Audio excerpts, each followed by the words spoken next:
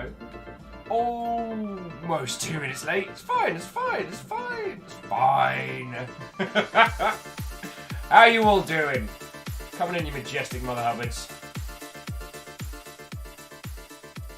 Yeah, I'm still rocking the Undertale remixes. The GDC mania continues. Like, the reason I'm 2 minutes late is I was reading about some crazy-ass game that someone wants me to go see at GDC, and I'm like, they started the email with, I know this time of year is busy for you, and I'm actually going to accept their meeting request just because they were really nice in their email. Geraldine, first through the door. Score body, what, fire types. Together. Honestly, what has been making this very stressful time of year so much better is English Twitter and Pokemon coming together to confuse the rest of the world. You ever seen an American Pokemon fan trying to understand what a Greg's is? I have, and it's glorious. So, Geraldine, out for the deluge. What, old friends? We're going into space today. It's going to be great. It's going to be great. So yeah, usual, we've got about 10 minutes of wafflemancy going on. Oh, speaking of which. Oh, yeah. Soon.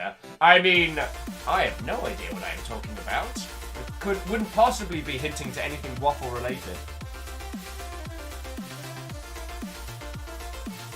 Though I will say, last night, while working on stuff until way too late, I was watching the MagFest DJ battle. And holy crap, the nerd community as a whole has so many incredibly talented musicians. And I was bantering about this a little yesterday. I think one of the things that I really love about those is that it feels like a sphere of music that belongs to us, if that makes a weird kind of sense. So yeah, I always get pretty hyped for that stuff. And that's just me, yo. And teeny tiny right now. How you doing, Caffeine? How you doing? Come on in, come on in.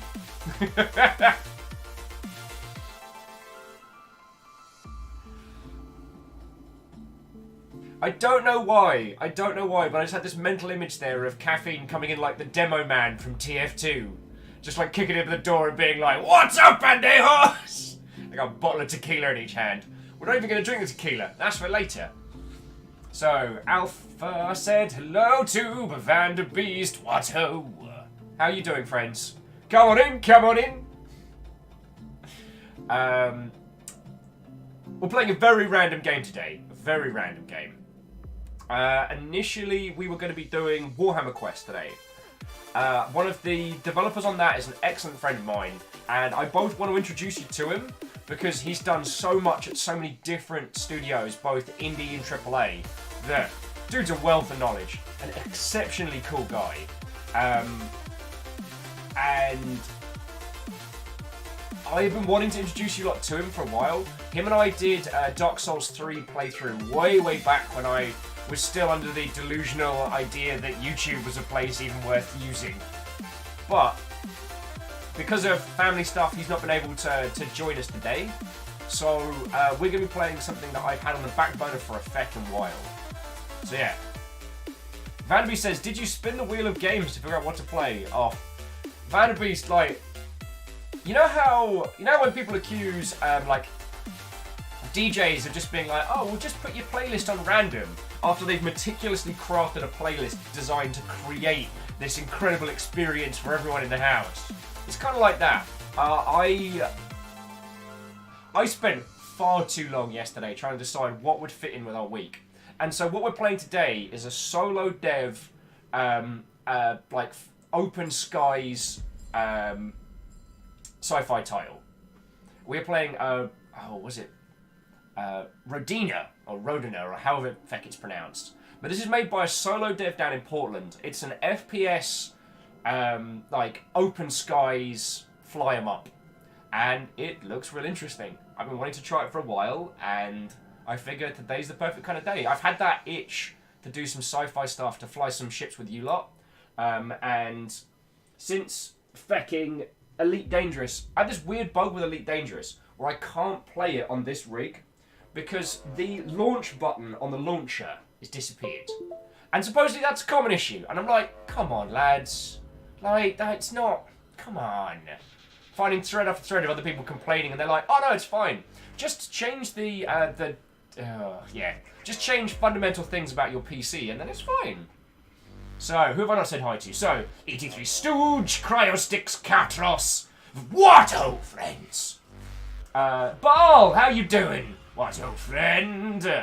Ball says, does anyone have had the problem where the streams reverting back to the previously hosted channel after they've gone live? Been happening a lot this week. Yeah, I don't know what's up with that. So, Ball, what I've been doing is I've been unhosting the previous channel before I go live, which sometimes helps, but not as much. Stooge says, if you don't want him on, then you can always say how he embarrassed you and make you seem not cool. Nah, he's coming on later. He had family stuff going down. I don't know how much he's going to want to talk about that with you lot, so I don't want to go into it, but yeah. He had family stuff going down, so he couldn't join us today. And we did a lot of Warhammer yesterday. You know, I try and keep it so that you guys don't get burnt out on one game too much. Which is sadly why I think Pillars of Eternity 2 kind of petered off. Because during the Broken Hand times, there wasn't a lot I could play. But there we go. So Ticket 2, Digital Seahorse, I say, what up, friends? We're going to be bantering about English Twitter versus Pokemon. Thankfully, there's nothing on fire in the games industry today, which I am so thankful for. And we're going to be playing an incredibly indie sci-fi title. As I said, this is made by solo dev. Reactor online. Hey! Online. Weapons online. All systems nominal. Well, I'm here now, so may as well do a thing. What hope? What oh indeed! How you doing? How you doing? Heck. 4 months, Bal. 4 months. That's not too feckin' shabby, friend.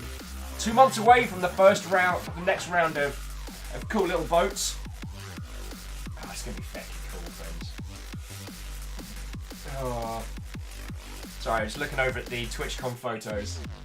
I hope you all know that the reason why I have like the reel of not just like fan arts and stuff, but pictures there, is because it makes me smile to kind of see everybody. Especially like hanging on. There's one of like me and Caffeine back to back with swords and stuff like that. And, you know, I get to spend every day talking with you all, but, you know, I miss actually, like, hanging out in the real, so it's a nice little reminder. And I'm not complaining. I know I'm kind of running the red line a little bit at the moment, work-wise, but this is still the most fun I've had doing a day job in the history of things I have worked on. So, yeah. And Alfred Stooge and Ticket 2, thank you for the parade of friendos. Is it weird that I like the song? I mean, it's based on one of the most stressful boss fights I think in any game I've played. It's really good.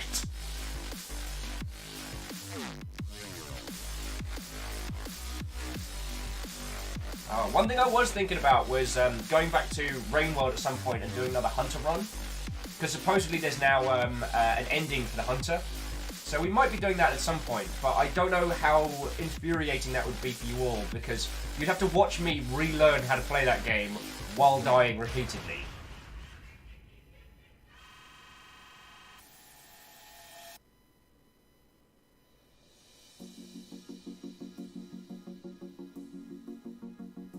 Miyaki Sakura what? Oh! Says good music is often challenging battles. I wonder if it's just because my focus during your favourite nightmare, we'll call it that so as not to spoil anything. Because, dear friends, if you've gotten to this point and you've still not played through Undertale to its full zenith, it is as good as the hype says. And now, you can play it without any of the fandom knowing. I kid. I understand that there was a really, really intense fandom around Undertale at its drop, and I'm happy that kind of what would have been described as the Homestuck fandom really latched onto it because it helped it succeed. You know, without Toby Fox's support from good old Andrew Hussey, would it have sold as well? Who knows? But what are we going for?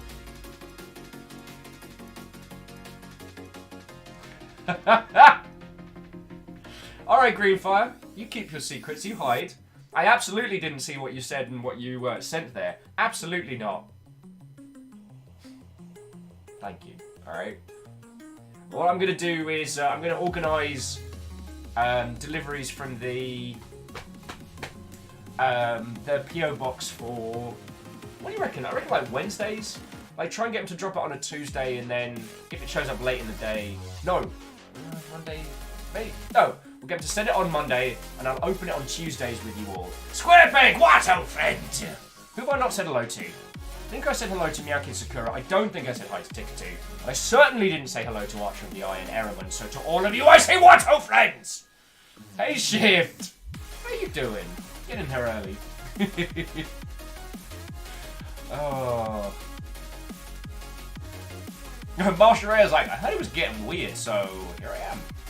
Yeah, so one of the things that has been making me smile so much since yesterday's announcement of Pokemon is English Twitter and Pokemon coming together. There's a brilliant one of a rebranding of all the Poke Shops in-game as Greg's, which continues to make me laugh. There was one of the... do you all know about the monkey in a parka found in IKEA? Which I think might be one of the most English things I've ever seen. Vice did an article on it, it's amazing. It was a monkey in a jacket found in IKEA, just kind of trundling around. Who else popped in? Chronofire, Arden Novalis, Alpha of the Deluge. Might be getting 2 hellos, but whatever. Jaralan! I definitely said hello to Jaralan. Anyway, to all of you who have just joined us, what and welcome! We're playing a pretty... Well, we're going to be playing a pretty interesting game. We're going to be playing a Open Skies spaceship FPS title. It looks... I mean, the art ain't going to blow anybody away, but it's a solo dev project with a lot of, like, free movement and all sorts. So, yeah. Alpha says you actually tried to say hi to me 3 times today so far. Oh, don't tell anyone else. I'll have to triple my output. Me and Caffeine kicking it together. And then me and Caffeine making it happen. I think I'm funny. But yeah, so the lass who voiced all of the Scottish Twitter tweets has been doing this incredible job of these, like, archetypal English poker traders. Also, according to the Pokemon map, fecking Manchester stole Big Ben, so we need to start some shit. I mean, forgive my swearing, but how did this happen? How did the Northerners get Big Ben? Someone hecked up. If you have a look at the Pokemon map, it's basically the British Isles flipped. So it's basically the British Isles if you're looking from Scotland down across the country. It's kind of cool. Stooge says, you make up for saying hi to them so much by missing people entirely. Like Hindle. If I say hi to Hindle, then that's another meme dead. Hindle, how are you doing, friend? What a welcome! Jaraland's just chanting, Yorkshire, Yorkshire, Yorkshire! Sean Bean as a gym leader. We're all better, connected. Now I'll wreck your face with an onyx. Alright, well, I think that's funny. I also consistently think that I'm funny, so...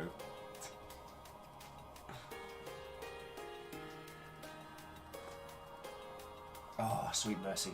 Sweet mercy in a cup, my dear friends. Sweet mercy in a cup. Right.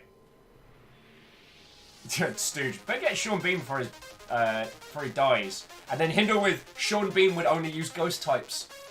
Because Gengars are dead Clefairies. Look it up! Look it up! It's science! Oh, yes! Erebon! Stephen Fry and Hugh Laurie is a back-to-back gym leader double battle.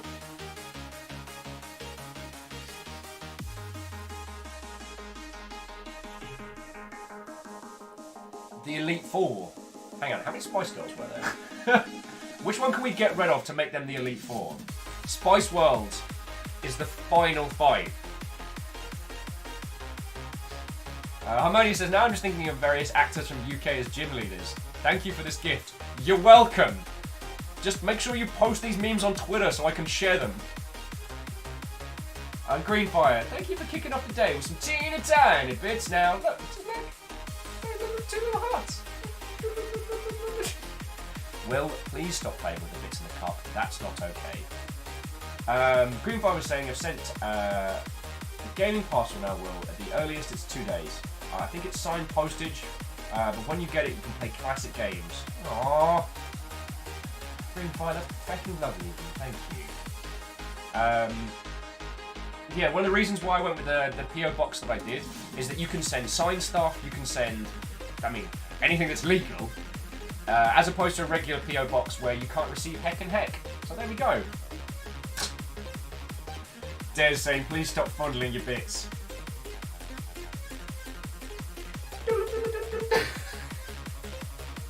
You're right, I actually feel bad for doing that, and I'm sorry. An Archer of the Eye. Thank you for repping some House Order. House Order's kind of been beaten to the punch a lot this week by the other houses. So, it's nice. Yeah, House Order's the first one up today. Owlus, you're right! The Elite Four. John, Paul, George, Ringo. Ringo's the first one, because it's just a bit naff. Done. Done. You're gonna tweet this crap. Photoshop it. Tweet it at me so I can share it out. Let me live vicariously through your humour. Arden says the champion fight is obviously the Queen. Obviously. Or the Queen is kind of like the Professor Oak of this one. One needs you to search for every Pokemon in the land, lest my corgis have your fucking head. Something along those lines.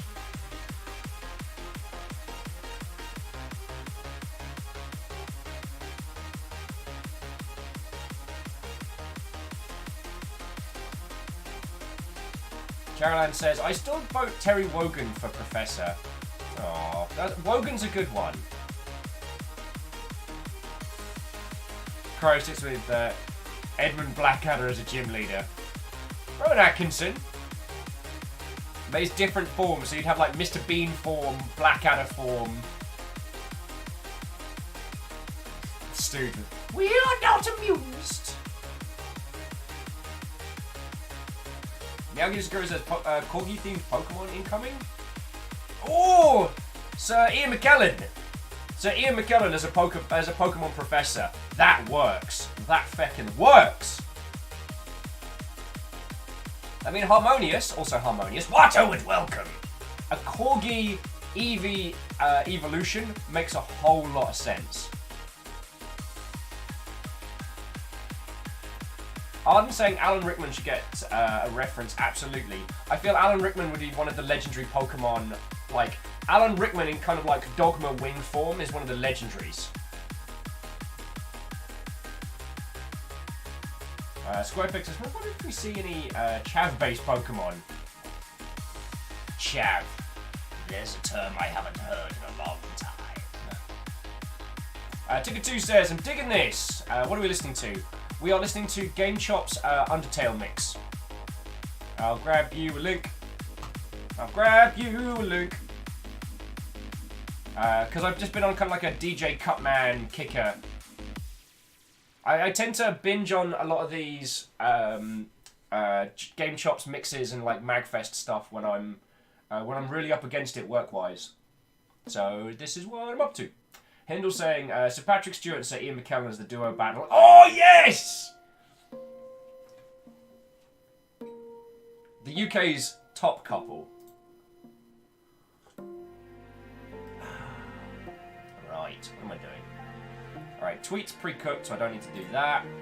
I guess we'll start getting this game into effect in just a second. Cryostic says, at one point, David Beckham tried to kick your Pokeball as a free kick and misses.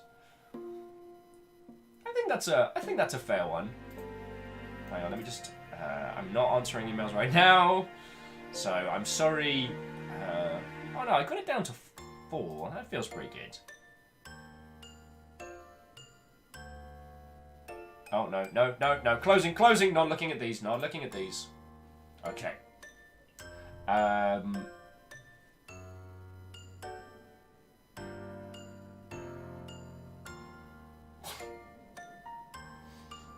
See, Stu just saying, considering how creepy Creeper some of the Pokemon entries would be, there should be a Growler Pokemon. That only works for your American Pokemon.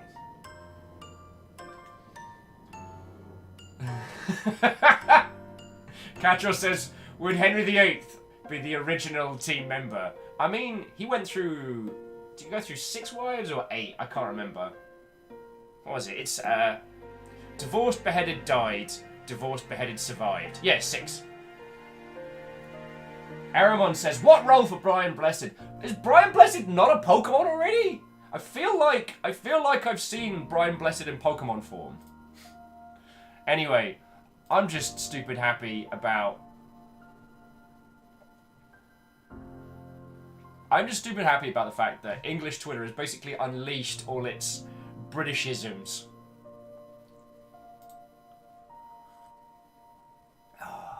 Okay, dear friends. So, that has been... Oh, how did we do 20 minutes of Wafflemancy? Bloody hell, get me talking about Pokemon. I'm anyone's. Right. Without further ado, let's get this game started.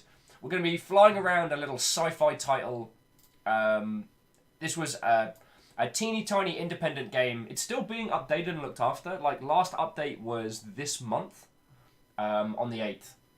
So, yeah, I've had this in my list for a while, and it's been something I wanted to have a look at, because we do look at a lot of these kinds of titles, but we've been discussing the AAA space and how it's fecking up so much. And we've had a few, like, you know, cool individuals... Oh, what? Ha ha ha ha, I have claimed the first filling of the cup today. And I bet if there was a Welsh Pokemon, the Welsh Dragon would be a classic Pokemon, not to mention the foul tails they could use to make more like the Kelpie. Okay. Greenfire, what? Fucking thank you. That was a 1,000-bit drop, no big deal. And Greenfire, you're right. They can kind of pick and choose a lot of you know, English, Welsh, Scottish folklore and create some really interesting designs of that. So... Yo! Oh, Owlness is saying Brian Blessed doesn't get any royalties from the Hiker characters in Pokemon, but he should consider it. He really fecking should. Greenfire, thank you for the bits. And Tanari Wow, repping for House Order today. Thank you for throwing some bits in after. No, Greenfire, fecking thank you, yo. Okay. Alright, let's get this game started, and then we'll go from there, alright? Punt out that tweet and all. Punt out that tweet and all.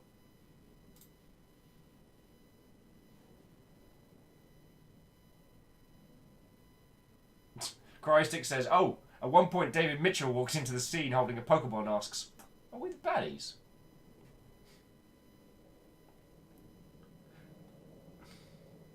I hadn't considered Mitchell and Webb being part of that sphere. Okay.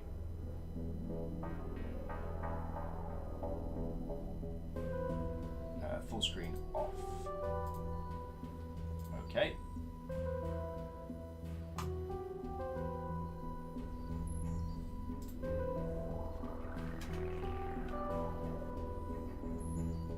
Sorry, bear me a second. It's one of those where I have to reset the title to get it to play in windowed mode. There we go.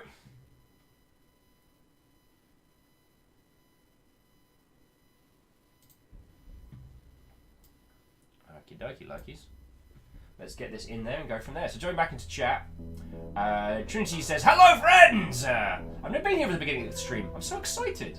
Well, I was just talking absolute nonsense for about 20 minutes, and now we're about to start this game. How are you, friend? How are you? Yeah, so Erebon is right, that there has, as well as being some incredible humour and banter around the new Pokemon, there's also been some terrible humour, and the Team Brexit stuff is... Ooh, we're not going to focus on that too much, because I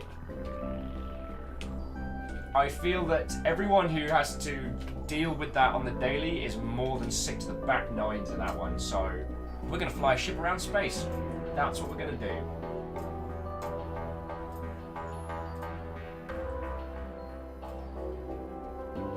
Aw, Trinity Cat, that's feckin' cool. Trinity saying they went on a date with a bloke they've been crushing on for a while. Cheers to you, yo. I hope it was exceptionally fun. I've been hanging out with these bunch of cool kids on Twitch. You know, I've been doing some shows for them and hanging out with them, and it's been going really well. Of course, they're exceptionally cool, so you lot wouldn't know them. Alright, calm down, calm down. Easy there, Galaxy Quest. Okie dokie dokie. So, this is Rodina. It's a solo project, you know, exploring Starfighter game, played in first person. Go and have shit. I don't know the differences. But all mode starts the game as it's meant to be played. We'll expose the player to both enemy ships and the game's story. Freeform just allows you to play the game with no story. Just fly about, blast enemies. Peaceful mode allows you to play the game with no enemies, no story elements. Perfect for exploration. Nah, we gotta get that one. Des, that is adorable. Des saying, I also want to date with someone I've been crushing on for a while. I mean, she's my wife. It's still awesome. That is adorable. Right. Let us take to the skies with the power of lightning. Oh, God. Is this a controller game or... Alright, gamepad mode.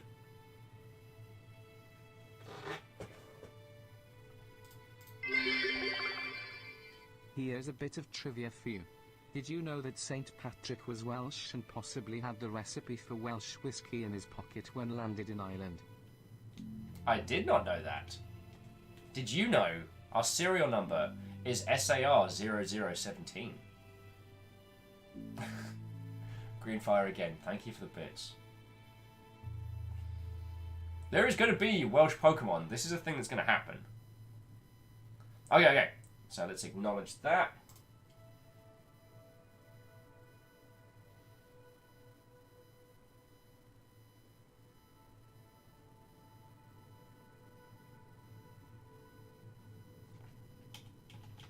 What is our name? What is our name?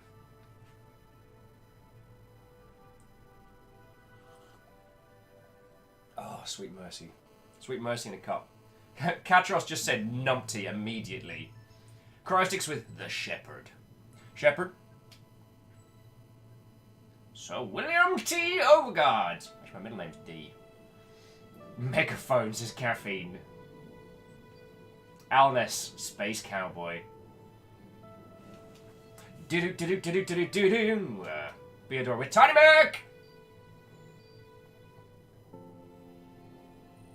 Alpha the Deluge with the Waffle Mancer. Yeah. Well, actually, no. I'm going to go with Numpty. But our first ship can be the Waffle Mancer.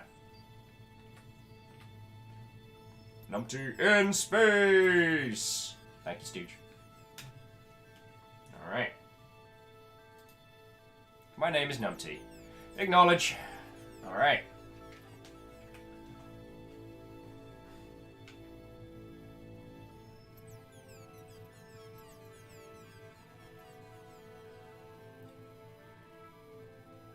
Huh.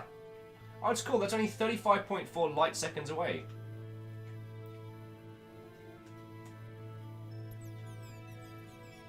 Oh!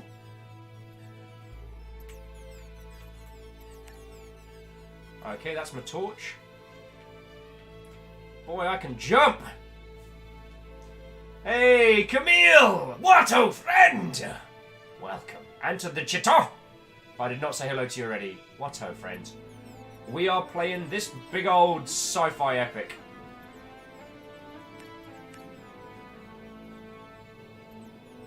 Alpha says, wait, the game is encouraging us to look directly at the sun? Is it trying to destroy our eyes? Cue the dramatic music. Well. The difference is, it's a sun, not the sun. Sounds pretty rad. Trinity Cap says, do you think we'll see some crazy creatures? I don't know. I've only seen the humanoid creatures on some of the press assets, so I haven't seen this. Like, you're gonna understand, this is my first time playing this as well. Soma! What, oh friend? Come on in, come on in. We are playing Rodina, and this game is certainly interesting. If you take anything away from this game, take the fact that this is a solo creation project that has been released and has done pretty well. Like, this hasn't, you know, sold millions and millions of copies, but this is certainly made back, by my estimates, its development cost as a standalone project. It's a cool little ship.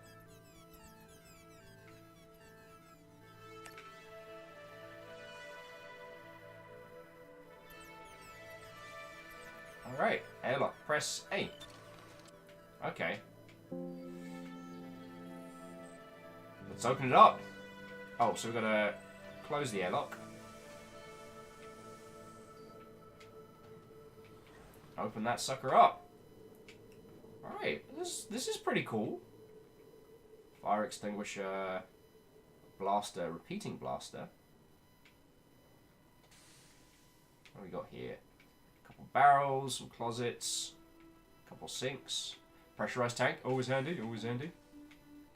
So we are going to need to name this ship at some point. So what was it? The HMS Wafflemancer has so far been one of the concepts put forward. Wow, the ship is expansive. Some TARDIS type crap going on here. Okay. This place is huge! Pilot wave radio. This is our little setup.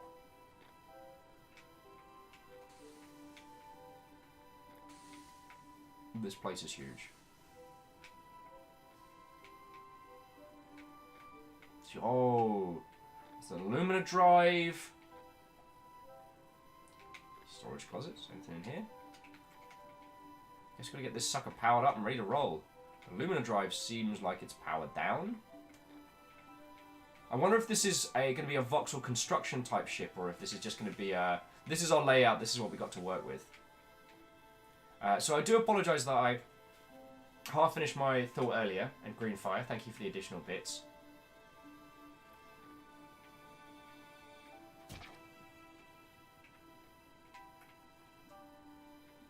Oh, so that's quick save. That's me going. Storage terminal.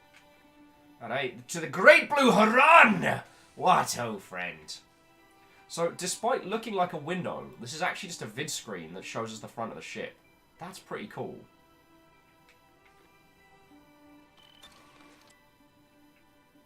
That's kind of cool.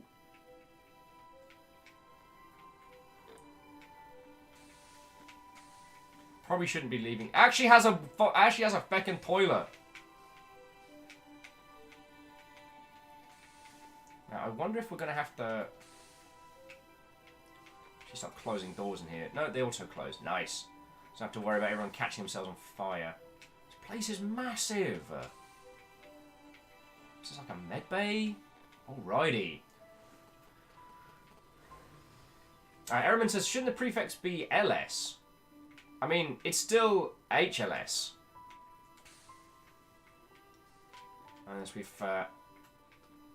Unless we're being done with Her Majesty the Queen. Spoiler, we're not. Oh, we've got a jetpack. Oh, I've seen you've got a jetpack.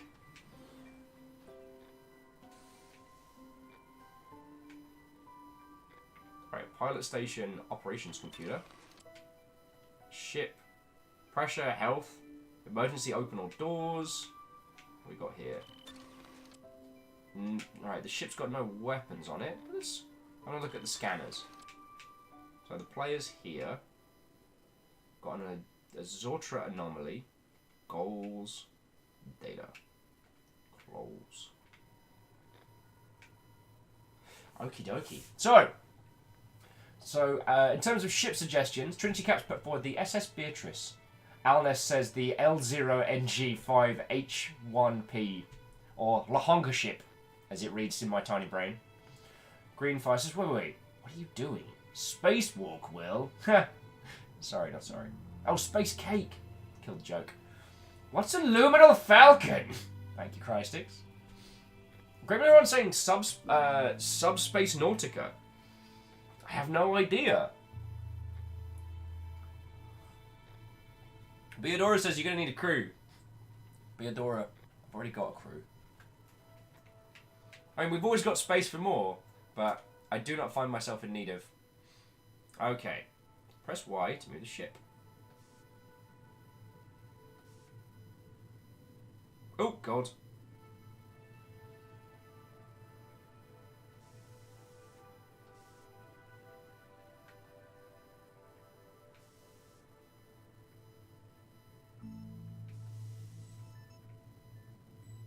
Press left trigger to engage in...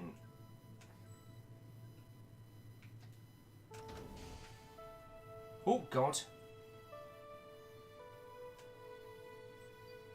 Wow, this planet's pretty tiny.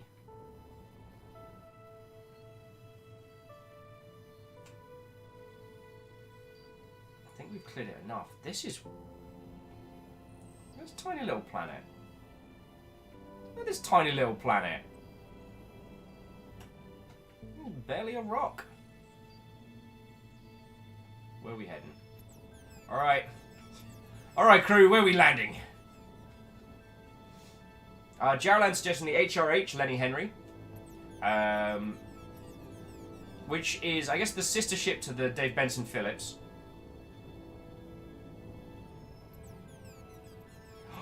Greenfire! Red Dwarf! Oh, what was the shuttle called in Red Dwarf? Was it Spacebug?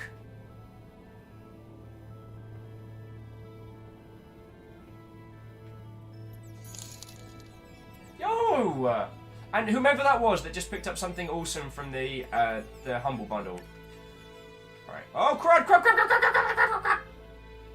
Crud! Crud! Alright, alright. No, no, don't! Freaking!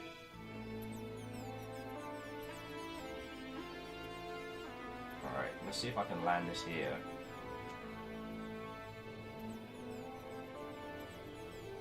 No, don't!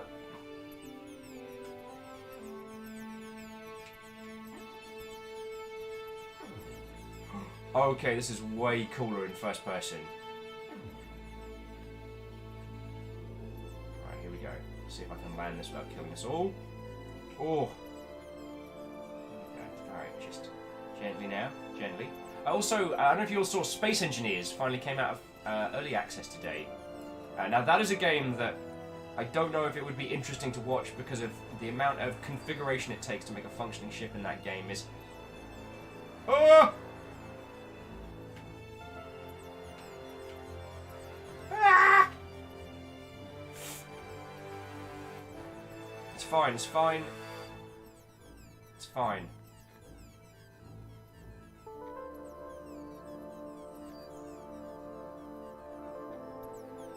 Oh. Oh yeah, so, thank you Earl and Wraith and everyone saying Starbug. Okay, everyone remember where we parked? I got a blaster. So, what's this? Oh, okay. Urgent message from sender from Rodina. Priority channel communication received. Citizen! The mission is in danger! Our brave vanguard has been attacked by ships of an unknown origin. Your fellow colonists have been scattered and destroyed. It is by providence alone that you have survived. The great ship Rodina will enter the system in but a few scant years. If this enemy host is not defeated, millions of souls aboard the Rodina, and our dreams of a bright future will surely fail. You are our only hope for salvation. Help me, Broby-1 Kenobi.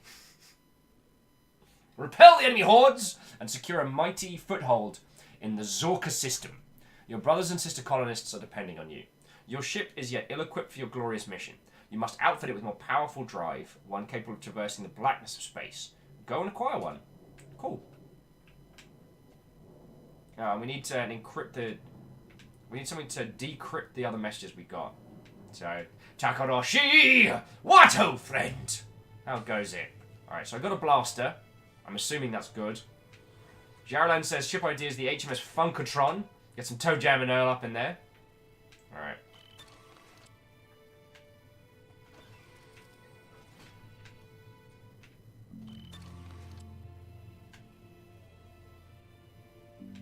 Oh, that is cool.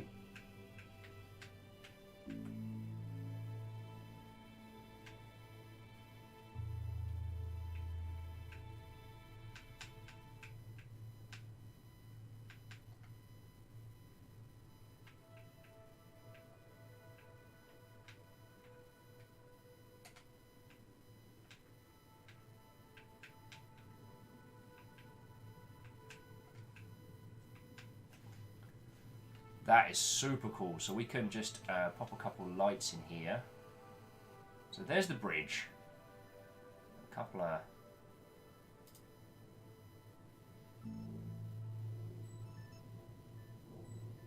This is pretty cool. So this is the layout of our ship. So there's the shape of our little... What did we decide? Because Starbug was the Red Dwarf ship. Beelor says it seems like we need an anchor. Feckin' probably. Tickatu says, wait, Space Engineers out of early access today. That game's been around like forever. It has. From what I understood, the core functionality of the game they managed to get down pretty well. The problem came from trying to get it to work multiplayer. They had a lot of problems with desyncs and stuff like that.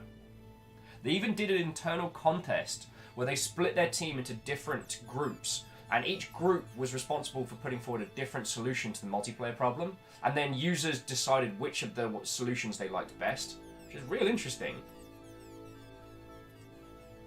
Oh, and Earl's given us some nice Red Dwarf facts, which is the Starbug was actually the second shuttle in Red Dwarf, but there was another one before it. Trying to find out what it's called. Cryostix is suggesting the HMS Brawl Space. Nice. I mean, I should say... Hang on. Discard changes, yes. Okay, so close. Oh! Let's get out of here. Oh.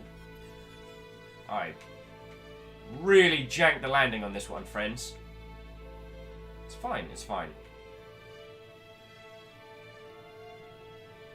It's still a good looking ship. Wow, this was actually a lot further away than I thought. Ah, 10 win! In space, nobody can hear you, what ho! And what ho, friend, indeed.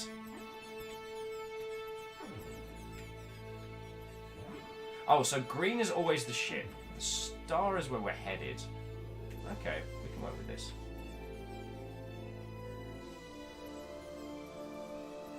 Probably pick up some speed, like skiing around the jetpack. For those of you who didn't play Tribes back in the day, I'm sorry you never got to experience the joy of janky-ass physics skiing. Yo! Whomever it is that's picking up games on the Humble Bundle, fecking thank you, yo. That's two little pickups we've seen today. Like, the Humble Bundle pickups really do help. Ooh. Well, now we know what happened to the other ship. Also, I was nowhere near the other ship when it crashed. You can't prove that. Can't prove that.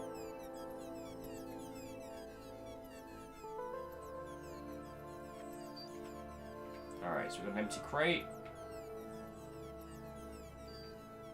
Missile ammo, like it. When piloting a ship, tap right cross to switch to secondary weapons. You can choose the weapons in your operations computer. Alright, so we've got some missiles we can duct tape to this thing. Huh, that seems totally safe and not at all radioactive. Let's grab it with our bare hands. Hindle with press X to doubt. And Dr. Woods is digging the 80s Vaporwave soundtrack. Do you ever find it strange that new terminologies that we have for genres and subgenres can be applied retroactively to different subcultures? Like, the term Vaporwave didn't really exist until, like, a couple years back.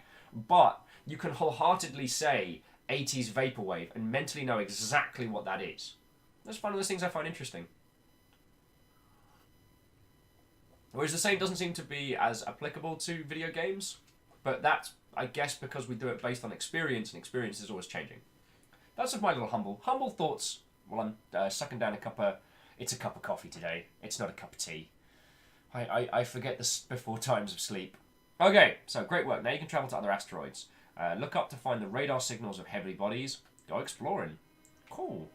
Alright, so we've got some fuel for our engine. Let's go. Vanderbeest with a humble Randall. Also, so the jetpack recharges indoors, not outdoors, so I can't just ski around.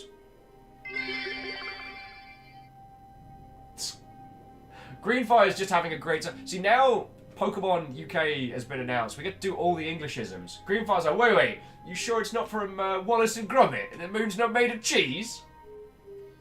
Catch us with a humble bundle of thoughts. Wait, do the jump, not the jetpack.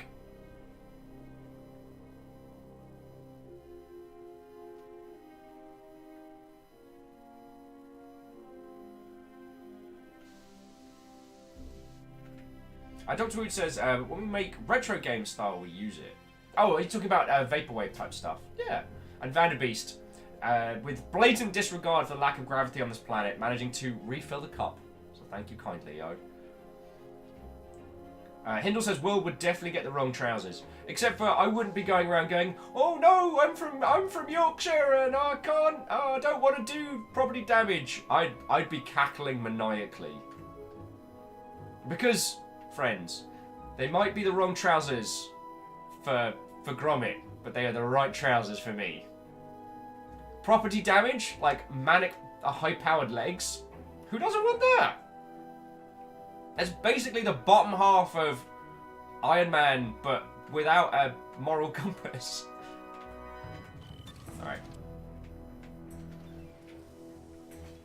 Remember to close your airlocks properly, friends. Alright. And we're in.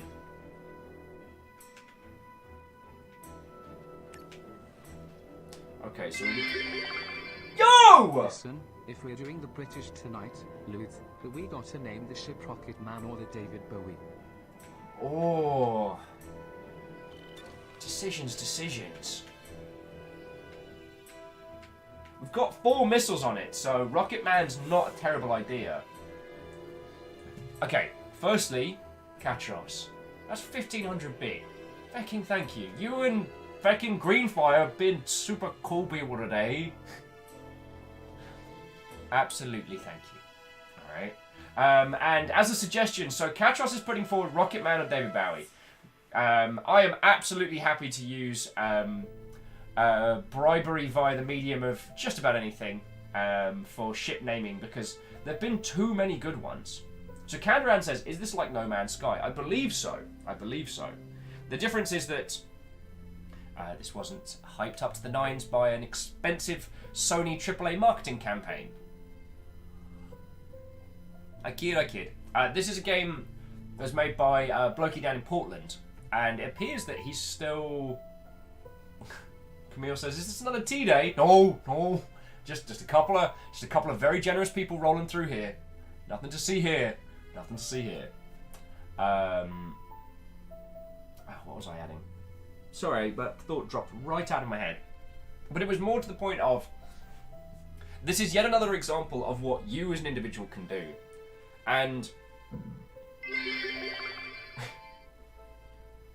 oh, excuse my tea burps. Chat challenge, I dare you name the cheese the moon is made of. What's the one with the holes in? Obviously. What was I saying? I was saying that one of the things that I love focusing on, one of the things that I love discussing, is that you as an individual can make a game. You can make this. If you noticed, and I know I'm going to be saying a lot of things that most of you are going to know already, but I just want to go over them for everyone. You notice the style of the objects in the world. These are untextured objects. I believe it is the lighting and shaders that give us the.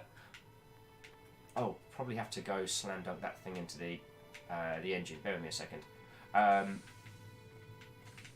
Wait, there's an upstairs? Oh, check it out. Got our own little kind of setup here. Archives, drag everything in there. Sorry, I'm still finding out stuff about my ship.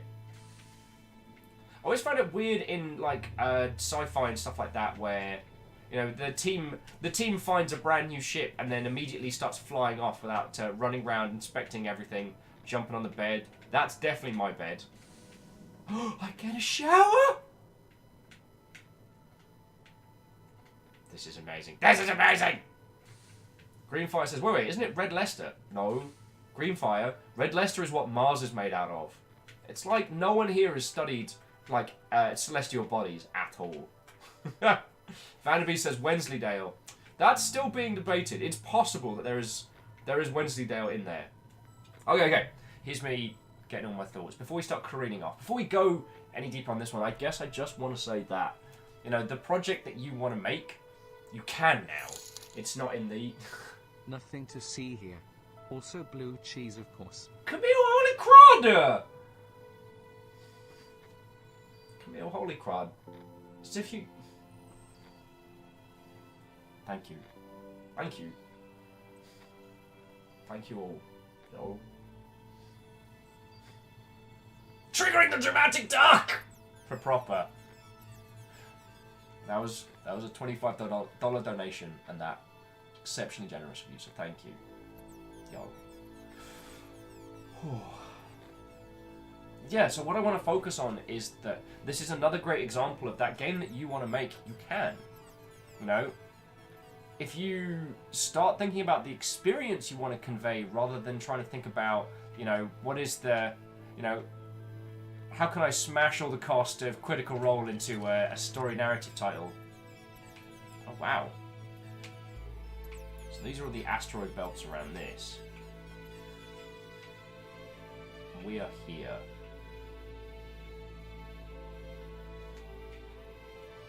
So yeah. Camille's like, whoa, I didn't see anything. Oh yeah. So I think we read this. Oh, okay, so another message from...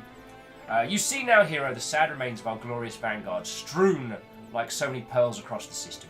Each fragment of life, once owned by a steadfast travel of Rodina. I weep for their fate, as for all Rodina do, for they were our brothers and sisters. You see now the burden that rests on your capable shoulders. And the reason for the urgency of my messages. I see now your reach now exceeds this humble location. Go forth, young hero, and find greater means to outfit your craft, but take care. The enemy is everywhere, and if you die, the hopes of our great people die with you.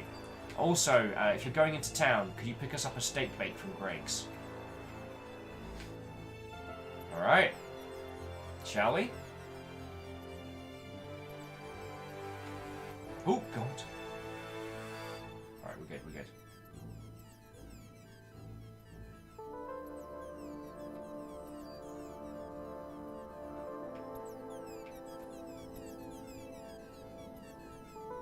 And as Anna says, if you die in space, you die in real life.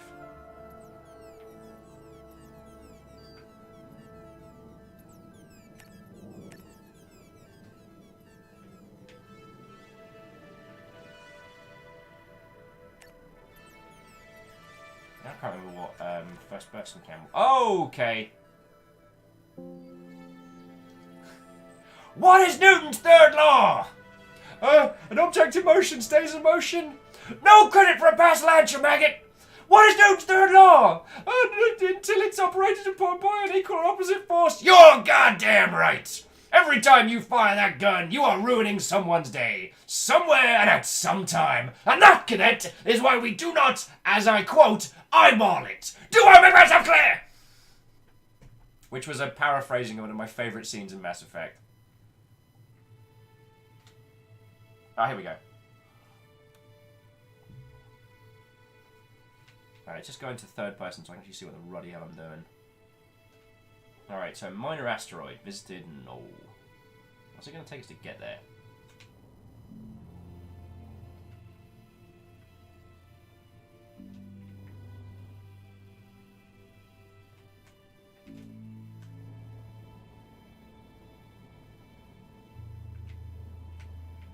I wonder if operations will allow us to...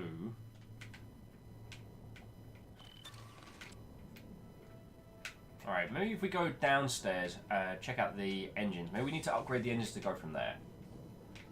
Cashel says, do we need to consider fuel? Bloody hope not. Because I have not been paying attention, friends. And Arden, thank you for refilling the cup. Boo Boo! What ho, friends? Like... Boo Boo, House Valkyrie's most vocal lurker. Or as I call them, Vlurkers. Alright, so these are the batteries. So we've got an operations computer here. So health and air pressure seems to be all we're really worried about at the moment. Storage. Lumina drive. I guess we found the thing, so we're doing alright. But I don't know how to initiate fast and light travel. Or near light travel. If you've read Tau Zero.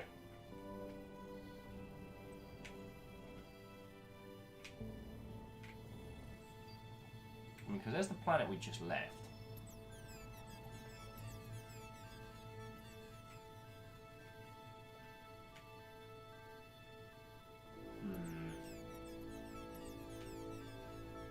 So jumping back into chat, Jared says I loved that scene. It's so good. It was just really cool seeing, you know, I guess a little snippet into any of those bits in Mass Effect. We got to see a little snippet of like life in space as it really was. Because one of the things that I liked about Mass Effect that we hadn't really seen in video games for a while was getting to see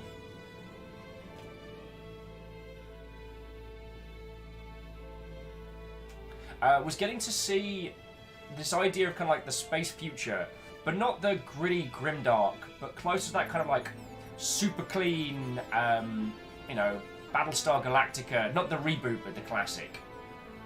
You know, that kind of idealized. And I thought that was real cool. Okay, so let's pick this one. Oh, no, sorry, that one. A minor asteroid visited Null.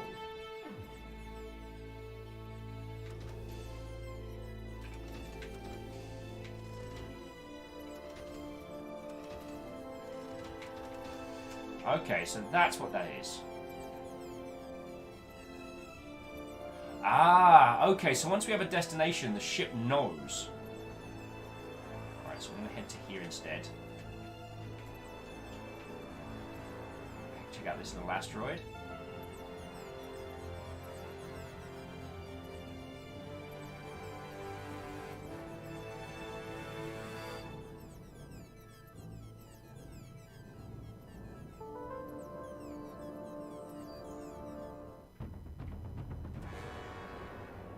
That sounds bad. That sounds bad.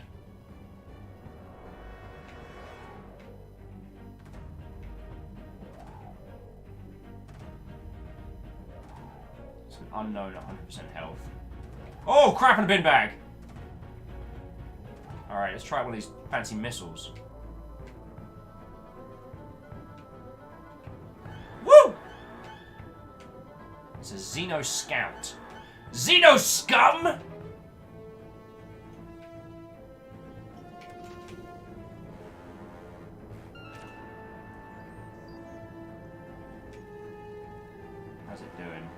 We do not have enough to handle this.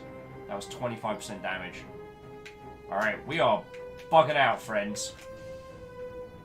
Oh, getting the heck out of Dodge. Xeno Scum. We shall be back for you, you fecking heretic! I mean, sorry, what?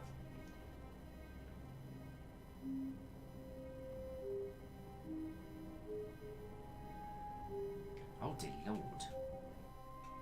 So Canran was giving us a very interesting story, also reflective. What, oh friend? And sorry with like, what about quests? All you can upgrade is strength. So Canran was saying that it doesn't have anything to do with gaming, but a recent development in my country is both terrifying and hilarious at the same time. The National Medical tip line had all of their calls basically leaked and accessed through a public IP address. Oh, come off it! Everything wants to kill us today!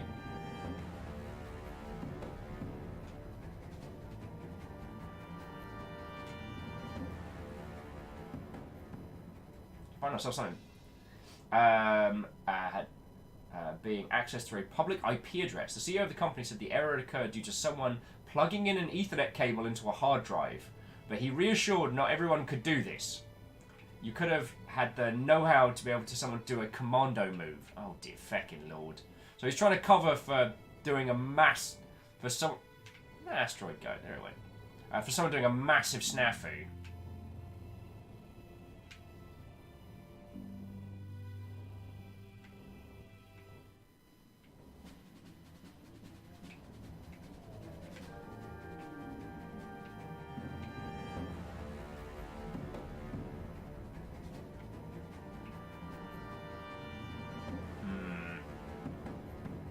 Everything in this universe wants to kill us. This is not ideal. Oh god, no, don't stop piloting. Alright, let's get ourselves nice out into space. And then...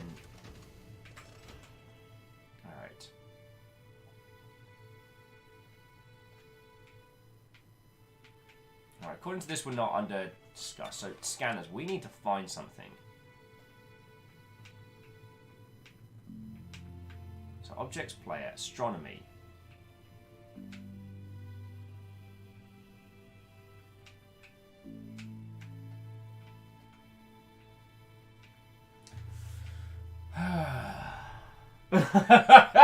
Oh, Vanderbeest, I wish we could load bits into the cannon. Missiles I am lacking. Bits I am spoiled with. So the universe stands before us. Vast and open.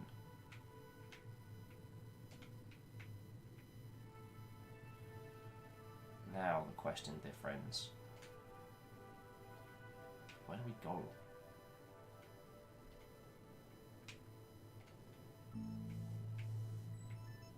Where do we go? Where do we go now?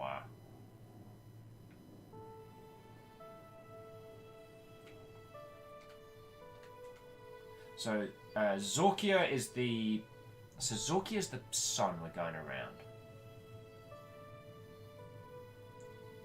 Oh, Kenra was also writing, he also somehow tried to defend himself by saying they're using some certification company, of which he is the CEO as well, but doesn't mention. I mean, I do remember my day once being entirely wrecked by some asshole. Sorry, forgive my cussing. But some bad word. Bringing in their own like network stuff into the place I was supporting. And so they got a bunch of like plugs and switches that they were using to run an Avid setup. And they plugged the network kind of basically back into itself, creating essentially a loopback.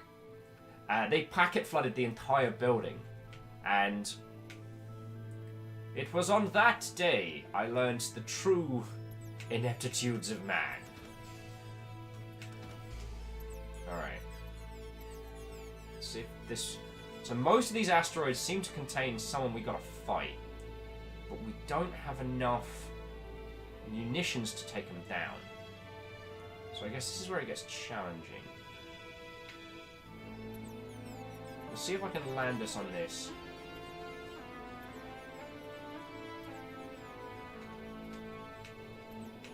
I might have to go at this.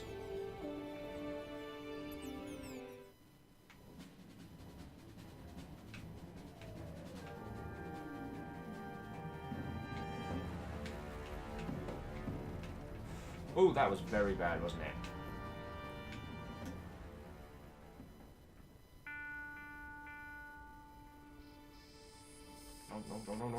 No. Back! Back!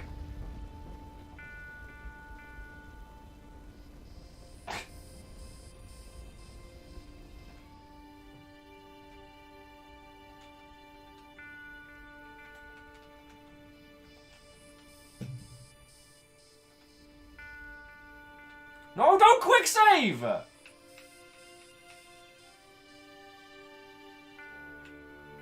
Auto. Numpty pilots the ship. Numpty enters interior. Numpty edits the ship. What time is it? Yeah, we'll go back to Numpty. Numpty pilots the ship. Wow, I didn't realise how apt that would be when we feckin' did it. Okay. So that was a bad asteroid. Or as I call them, a basteroid. Get it? Basteroid, because it's bad. Because it's a... I think I'm funny! So, Vanderbeest, thank you for refilling the glass. Camille, thank you for the donation, yo.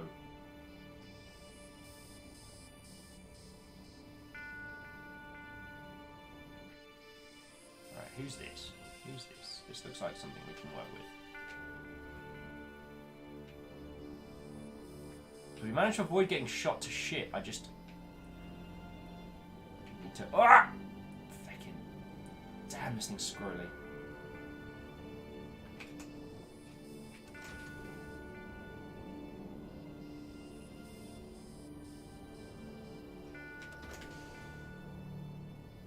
Alright, so it's basically, if we turn on... So cruising speed's what we need.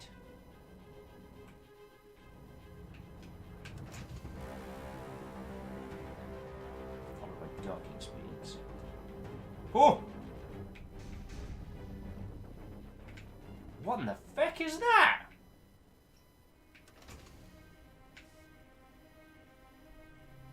Alright, it's not clean. Caffeine, I'm sorry. This should dock us nice.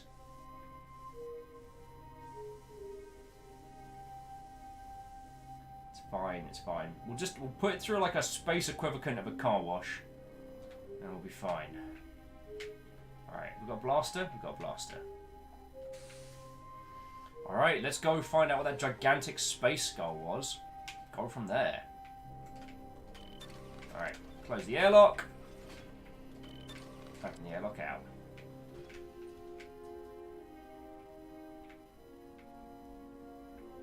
Crap, what was that skull? Oh, I should have tagged that while we were flying around, shouldn't I? Pretty sure it was up this way. Okay, so what were we chatting about before? Okay, so yeah, one of the things that I want to point out is that this game was a solo project. It has a voxel construction. The ship, the ship design ain't gonna blow anyone's face away, but this was the work of a single person. You could do this. And I don't mean to throw stones. I don't mean to be a bad word. But one of the things that was really sad was that when Notch started moving away from development, he tried to make a game like this, which had the most obtusely ridiculous name, and he didn't. The feck are you? A Xenomine? Alright, who's up for purging some heretics? Oh, dear lord. No, no, no, no, no, no, no, no, no! Oh, I thought we were about to jump off into fecking space then. Hey, Will, how did you die? Oh, you starved to death. Wait, but I think I'd die of probably dehydration first. Unless my suit gave out. Hindle says, oh, it's the Crystal Grey Skull. Yeah, Vanderbeest with time to mine some Xenos. Oh, crap. What was that? Oh, okie dokie. Shot some Xenos in the gob. So some Hans Zimmer hands noise. What we'll find in here. A Xeno door. Oh! Okay. Charge beam for the win? I guess it was like a munitions setup.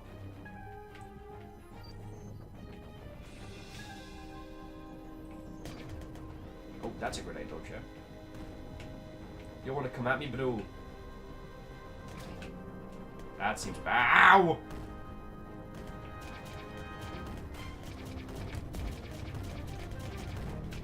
I'm not gonna die in this feckin' Zen of mine! Feckin' heretics! Oh! On a scale of 1 to a lot of heresy, we're dealing with a lot of heresy here, friends. This is a lot of heresy. Akadra says, so we Metroid now? Apparently so. And don't tell me that like a free exploration Metroid game wouldn't be amazing. It's just you, your ship, flying about. I'm sorry, the point that I was making earlier was that... Oh, getting feckin' hurt here. Apparently my blaster's doing now, pissing them off. Alright, Xenos. Xenos scum.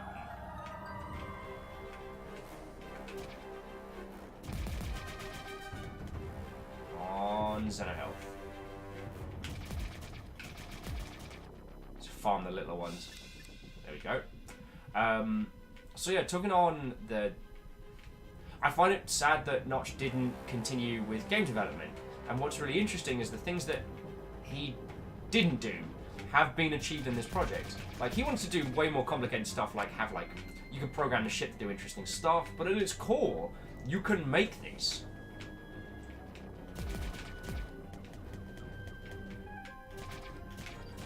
There will be elements of this that will be easier or harder for all of us, but there is nothing stopping any of us from creating stuff like this.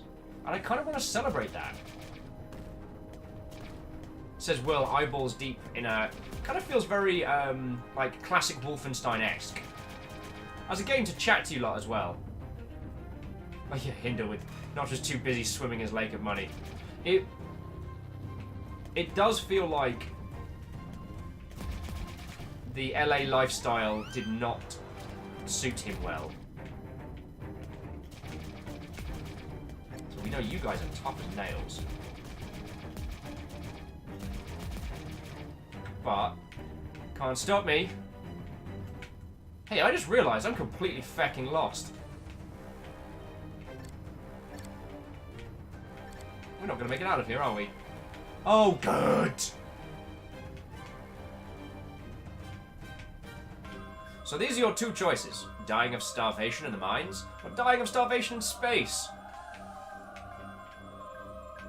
Oh, no, these are actually... Huh. This is the way... Oh, no. Guess I was about to say I know exactly where we are, and would have been wrong. I'm pretty sure I know exactly where we are.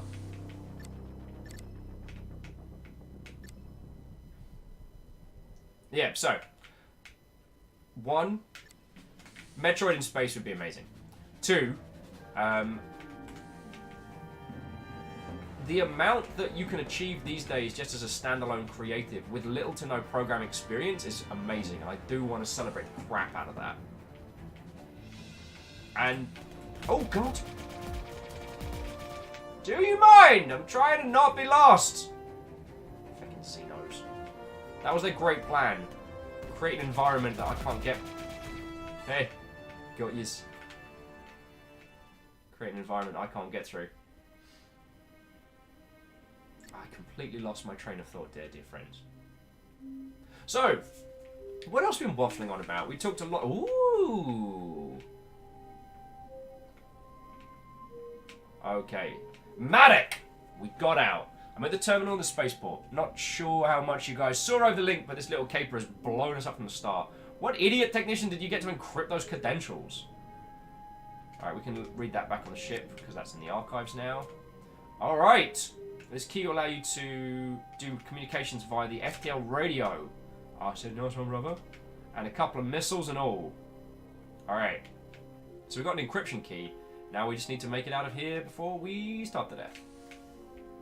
Alright, so this was just checking to make sure each room's got one or more entrances.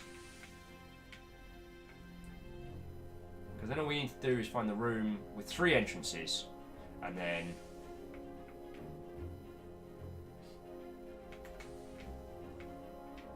which of this is one of them? This is not the way we came in. Alright, so it's the 3 entrance door. There's the big ass room.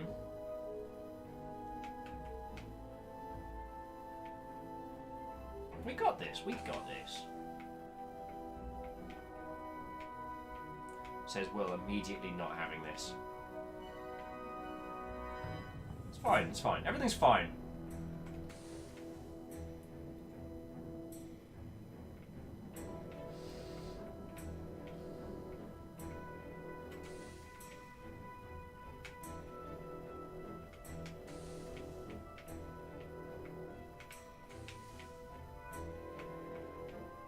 That feeling when you're not entirely sure if you're just backtracking forever.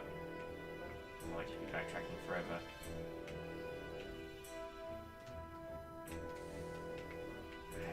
Fecking Kingdom for a teleport to shit button, you know what I'm saying? So Canray was adding on the previous story, which was the follow-up to the earlier mentioned situation, is a theft prevention association putting a picture with the words, how sick is that we have at least 1,177, the number of the medical tip line, to IT to secure your company. I might be being mildly brain dead today, but I feel I am missing certain elements, just like I am stuck down in this mine. Come on. I'm not gonna let some feckin' Xeno architecture stop me. Alright, so we came through there. We know where that way lies. We know where this lies. Do we know where this way goes? I think we do. This dead end. So, we know where this goes. That's where we came in, so it's got to be this way. A process of deduction, which means one of these rooms has an additional door that I have missed. Is it this big-ass room? So there's one door. Is it this big-ass room? It is not! Okay.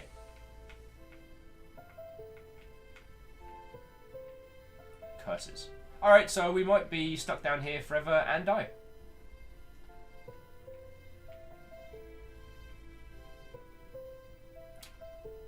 There are 4 lights.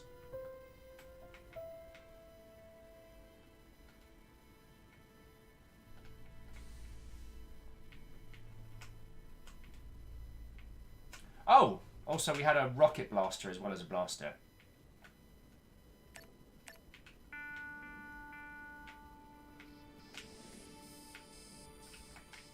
Okay, so both of those lead to dead ends, so I have fecked up my calculation somewhere. Which means one of the rooms we came from has 3 doors.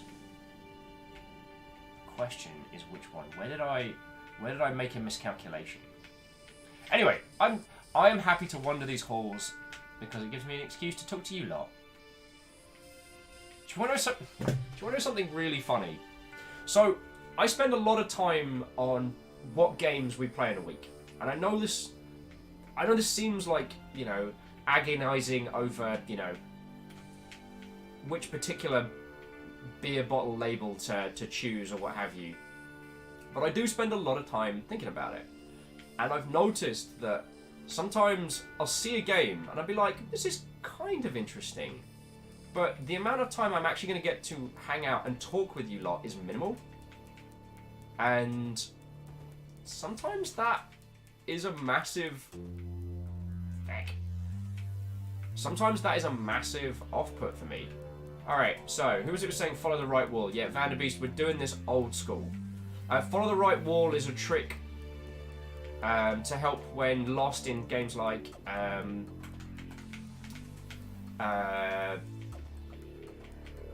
Wolfenstein and some of the early... I mean, I call them first-person shooters. They're kind of the faux 3D era of first-person shooters. And what it does is it stops you from essentially double guessing yourself. Aha! This might be it. I do not remember that door.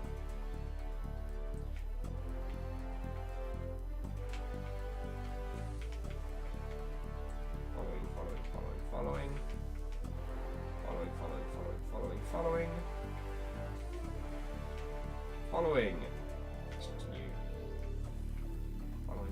Following.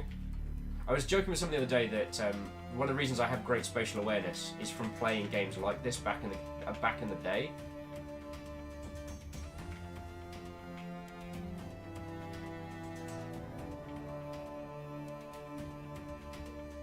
Arch of the Eye says it won't necessarily work since you came to the ceiling. Feck. You're right. You are exceptionally right, friend.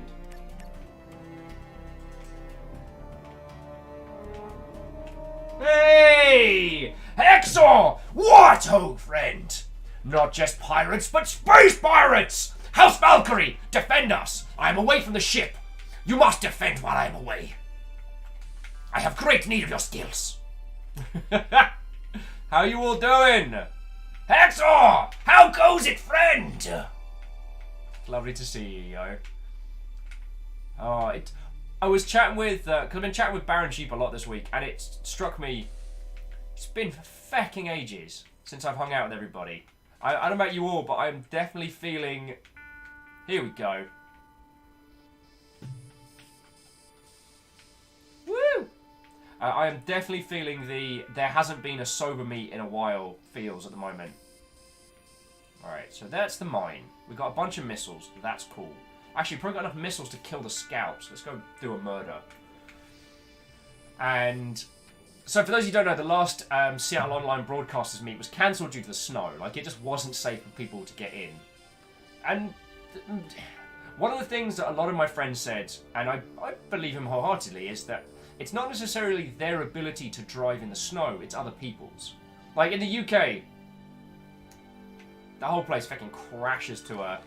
Alright. Alright. Oi! Close it! There we go. Get that stuff pressurised. Captain on the bridge! Alright, so we've got 4 missiles. How's the ship doing? It's doing good. Pressure's good.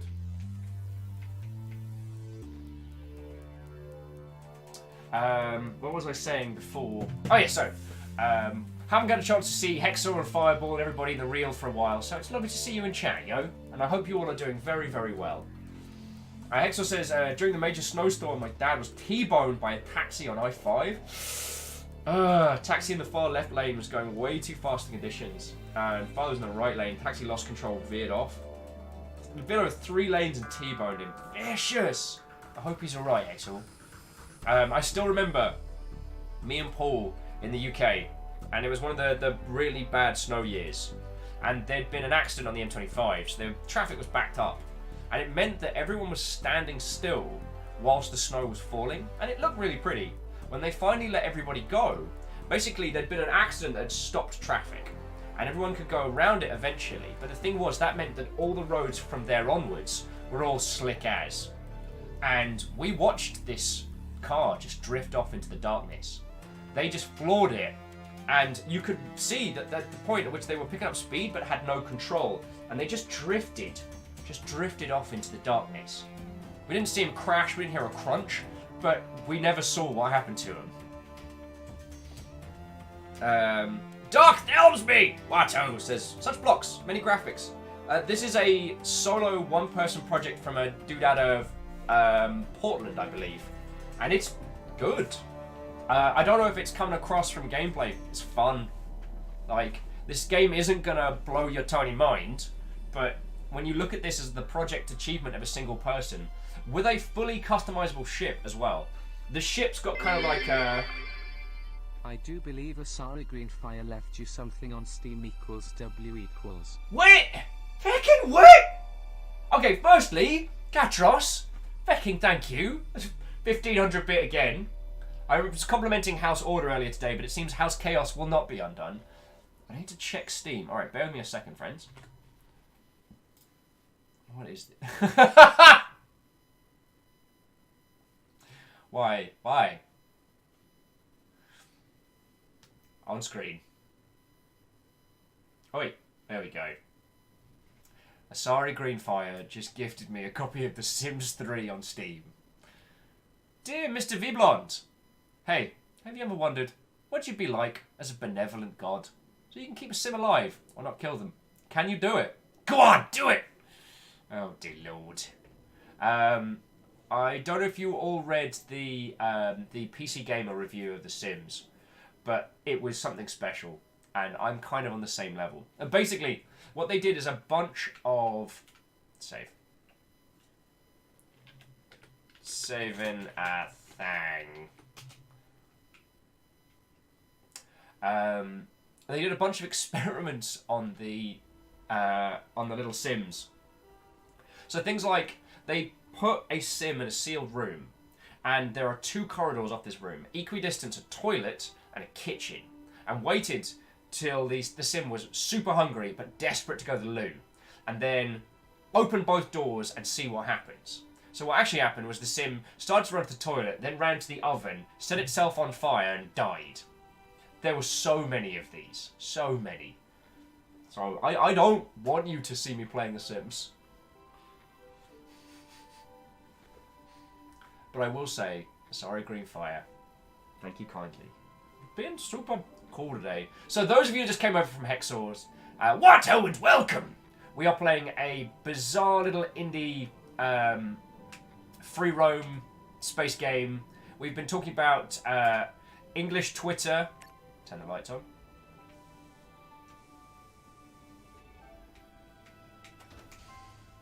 We're talking about English Twitter versus... Well, not versus. English Twitter and Pokemon. Ooh, what's that? That seems important.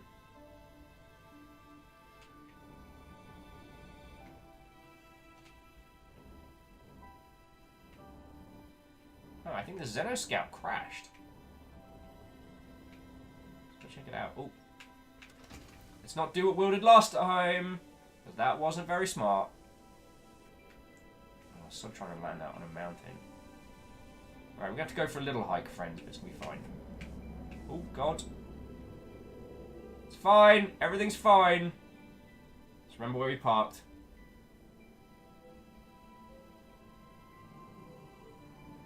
I think we stopped. And Tanari, well, thank you for the tiny bits as well. If there's anyone I've not said a proper hi hello to, I do apologise. That was a shite park job. This is why I'm so glad that no one can see me park in space. Will, why don't you drive? I have my reasons. Wayward Finn, what, old friend? How goes it? Says, alright then, what are you playing this time? This is a open world space sim called Rodina. This is our ship.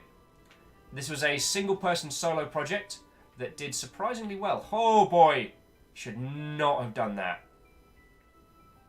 Oh, I'm so glad there is no... Okay, that's cool. So we're just going to head across here. So again, Greenfire, thank you for the gift. Thank you all for the bits. And the majestic Mother Hubbard's.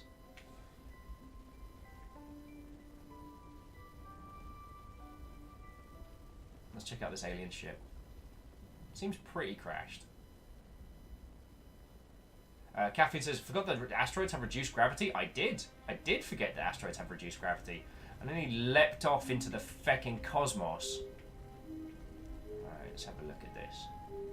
Oh. Is there a way in?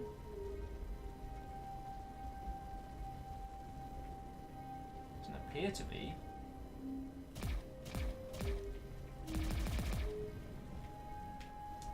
I might risk a jump.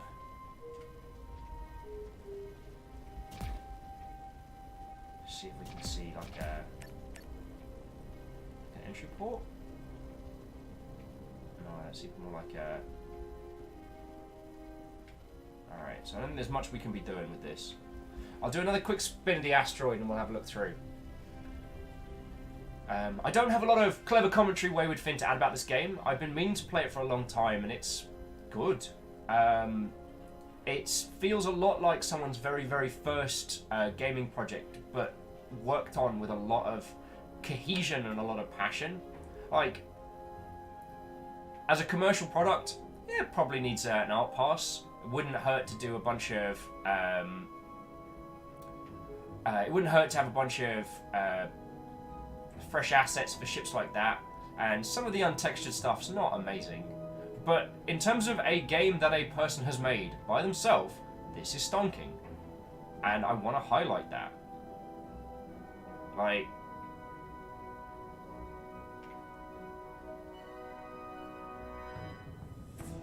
This was made by a single human, right?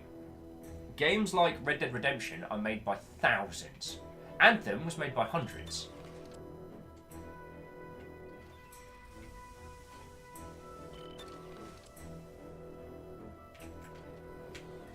Sorry, saying, how many Sims have you killed on purpose just for fun then? I'll level with you, sorry, Greenfire. After a certain point, you stop. You stop remembering. Alright, let's get off this fucking planet.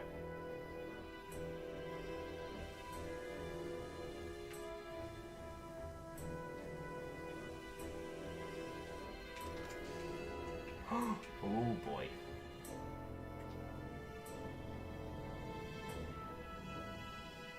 I could have sworn there was something more on this planet. Alright, so that's the Xenomines. Also, how fecking bright must these fecking high beams be, you know what I mean? Okay, there's the roll. There's the roll. Alright, we got this. One of the things I do want to do with you lot at some point is like a closed group of Elite Dangerous. Get a little bit of RP going, pretend to be spaceship peoples in space, as I think that would be a lot of fun. But I'm having... Well, you know what? I'm not going to say I'm having technical problems. No, that's where we went. Alright. Oh, dear Lord. Oh, kids need to not do that. Alright. I gotta find something. So jumping back in. Oh yes, caffeine, that's a really good point. So it doesn't have to be that bright because there's no atmosphere to diffuse the light. Thank you. Marshall says, since someone mentioned Anthem, a friend of mine is enjoying their time with it a good deal. Apparently just came across a really good story event. Gonna say spoiler free, of course. I mean, that's... And I'm very happy for them. This isn't a throw rocks at Anthem. I think... That's not what I want you to take away from this. I want you to look at the effort and creation of a single individual. One seems brighter than the others. So check it out.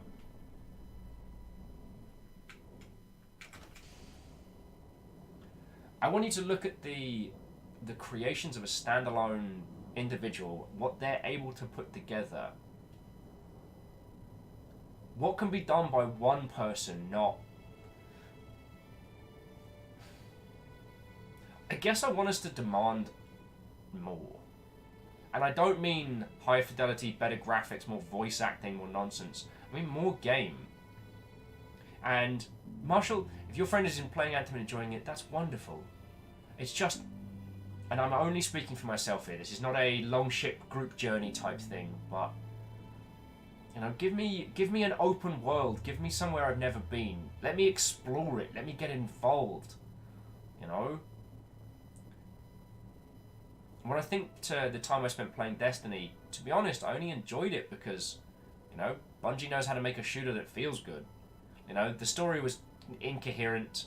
The open world segments were only really in the first proper area, and then after that it was kind of an afterthought. You know, there was the barest, most minimal amount of content, and you know, I resent any game which makes me feel like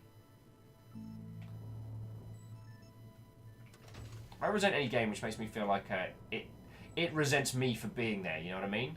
I've only got 4 missiles, but.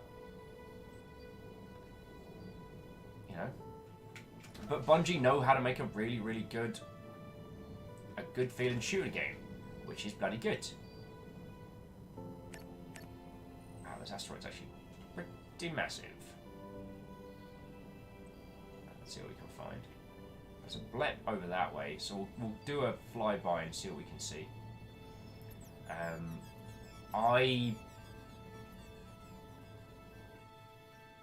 I would love it wholeheartedly. Alright, we're good. I would love Anthem wholeheartedly to present to me something I would never have seen before, something I never experienced. And with the caliber that of people they have, with the team they have, I don't think I'm being unreasonable. What's that?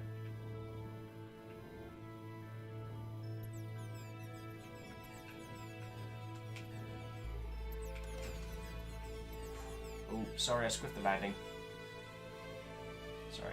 Let's see if I can get this back around.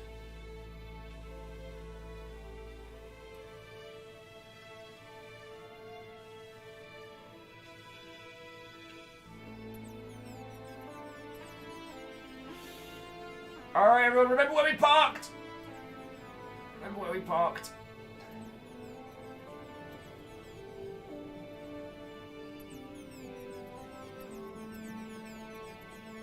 I think we're good.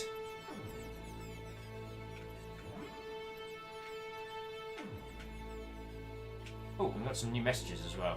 Alright. Oh, okay, so we can decrypt the encrypted communications. Landfall class light transport designated Vanguard. Respond, incoming transmission, give us your status, hostile Xeno contact. Holy crud. Vanguard had a bad time.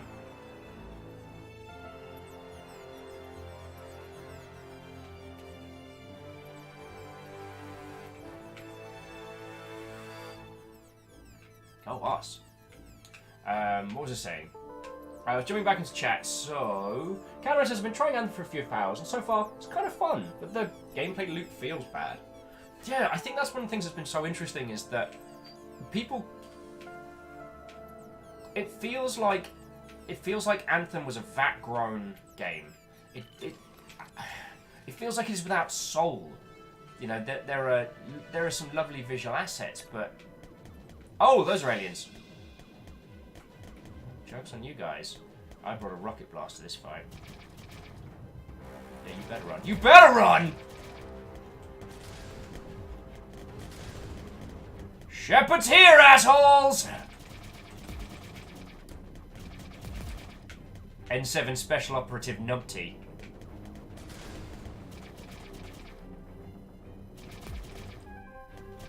Quake in space!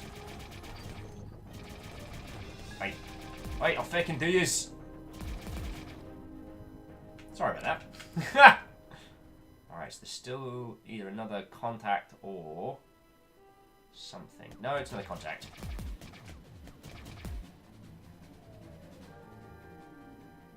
Tenari Wow says, this is my favourite store in the Citadel.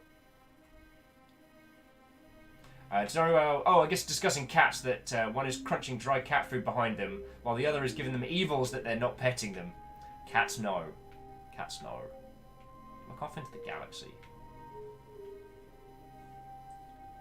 So yeah, this again, and this isn't a let's bash on Anthem session, as I feel it's a little bit evil, but I'm seeing it a lot with a few of the other like large-scale projects, like the Division 2. Why that's even a game that exists? Why not? I know exactly why it's a game that exists.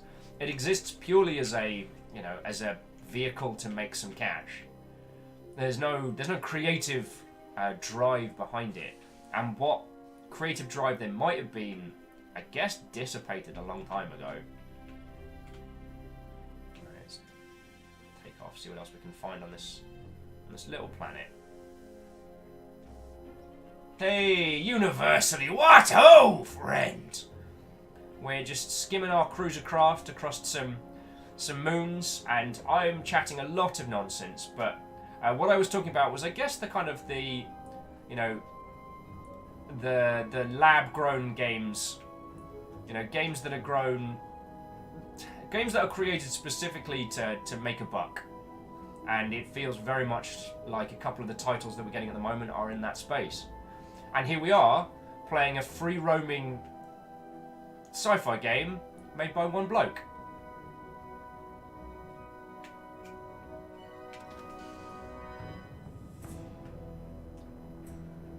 Alright, that can't be the only thing on this asteroid.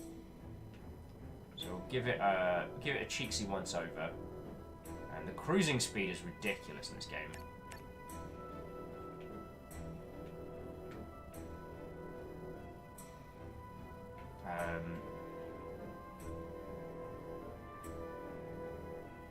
Is that it? We can check the what would be its polar regions, but so far all we've found is a few bad words.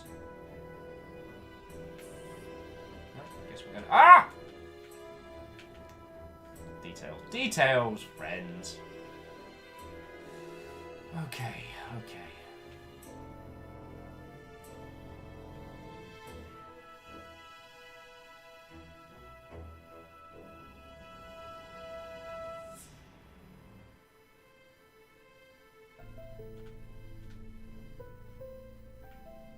Standard asteroid.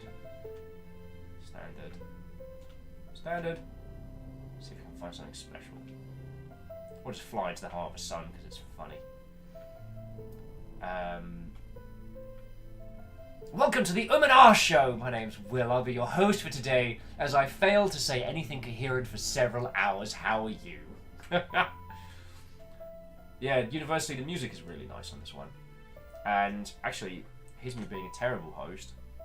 What I should have done was given you all a link so you can pick this up. Because again, this is a project by just one person.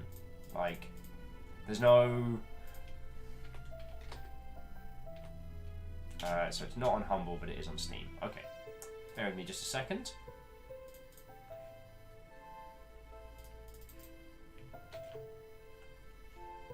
And so far we haven't hit planetfall, so we've still got time.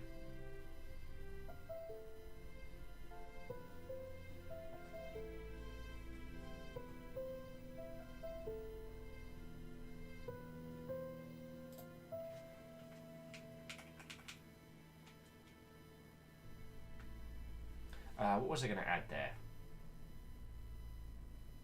Isaac Crid says, very important question. Did we call yesterday's Colossus the tail ship? We did not. They actually didn't. We didn't pick a formal name for the Colossus.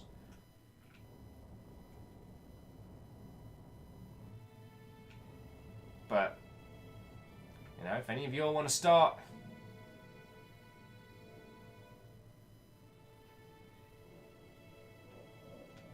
So while we're cruising, let's go have a look at the scanners.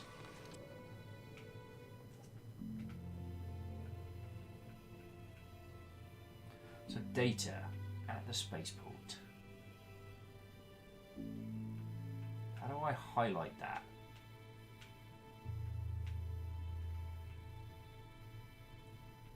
Right, so we are here. Zulka is there. Asteroid belt is around. Goals.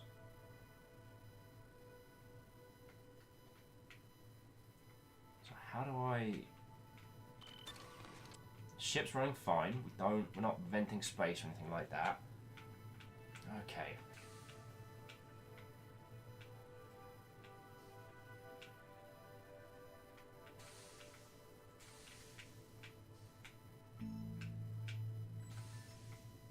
Let's have a wander around the ship.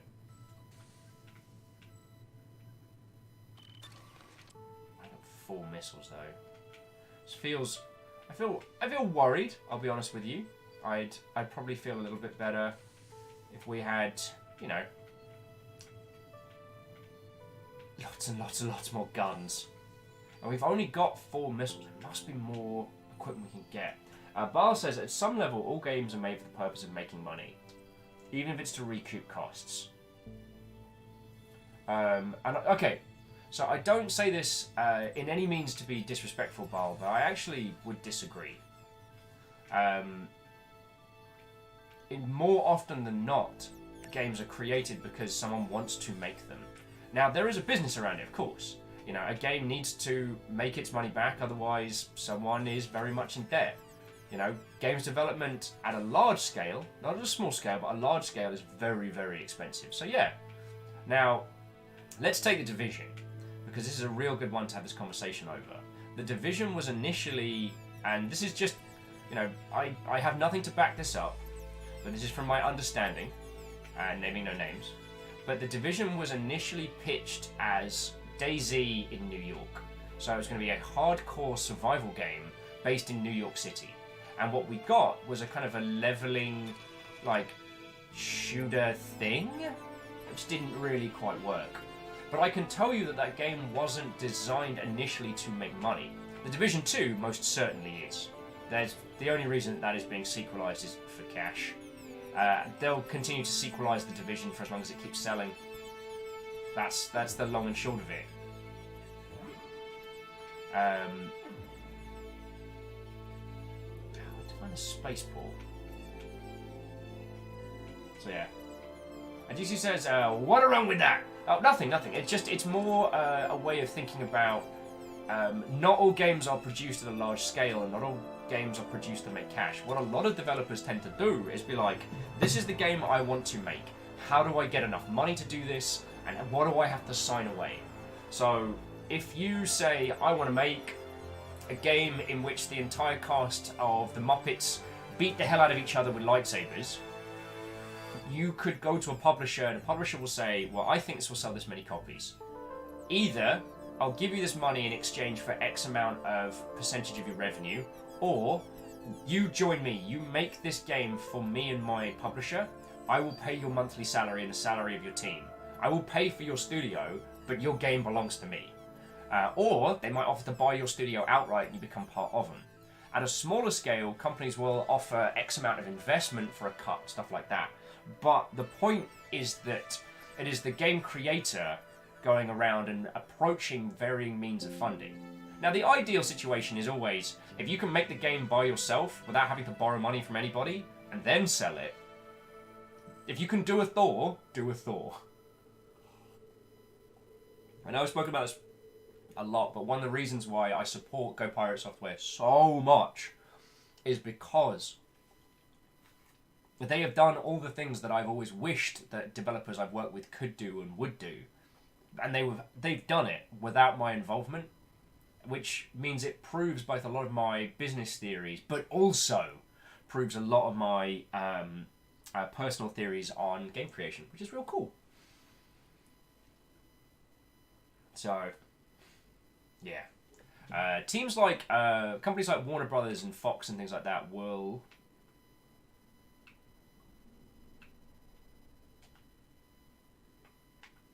Data at the spaceport.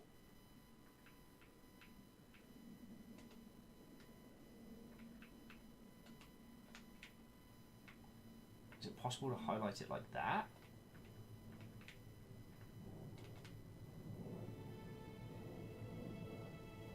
Don't know. Doesn't look like it. That's Zorica.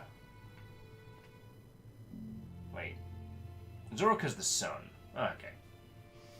Right, so joining back into chat. So University says, honestly, Daisy in New York would be great in some sense. It's rare to see a zombie game that truly fleshed out cities. Imagine trying to run away from the undead while on the 20th floor of a skyscraper. Dying Light did that to some extent, but imagine it more skyscrapers. Oh, hells yeah. The Dying Light did real good. Like, props to them. In a world where zombies are completely saturated, they managed to create something really original and fresh. Alright, so that's the large asteroid we just left. And I think part of their initial thing was to do it with the Tom Clancy with the Tom Clancy license, was to put more of a survival realism on it. You know, New York. There's been a virus in New York.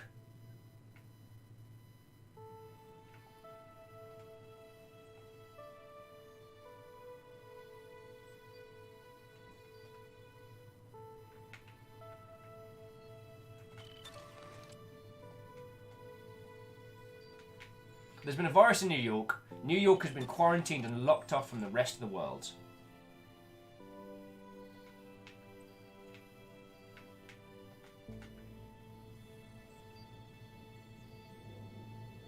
What am I missing here, friends? What am I missing?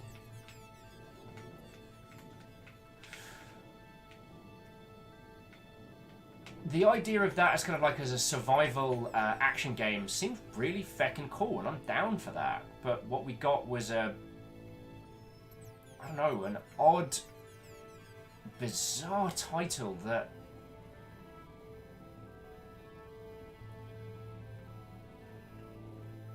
Alright. So if we have two targets in the sky, we have that one, which we have visited, and we have this one, which we have not visited. So we're going to go make some friends. Okay.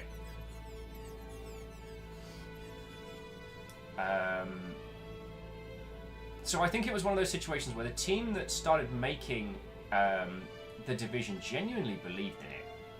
That asteroid's far away. They genuinely believed in it. They did not intend to create the title that came out, and then through a lot of we know best, through a lot of external meddling, we got something that was almost there, with bits of greatness shining through. Yeah. You know what? Let me stop throwing rocks, because Kandaran's adding us a real good conversational topic, which might be a bit philosophical, but do you believe advanced AI would add or detract from a game experience? Like, if Hearthstone bot that can act like a real human in such a way that it can pass a Turing test, would it make for a better or worse experience wise for the player?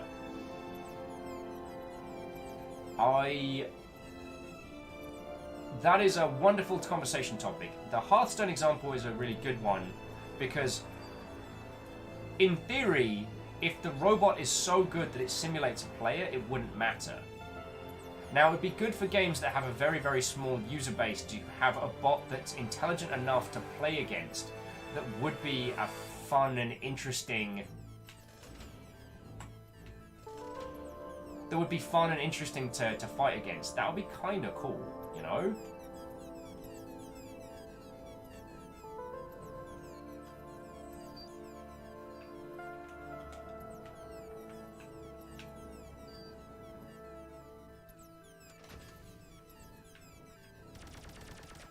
Wait, when did I get guns? Oh, well, I guess I've had that the whole feckin' time. Idiot. One of the things that's been really interesting in the discussion of AI in video games has been that a lot of the time, smart AI... I mean, and we're using the term AI very liberally. You know, usually AI just refers to anything NPC action-wise. For the most part, dumb AI that feels smart is more fun for users than smart AI that does something clever. Don't know why, just seems to be a thing. I'm not saying I agree with it, but that just seems to be a thing that happens. University says the real guns are inside you all along. There we go. What was I going to add to that? I was going to add that things like Left 4 Dead's AI director and things like that work very well.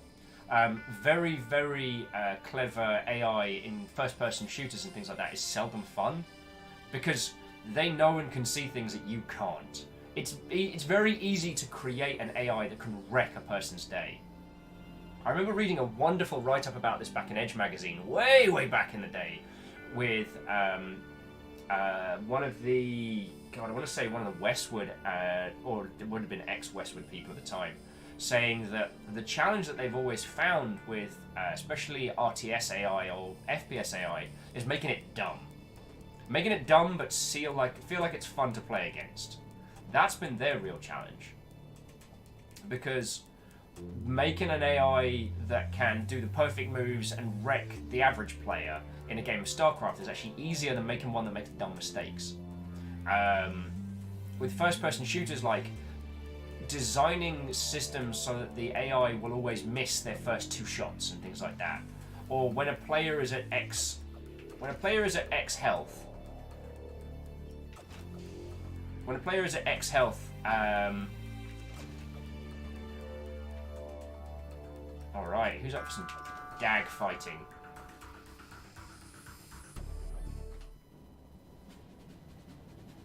Damn Xenos. Alright, let's make them do this.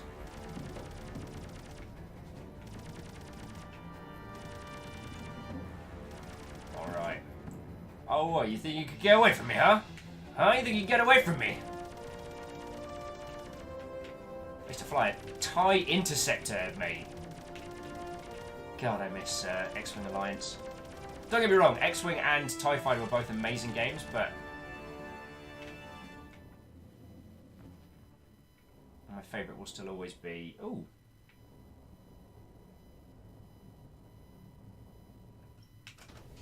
Oh, God. A little bit heavy on the accelerator there.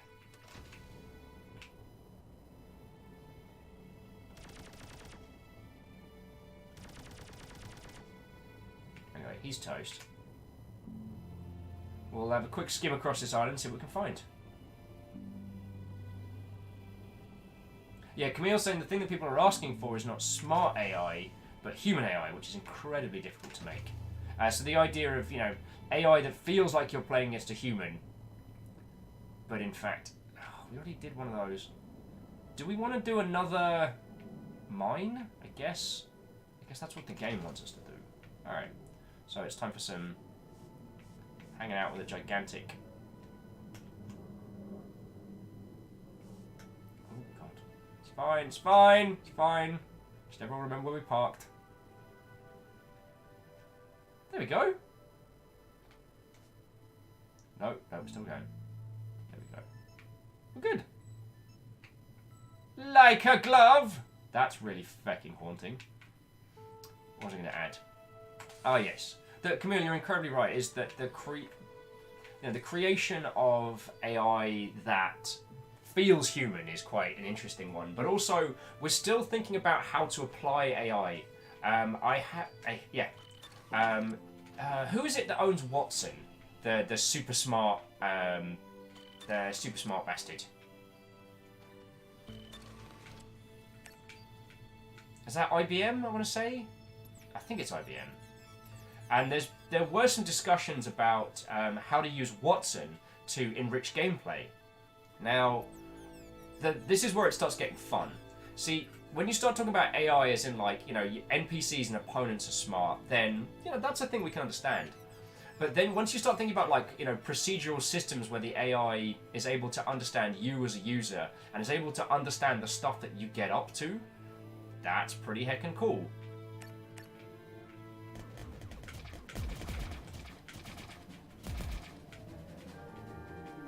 Where you at? Stop running around there. Fucking roadrunner. You're an octopus, you fucking retrobee. Alright. There are 2 doors. 2 doors. Move the left side and then we'll go from Ticket 2 says, lunchtime! Catch you shortly. Have some excellent lunch, dear friend. So using things like IBM's Watson, what if you used IBM's Watson to do procedural storytelling? Procedural storytelling is something that doesn't really get talked about a lot, but it does exist. I think it's the one they use for Skyrim and for Bethesda products is called, I think it's called ambient storytelling. Is it ambient storytelling? Fuck, that's gonna annoy me now. And it's the idea that the story exists around you, the player, and that the complexity of characters and the complexity of the narrative increases as you interact with areas. Oh, good. Multi-branching doors already.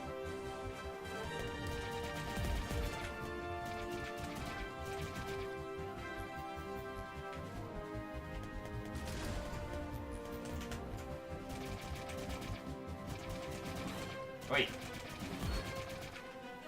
Alright, where's the other one? Sort of scurrying around. Xeno scum! By my blaster be purged, heretics! I mean, hello. We come in peace. So we came in through there. Which was a 1 door. Came through that one. Oh, that's just like me. We come in peace, only kidding! But yeah, so using things like IBM's Watson to generate a story around you and your actions would be really powerful. Stuff like that. Heretic bits. Yay! Heresy bits! I mean, what? University says, well, I accidentally went full paladin for a second there. I was thinking more inquisitor, but oh god, that's just rude. Ow! Nail! Don't take his coat!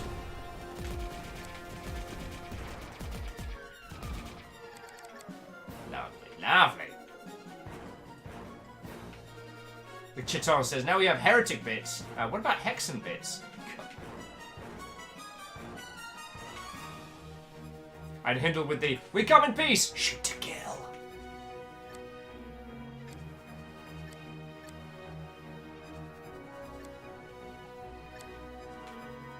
But yeah, sorry for if I says AI-generated storylines would be very cool. So yeah, there are some very rudimentary systems in. So basically, in games like Isocrit with Doom Bits. Thank you, Isocrit. That is a noble cause to donate to. To doomnate to. No, that was terrible, and I feel. Alright, so this is our entrance. We came from there, we're going this way. Oh, fine. Count the door, why don't you? Fucking Xeno scum!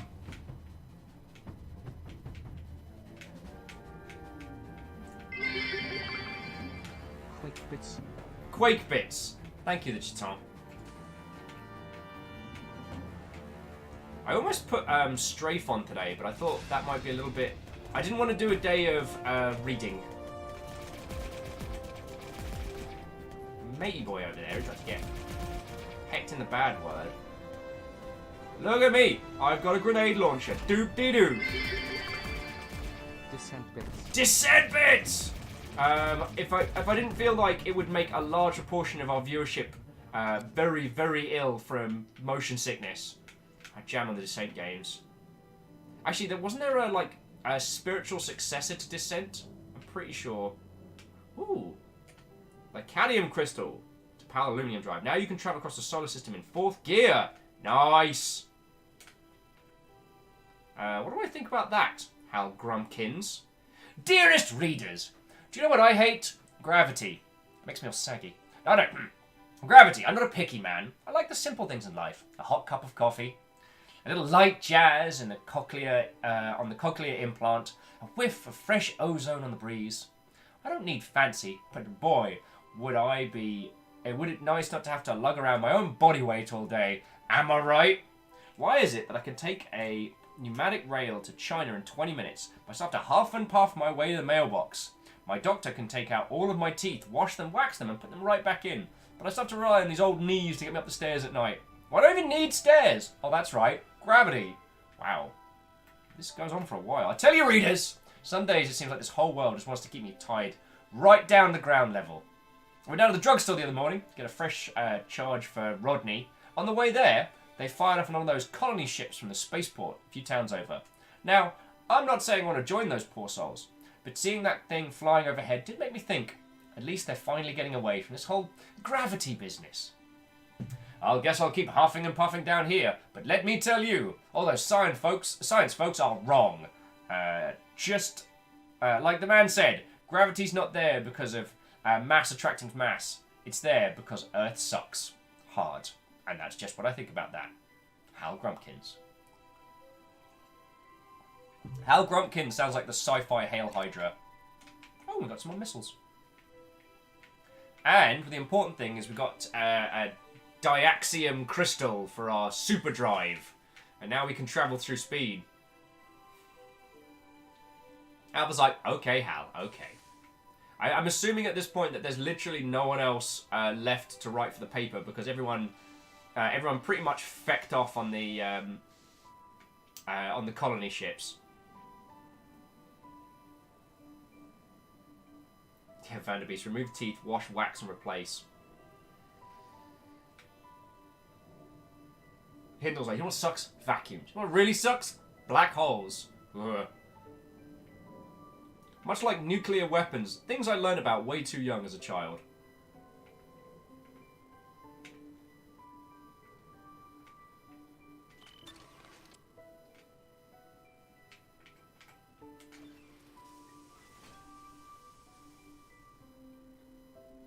Universally Idiotic says, Hail Grumpkin sounds more like a parody. Guess so. I guess so. So what were we chatting about before? Oh, yes, we're chatting about AI and involvement. So, yeah, there are systems in games like Skyrim whereby the complexity of the NPCs around you is actually tweaked based on how close you are. And it changes based on how much of an interaction you have with them. So, NPCs can be very, very simplistic and then become more complex as you interact with them over time. But imagine that you could use something like IBM's Watson to... Who is that? An anonymous cheerer just gave us 200 bits. Now, are you an anonymous cheerer as your username? Or no, just someone who cheers anonymously. Huh. Well, okay. Anonymous cheerer, whoever you are behind that mask, behind that ghostly visage, I want to say thank you kindly. Maybe you're someone who knows me, or maybe you're just a drifting ghost from channel to channel. But since last November, I've been doing this full time, and I'm entirely supported by the lovely folks on chat. Bits are literally what the fuel for this spaceship engine. So, whomever you are, thank you kindly. And also, fucking thank you to Greenfire and and Katros and everyone who's been like, hey, here's an idea. Let's just go and throw some stuff. Yeah. So there's spooky ghost bits in the cup. And it seems, yeah, this is... if House Carl get their anonymous hunters, then House Chaos get their anonymous bit droppers. So, yeah.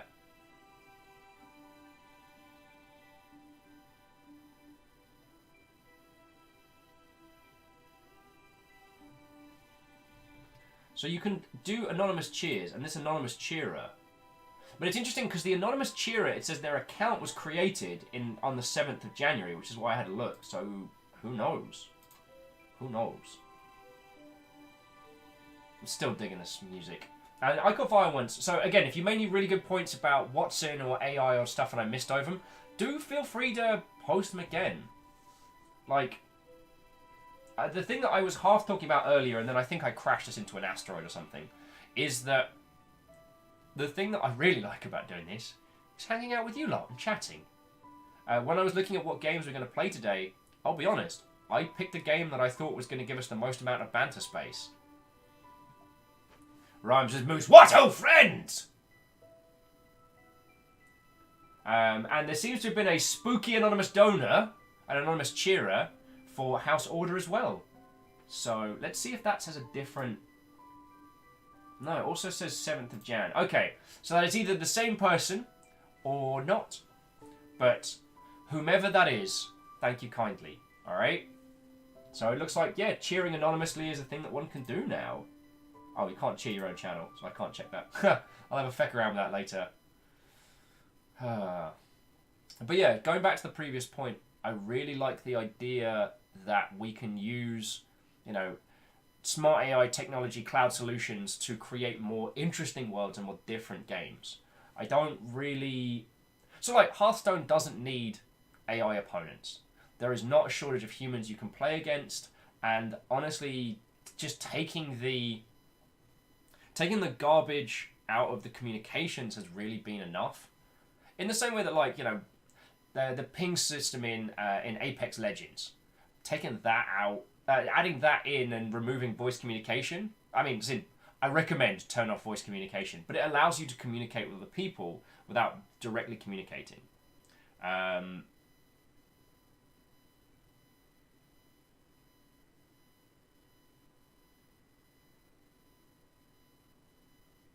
Alex says, on the cheer pop-up, there's a checkbox for Anon now. Okay.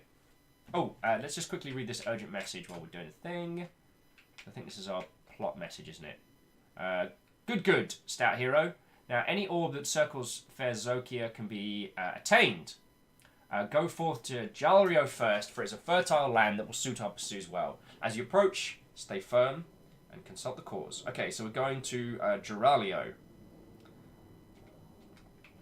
Hail, Geralio!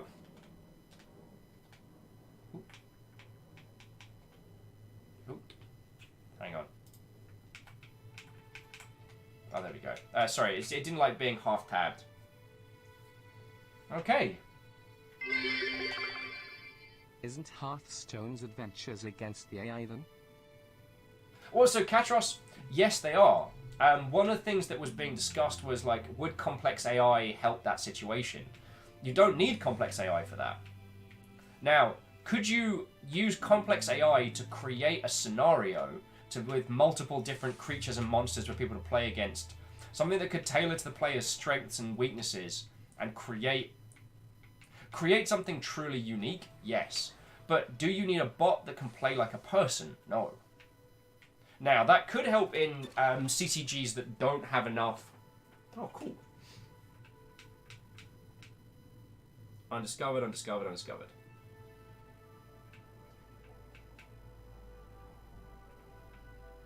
Okay, goals, the healing belt.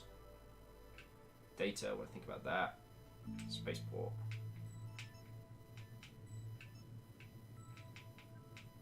Right, so we're here. I guess just pick a ship and fly, yo. And whoever that anonymous cheerer is, that was heckin' lovely. I'll have to check with Streamlabs to see... Ooh. Those. That's just an unknown. Cool. Unknown and undiscovered.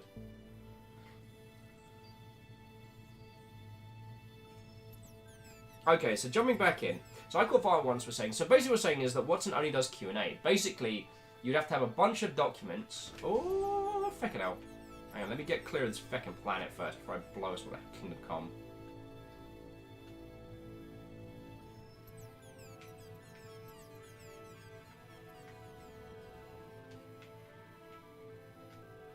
Right, there we go.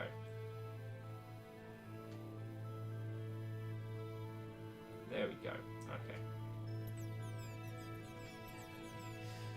Alright, so we've got a few places we can head to. I guess that's the first one. 77 light seconds, alright. So let me just getting ourselves a little bit clear of the planet, so I don't blow us to Kingdom Come.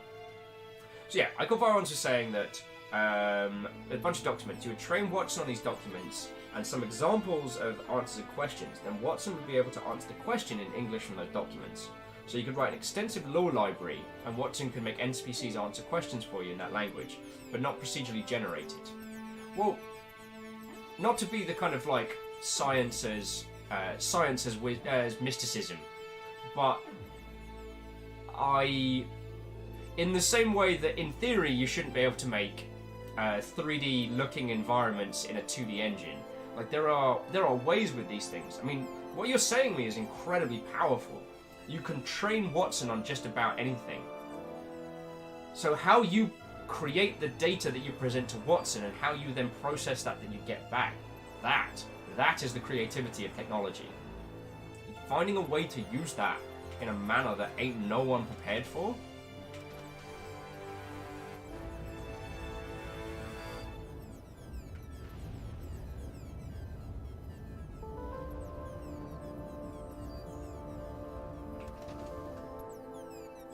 That was cool. Kind of want to check out one of these. Alright, so let's just line the ship up proper. Okay. Oh, green fire's going into lurk mode. And I caught fire! No, don't worry about it. That was a long one, but I think it's a really good thing to discuss. Okay, we've got about 40 seconds to stay on target. Hope that I don't feckin' shred us into a feckin' sun or something. Keep thinking of that Red Dwarf episode where Holly's like, do you know what it is to travel fast and light? It means that as soon as I see something, it's already gone past. So I'm really not too concerned about your dinner. Oh.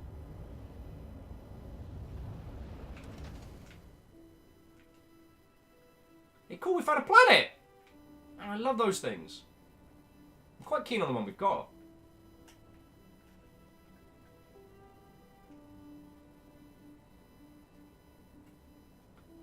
So I guess what I wanted to add is that looking at the direct application of a lot of these systems can seem very dull and very kind of boring. But then when you start thinking about how they can be thrown together... Oh. Was Marina the place we need to go? Looks like a cool planet, though. Does that seem bad to you? That seems bad. Hang on, let's see. A lot of unknown. We are being followed by Mind Lords. That's telekinesis, Kyle. Mind Lord, welcome. We're playing. Keep getting the name wrong. Rodina. Rodina. That's it, Rodina. Shackle's like, I'm sure the red indicator is just for candy and puppies. Yeah, well, I see. If we're going for a landing, we head in for here. We might be able to. Alright, let's see if I can get us down to a planet without everything on the surface opening fire on us. Oh, Mindlord said, Baron Sheep sent me here. Here you guys are running D&D campaign this weekend. Hell's the hell yeah! Alright, we'll follow that ridge up. We are running a D&D campaign this... well, I say running. Baron's running it. I will be guest starring alongside the lovely individuals in chat who will be helping me work out what the bloody hell my character is and what they're good at. The campaign's going to be called Memory Equals Null. There's an event up for it, but I need to get some art and stuff from Baron.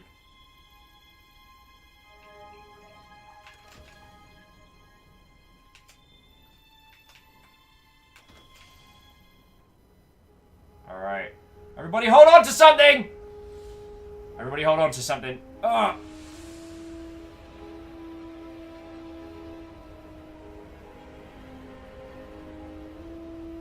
Oh, crap. Need to level us out. Oh, gravity's an asshole! Alright, we're good, we're good.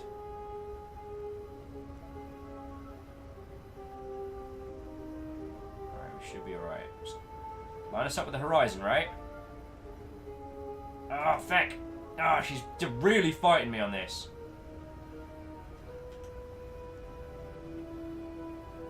Fine. Everything's fine, Alpha. Just hold on to something.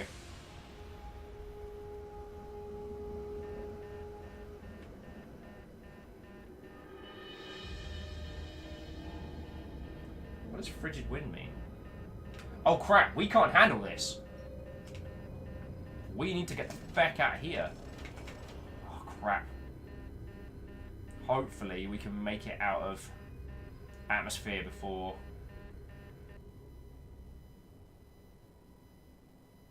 Okay, so until we know how to de-ice our ship, we've got to leave this place alone, unfortunately. There we go. So Mindlord saying, Baron Ship was my very first GM, and it was also an on-stream campaign. So now I'm GMing a D&D stream campaign. Oh. Sorry it's on the same day. I'm going to be slightly biased on that one. So, probably not the best... Probably not the best time to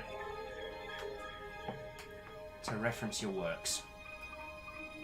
Gazing mighty in despair. Alright, so we're not quite ready for Medora.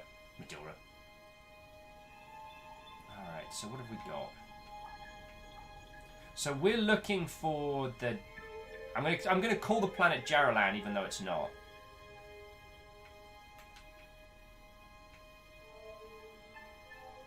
And there's, what, 3 more celestial bodies? 2 more celestial bodies? Alright, let's go check the scanner. Alright, so we found Medora. So there's 3 more. We just can't see them from this angle. Okay, okay.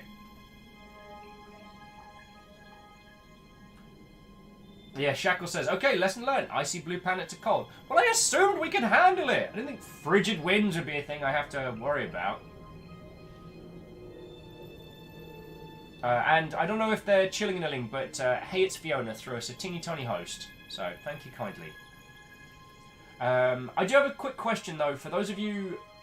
And I know this is a very rude thing to ask, but if any of you are able to do a anonymous message via the bit giving system, because that new system seems really cool. If one of you don't mind throwing just a little a 200-bit thing with a message just as a test, I would be sincerely appreciative. Please don't feel you have to, but if any of you were considering of mocking me in some capacity via the medium of bits and want to try the anonymous feature, that would be very lovely of you. Fiona! Teeny tiny. Sheesh. How are you doing, friend? Tell me tales. Tell me about something that is absolutely not related to GDC in the slightest. We're going to go discover some undiscovered planets. Alright, so which one's closer? So there's that undiscovered, that undiscovered. Alright, that one's fine. So, and while you're doing that, you might want to strap on in. Fiona says, oh, I'm hanging in there like the cat on the poster. Cheeky T-burps inbound. Dang. One thing I will say is real cool is that the ship feels a lot better than the No Man's Sky ships when it comes to interstellar travel. It feels like you're genuinely... The sun. Woo! That's a lot of blips. I'll see if I can bring us down over here. Alrighty! So it does pop up. Whoever that was that did that, thank you kindly. I really appreciate that. Oh, what do you all bet this is going to be like a toxic planet and then we just die horribly or something? What's that?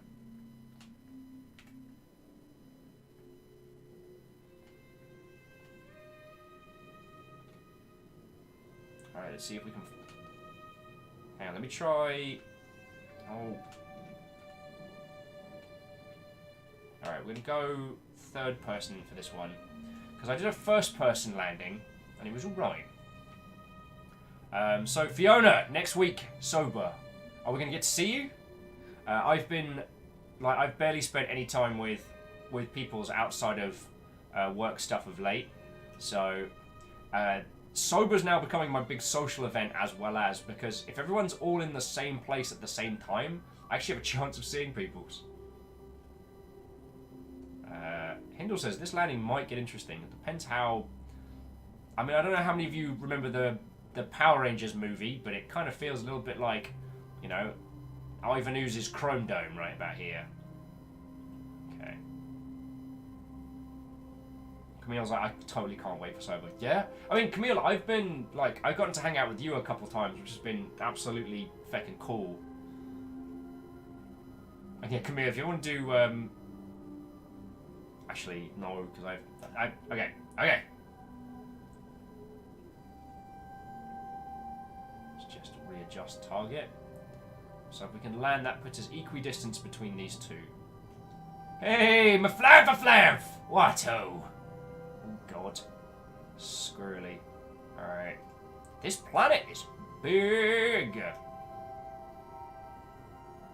Alright.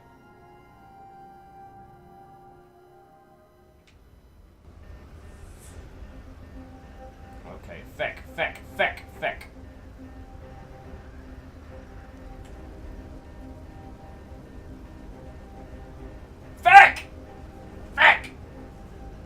That's what I get for taking my eyes off the prize.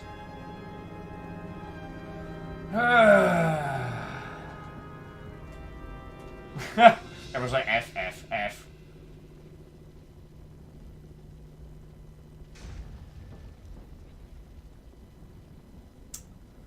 Well, everyone remember where we parked? Oh, don't.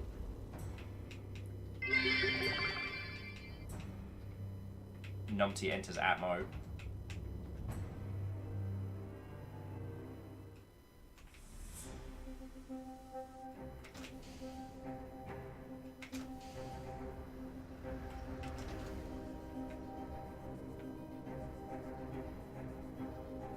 Kendall's like, I'm guessing that wasn't supposed to happen. You think, Kendall? Stop that incessant clicking. Okay, so the squads of anonymous spooky ghosts continue to be badass. Some anonymous Mother Hubbard just gifted a sub to Maflam. Whoever that was, that's exceptionally kind of you. Alright, so if we do this at combat speed, we don't burn up and re-entry so much. And then what I had to do, I think, was just level up. Level out the ship and come in on our belly. Whoever that was that just gifted us up to Maflam. Thank you kindly. That is hella generous of you, you magnificent Mother Hubbards. Atmo is tricky. Considering the options menu, set atmosphere entry difficulty to 0 and tuning it back up after some practice. No!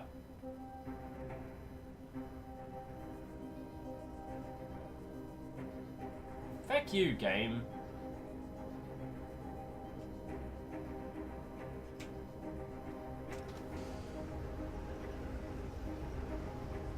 So there we go.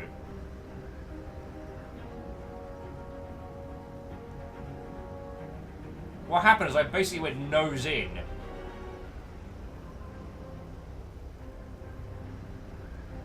Let gravity do the work, right, friends?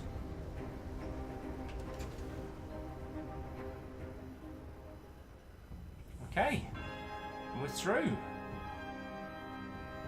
So we'll go check that out first. There we go! Hindle didn't think I could land it. Says Will, immediately dies. Little question mark peeking up over the horizon there. Alright, so what have we here?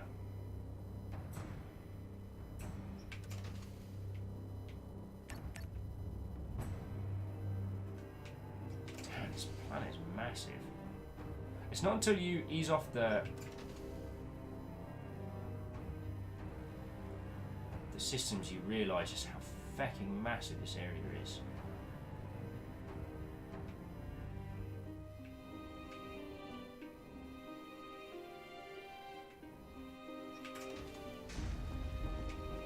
Feck. Oh, I died vomiting. This is the worst.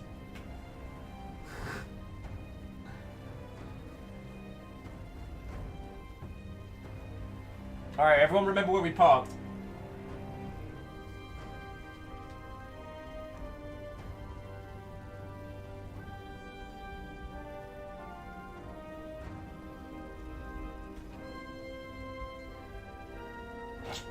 The suitably epic music makes me feel slightly guilty. University is like, why is the sky on the ground? That's... So you wouldn't understand, that's a space term. That means I'm doing really, really well.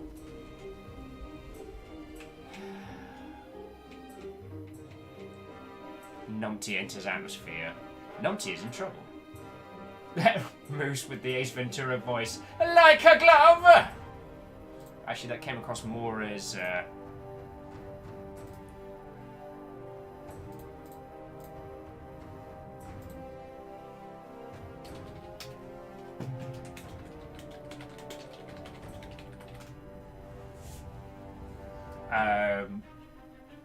that came across more as skeletal. Okay, okay.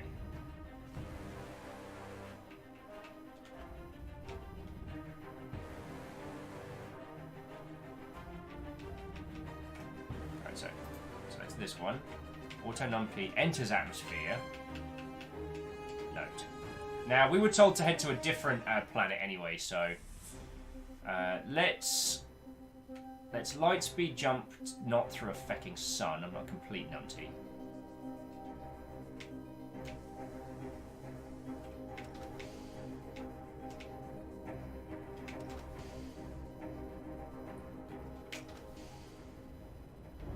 Oh crap, in a bin bag. Actually, really, it's much easier to... Oi! Fly this thing in fecking third person! Oh! Woo! Alright, which planet is this? That's Vials. Damn it, Vials! With his brother Vasia Crane. Alright, so last planet. And that is only 10 light seconds away. Nice.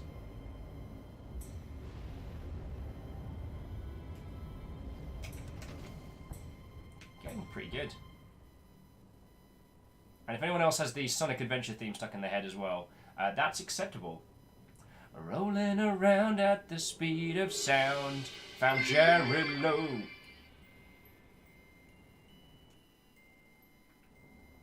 So Isocrid says, I don't mean to be pushy, I just want to confirm that you did chat about Overload game. I don't believe we have. Or if I have, my... coffee and sleep-deprived adult brain has not got into it proper. Alright. So, quick saved. Oh, crap.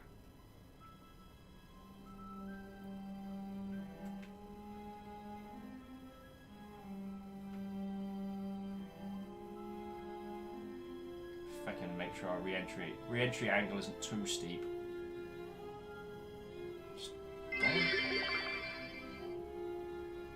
Oh, Ice Grid! Overload is the spiritual successor to Descent. You should have a copy of it. I do.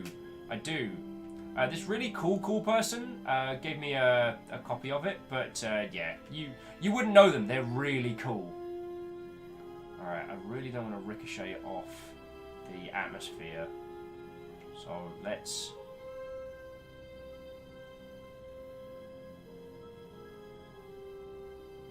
Alright, so we're going to bring it down here, and then we'll just do some cheeky low-level flying. I mean, what's the worst that could happen, right, friends?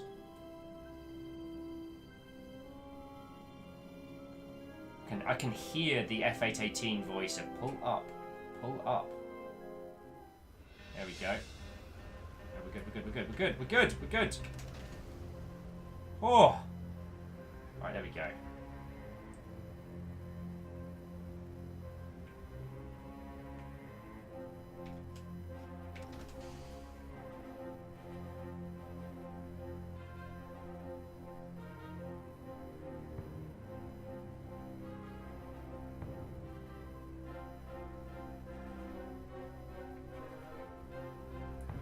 Huh. Anyone notice the sun's gone blue? Is the sun supposed to be that colour?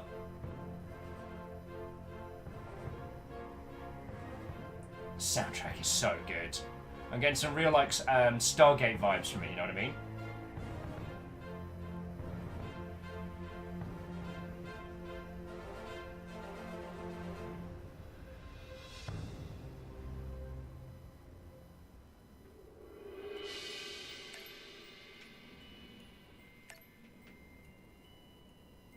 Okay, and we're through.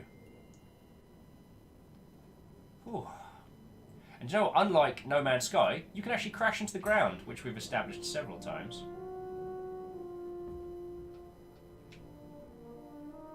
Alright, this is cool, friends. This is that feeling. It doesn't feel like a dead, lifeless universe, but here we are. I feel like we're the first numpties to discover this, you know what I mean?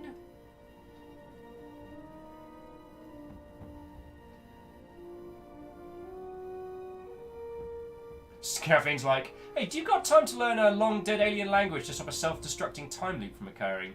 Probably.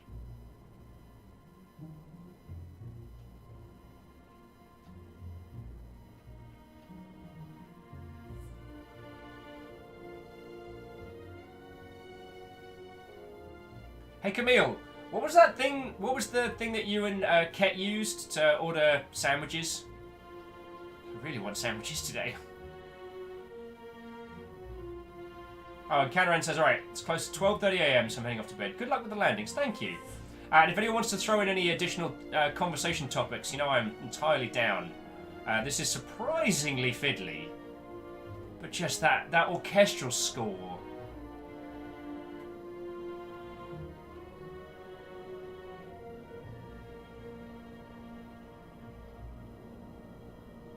And University said, if there's one thing Kerbal Space Program taught me, it's how to crash. Well, that and ejecting your pilot so there's on a crash course with the sun. Aww. Kerbal's something special. We should get... I don't know if Scott Manley streams. We should get him on the show. Scott's good people.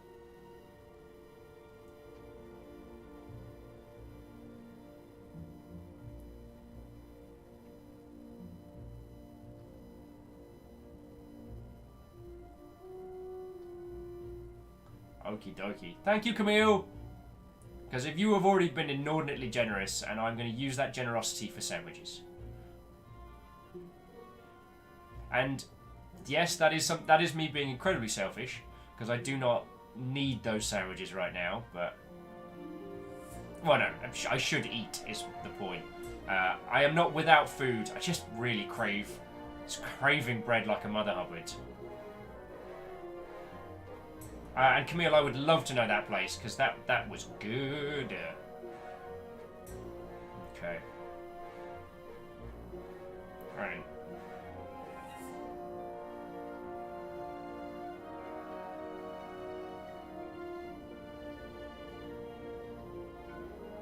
So University saying, oh yeah, that was the crash course. Mindlord said, Sobi is the only starter I think I like once fully evolved. Have we seen their fully evolved forms?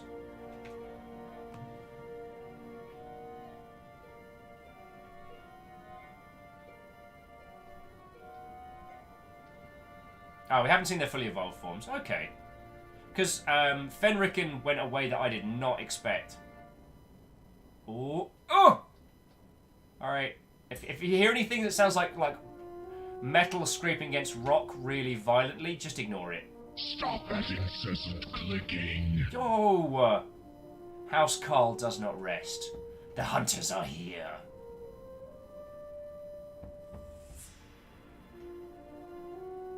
Oh, and University, that's lovely of you to say.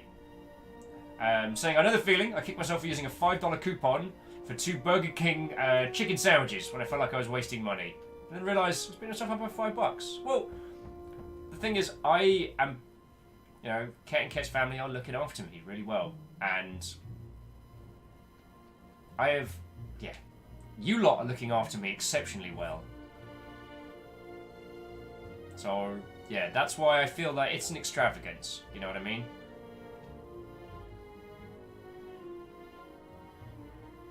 And Than Vibe.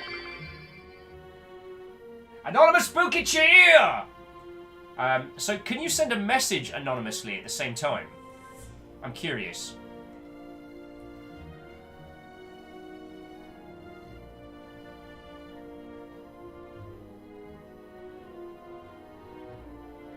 Oh, Vanderby says no. Okay. Yeah, the spooky cheers are adorable. And sincerely, whoever it is that's doing those, thank you kindly. Thank you kindly. And Camille, I see you posted the name of the place. And once we are at where we are going to, I think I might take advantage of that. Whew. See, this is what No Man's Sky should have felt like. Oh, God. Not the squeaky bumhole times there. I mean, like, you know, skimming through planets. Artfully dodging between rock formations. Gorgeous scenes. Why is it that No Man's Sky had so much and felt so dead and lifeless?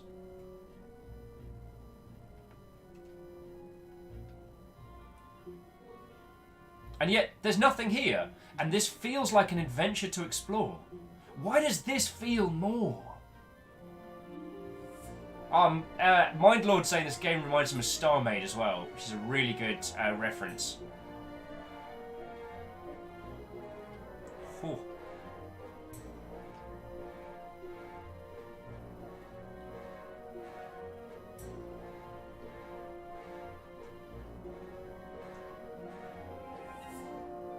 Here we are, just like flying between mountains.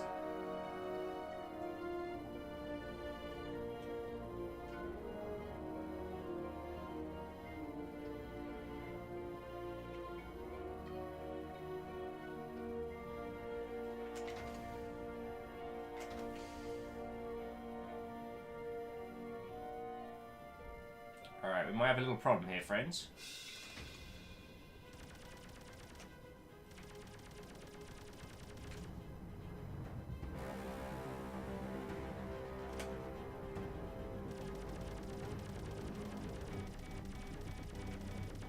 Oh, crud in a bin bag.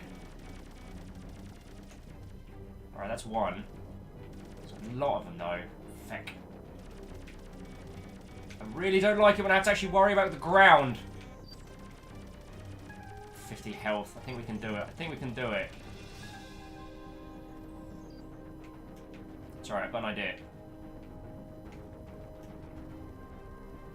Got an idea. Feck! Shit in the bin! Fuck! God damn it! Oh, couldn't get out. Couldn't get out.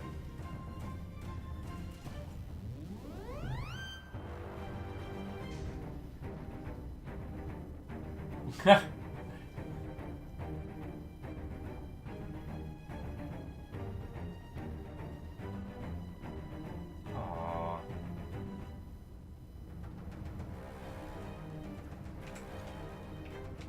Auto Numpty is in trouble.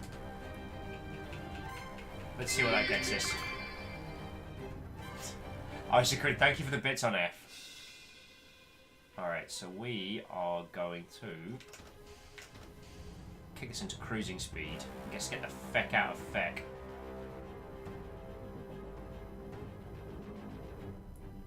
Hang on, what was our marker? Isn't there supposed to be something around here? Ah, it's there. Willie Overgod, what have we told you about shitting in bins? No one ever proved anything.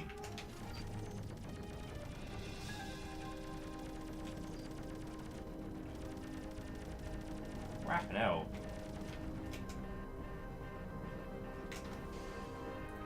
Also, I'm very on fire right now.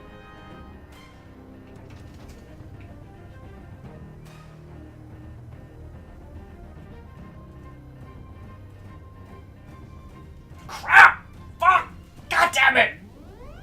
Katros, thank you for the bits!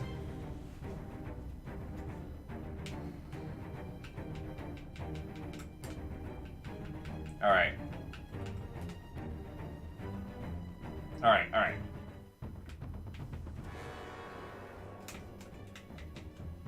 I've got an idea. We can't beat him in a scrap, right? But our ship is pretty feckin' nimble.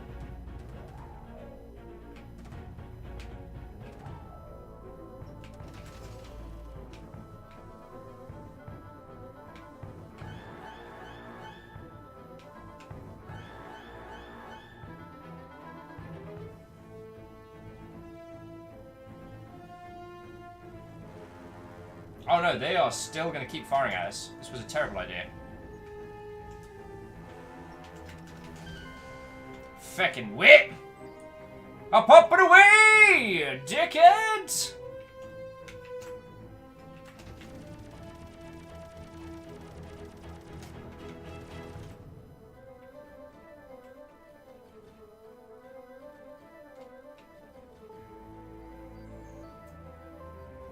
How we doing? Isaac says, cannon fire will continue until morale has improved. Alright. But now we know where we are.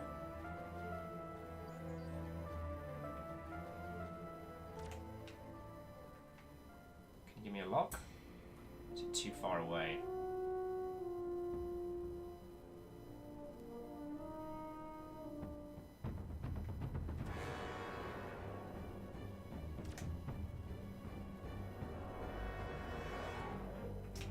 Dashko, what, old friend?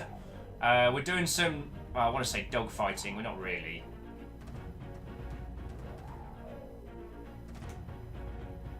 Ow, feck! Who put that fecking mount in there? Crap. Crap.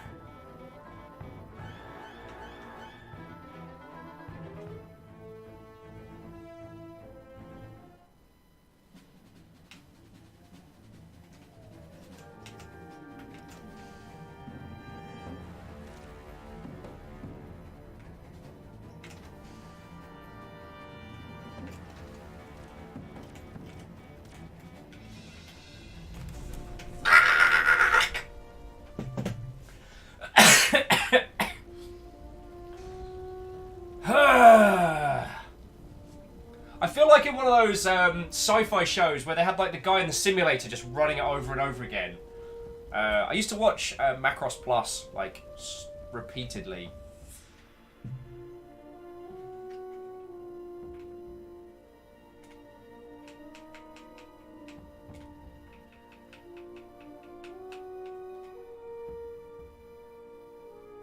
Alright, so we're gonna...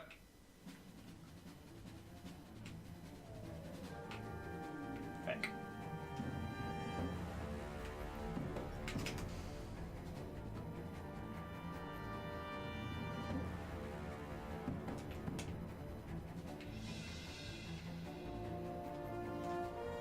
Don't ask, don't ask. Got an idea.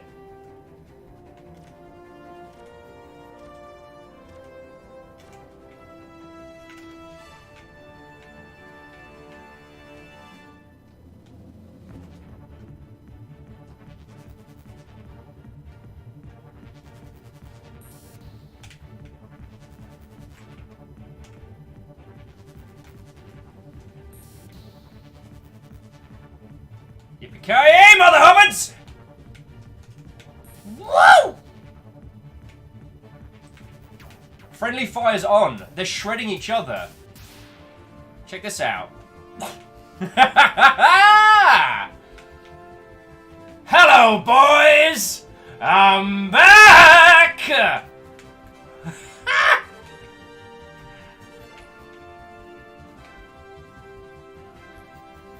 I mean, whatever, I'm not having a good time.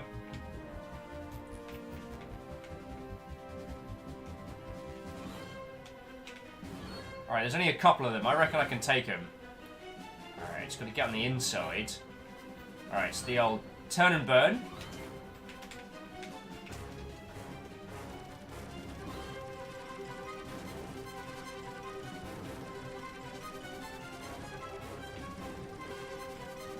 Alright, time to get out of here.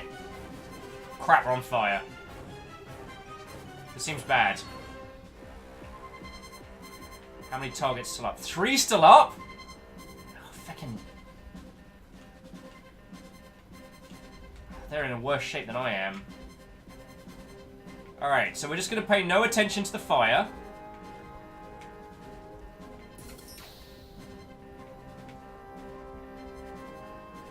Ow!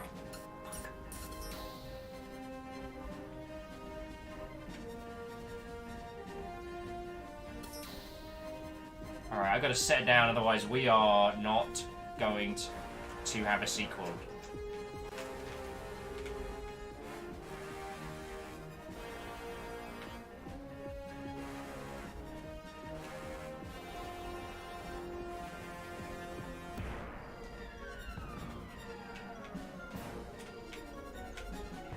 Feck it, where's the fire?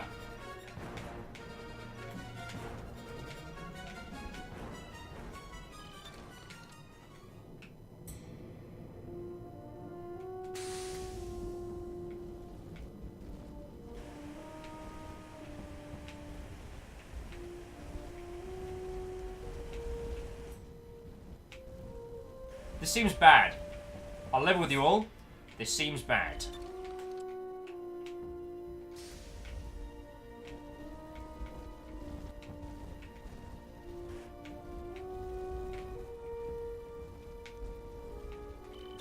Oh, because we're not in space, we can't emergency open because there is oxygen. Now, if we can get past the fire... Nope. Ha!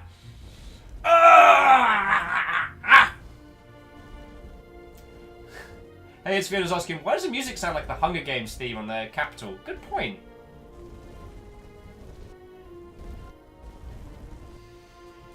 Okay, okay.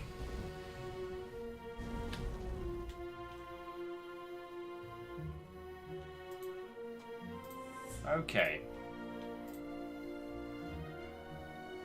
At least no one can say this game is dull.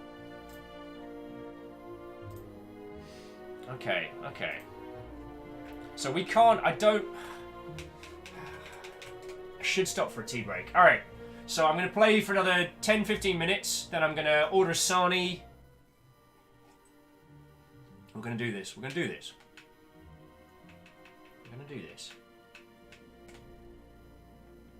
The missile swarm was a good shout. Oi! Thick. But I have an idea. Ah! Run the simulator again! This screen pretty much sums up my abilities today.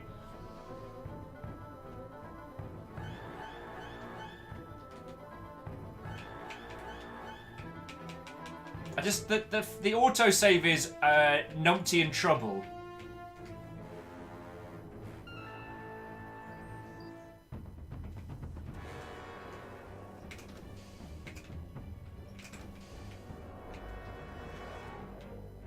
Alright, I'm just going to pop us over this ridge. We're going to fix this ship up. Because we could have done that. With a little bit more health, we could have done that.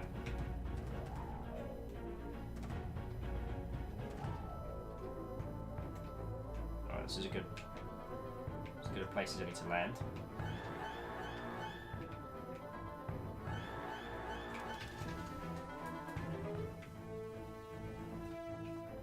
Like a glove!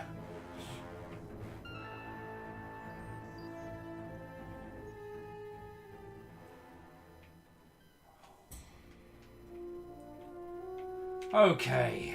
Okay, friends. Alright. Alright. I need a fresh bevy. I need a cup of tea. And we can look out across the dunes there. Actually, we don't need to BRB needs tea, because I'm just going to take a moment to breathe you all for just a moment. So this game's pretty bloody good. And whoever that anonymous cheerer is for House Order, the spooky informative ghost, spooky orderly ghost is what I meant to say. Oh, feckin' hell, friends, feckin' hell. But this is one of the other things that No Man's Sky couldn't really deliver us, was genuine interest, genuine challenge. No Man's Sky was like, either you're in an area where you have everything you need or you don't. And I promise this isn't going to turn into a Will throws shoes at No Man's Sky for 8 hours, because, yo, it's an easy target. It's bloody big enough.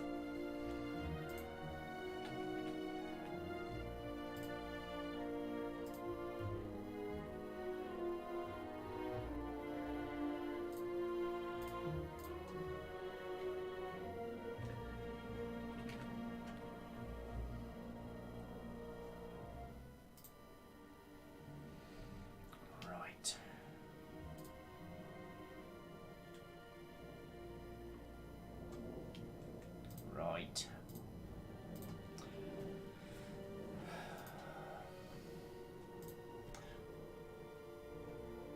Caffeine says, do you not have landing gear? So I do. So what you have to do, Caffeine, is you have to bring... There's three, well, technically 4 speeds of movement. So you have landing gear speed, where you come in and it brings you in real slow. You have combat speed and then cruise speed. You can't fire weapons when you're cruising. And the last speed is when you use that super powerful engine. Okay, lovely Mother Hubbards. I am going to go refresh my beverage and get a cup of tea. Then I'm going to order a Sani while we're chatting and then keep going. I need to win this. I need to win this, friends. And the epic orchestral score is only encouraging me. You know what I'm saying? Okay. I'm going to do this. Hello. I apologise for being mildly discombobulated today. Once again, I have been staying up far too late, doing far too much. But I'm having a lovely time. And whether or not this game would have been one that I would have super gotten into, I don't know. I love these kinds of games, and it's always weird, because there was like Echakron Mercenary, which a few of my friends were really into, and I just ricocheted right off it. I love these kinds of games. For me, there's a feeling that I got playing the original, playing XCOM Alliance, that I guess I've always been trying to get back to. This kind of free-form, go anywhere, your ship is your home kind of thing. And no games hit that for me yet. But I hope they will. I hope they will.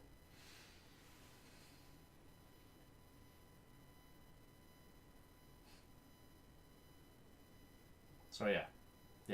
So to Lewis, who's just joined us, what, oh friend! Night Valen and a few others. Night Valen said you should try Far Alone Sales. But I mean, that doesn't have the open free flying. We are gonna do we are gonna do that game, and I think I've still got the contact details of the devs, so I'll probably have them on. Anyway, I'm gonna go get a bevy. Then let's continue. Thank you all for coming and hanging out. Today's feckin' rad. Let's keep doing this. But I need a brand new cup and a monstrous Wii.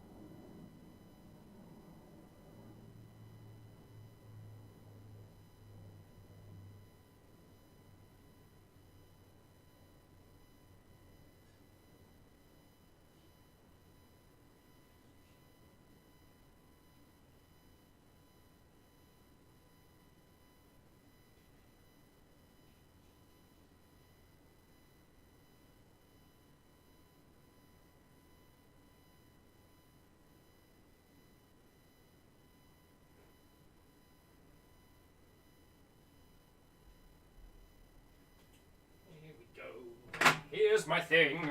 I've got a cup of tea. Thank you all for waiting.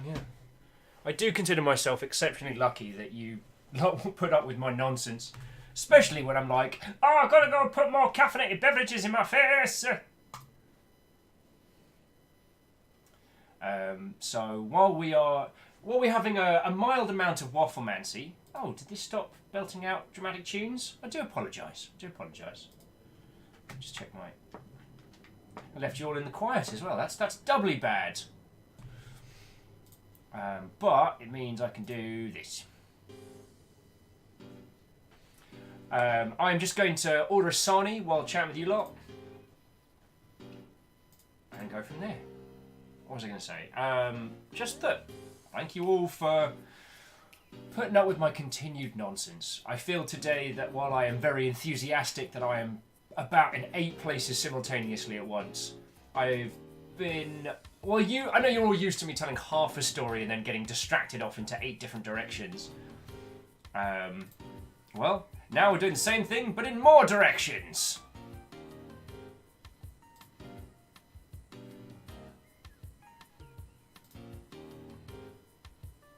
Okay, that is very weird. What was I nattering on about?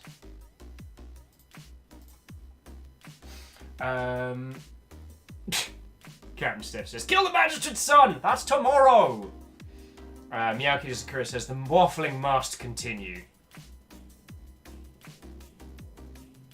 Night failing with, get beehive! Where did that come from? Oh, that was one thing that I wanted to say though, is, you know, through all the jokes we were making about English Twitter and Pokemon today, which has been exceptionally funny, I might add. One of the things that's making me so happy, Pokemon as a series is still going, and it's still doing well. The core experience hasn't really changed, and as a franchise, it's still selling copies. And while you can argue the back and forth of, you know, it's the cartoons and the toys that keep it going. Yes, so Camille, I've got Eat 24 up while I'm waffling along.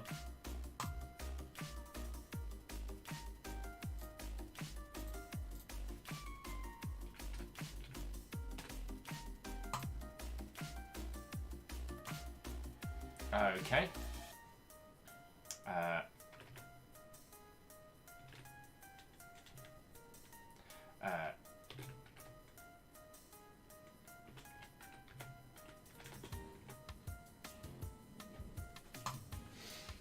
What was I saying? Oh yes, the core experience of Pokemon hasn't actually changed over the years, right?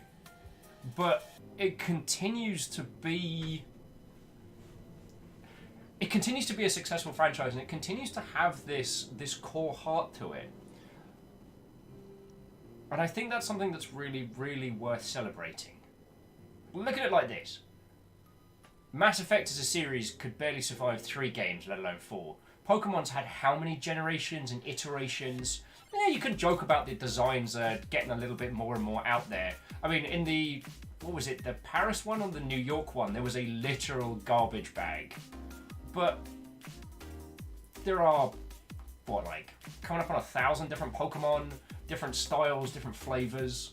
Like, it's still going so strong, and that's feckin' cool.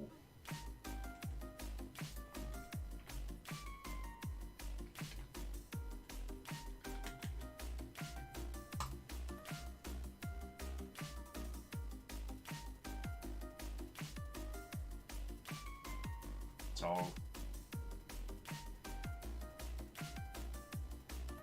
yeah, it was something that I really wanted to celebrate, you know? Because I don't think it's something that we really talk about in that regard. Like, there's a lot of banter about how... There's a lot of banter about this... I'm trying to phrase in my head. It's a long-running franchise, which was always designed for kids and families, but yet it's continued to be this huge force of good in the industry. It's something that we see so much, and, you know, as a grown-up, as a 30-year-old bloke, I'm 33, I am genuinely excited for the next Pokemon game. That is a thing that I can say. There's... Miyagi's going with, don't diss trash, son! Captain Steph's back on free cap! That's tomorrow. Today we're in space. Tomorrow we're in ancient Rome. Oh my god, we are basically the plot from the first Bill and Ted movie. Be excellent to each other. That's basically... Oh, have we been Bill and Ted this entire time? And no one told me? I will be livid.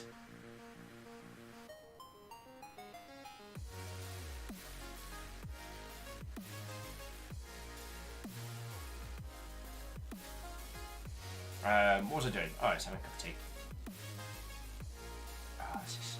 This is much needed difference. This is much needed.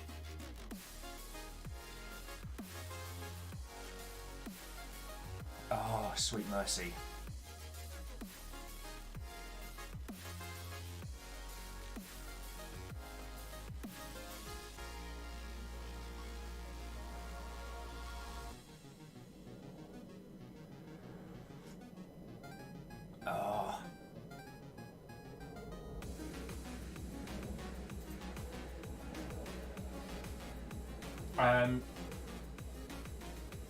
So jumping back into chat. University of Mean, you mean Shrubbish, the garbage one. I did. Mindlord says, I haven't missed a main series Pokemon game since they released here in Australia. I've only missed one because the 3DS is region locked. I guess because of the whole thing with the R4 cards back in the day. But yeah, the Switch isn't region locked, so I'll be able to actually pick up a copy and play the next one.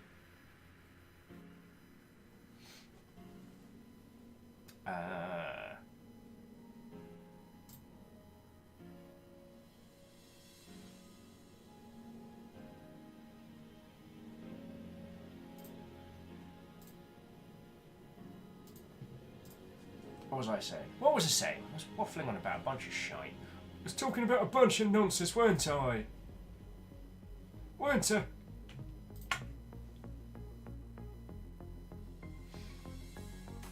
I guess the thing that I want to celebrate is that how Nintendo have handled Pokemon as a franchise. It's still something that I care about, and it's still something that I want to play.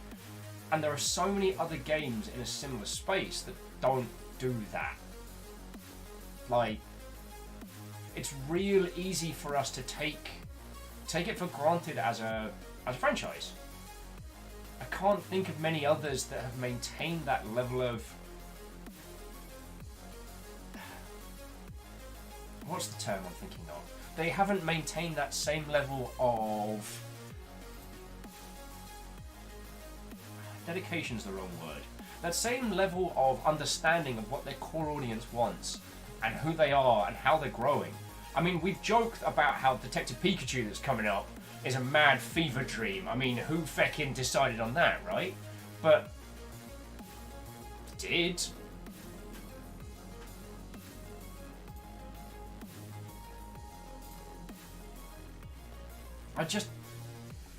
You all can see where I'm going with this, right?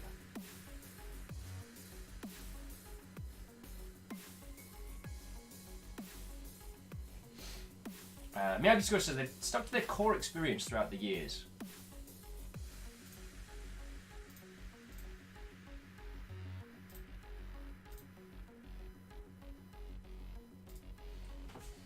Tenorio Wow says, you still have BLB needs tea. I do. The reason being that I am going to just quickly finish ordering a sandwich, which is why I'm being mildly discombobulated. I've been mildly discombobulated because I'm attempting to order food at the same time. And so, just so you know, as I've always been very open with you all about how the money that comes in is being spent, I'm going to order 2 banh mi sandwiches for myself. I'm going to go for pork, because that's what I fancy. Yes, this is just straight up gluttony. Oh, maybe not gluttony. I am not without food today, and if I will not starve if I don't order this, but I just crave a sarnie right now. So, that is the thing I'm going to do. Jumping back into chat, Milord says any main series games have slightly missed the mark in a long time with the Let's Go Pikachu and Eevee. I would disagree, Mindlord, because they're not main series, and I actually think that Let's Go Pikachu and Eevee was incredibly smart, because the breadth and depth of individuals that have gotten into Pokemon Go who never touched any of the previous games, giving those individuals essentially like a bridge was very smart. And I wouldn't be surprised if we see an increase in sales of Sword and Shield from people who had never played a Pokemon game prior, or had only played Pokemon Go before this. I think it was a very clever move. Moose is adding, does it feel like Hollywood's decided that Ryan Reynolds gets to do any ridiculous concept he wants? I mean, I don't know if you've all seen his adverts for Aviation Gin. They are something special. Dude's exceptionally funny. Okay, do I need anything else in my life? No. Okay.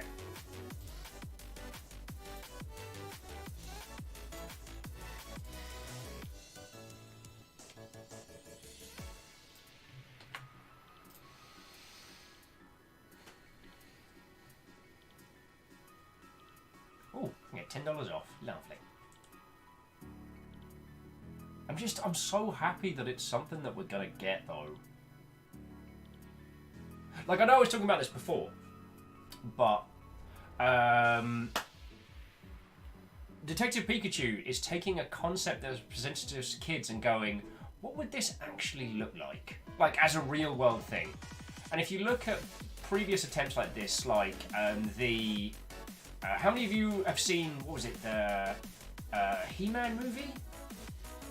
Wait, which is the one where it's Dolph Lundgren travelling through space and time? I think that was He-Man, wasn't it? And it's him running around, like, Boston or somewhere.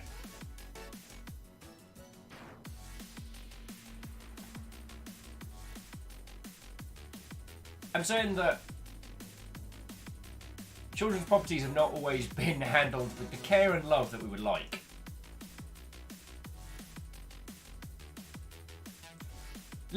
Here's an example. The Transformers movies. The Transformers films, I know, have been very successful, but feel like they have been the adaptation of a cynical and bitter individual who never really grew up with those kinds of items. Having a look at the Detective Pikachu trailer is like, holy crap, the people involved in this genuinely knew this world and genuinely give a crap. Also, Sky Doggy! What ho, friend? How are you doing? Caffeine says, PC Gamer just did a piece on Baratroma. Oh yeah, Baratroma is rolling towards its Steam release, and they've been doing a real good job of marketing stuff. I've actually had a few assets from them, and they did an amazing... Stop that incessant clicking. Wow, Katros isn't even hesitating today. Katros, thank you kindly for gifting a sub to Scotty Doggy. Scotty, how you doing, friend? Tell us your tales. What? Oh, and welcome. I'm just ordering a quick sarnie before we continue.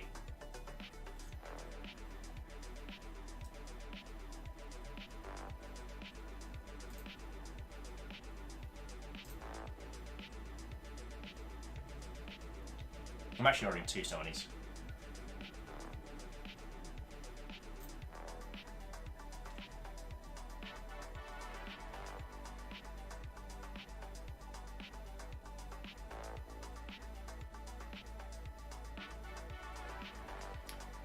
What was I doing?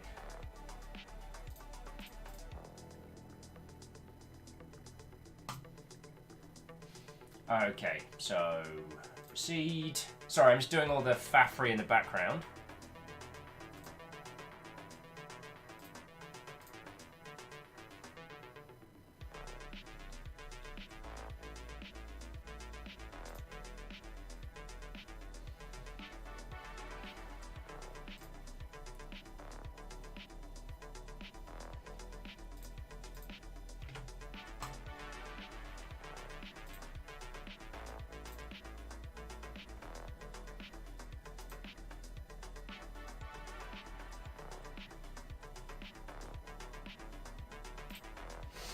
What was I doing? Dog Hindle is ready. Yeah, whether or not we go back to Barotrauma is another thing. Dashkull, that's a great example. The Mario movie. We like to deny it happened, but we have to live in that world. The Mario Brothers movie had feck all to do with anything. It was basically a skin of a, you know, Mad Max style ridiculous piece of nonsense.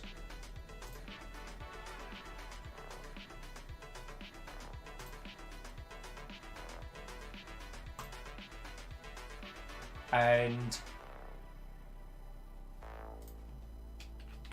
bear with me on just a second.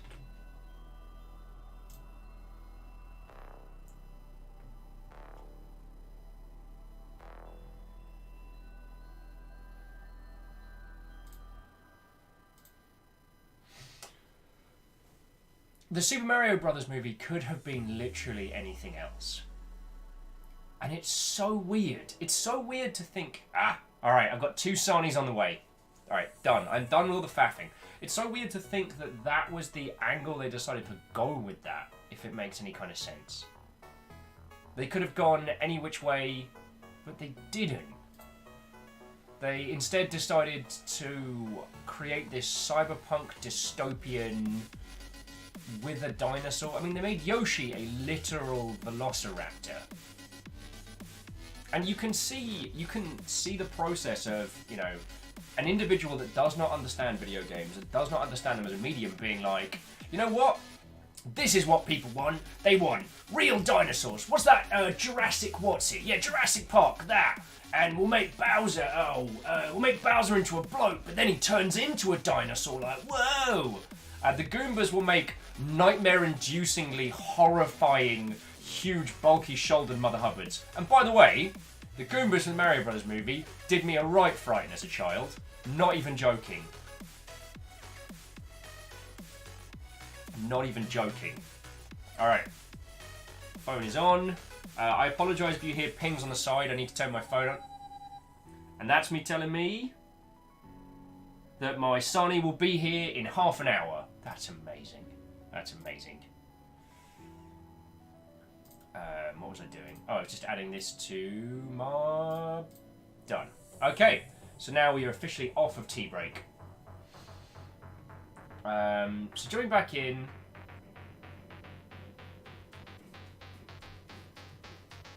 Squarepeg saying, did you see that Oculus have curated, will have curated content for the Quest? I did. I don't want to celebrate it because I think that, you know, tying one's shoes before leaving the house is an expected element, and I think that, you know, curating garbage off of your platform is kind of something I expect a little. Hey, Brit Nymel! What, old friend? The mother of cats has joined us! Saying, so did you get yourself some maflan for falafel? No!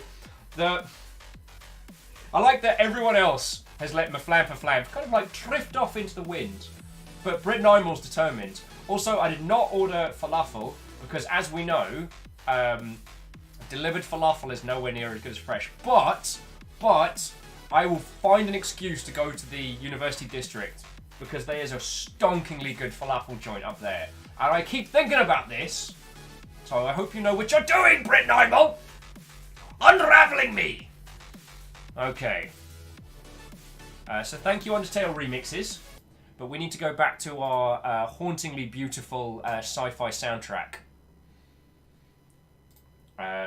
So to Brit Nymel, Scotty Doggy, actually Duck Thelmsby, you've been here most of the day, haven't you?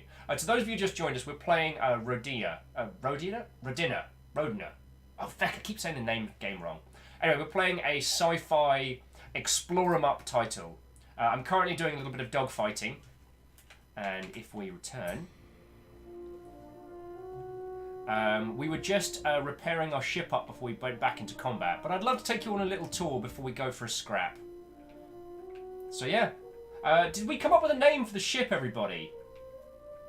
There was a couple of joke names, but I can't remember if we chose one. And Brit Nymel, as Camille was exceptionally generous earlier and donated $25. I'm turning that $25 into 2 banh mi Vietnamese sandwiches, which have been ordered and are on the way. Yeah, I keep a blaster by my bed.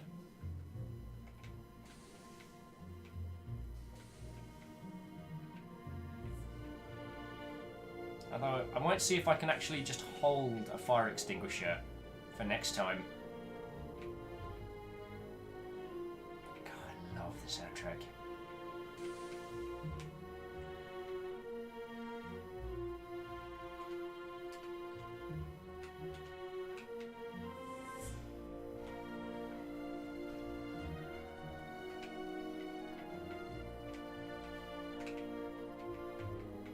It's our little ship, just having a little short trundle around. Oh yeah, let's see if the engine looks any different, because we stuffed a great big crystal in there.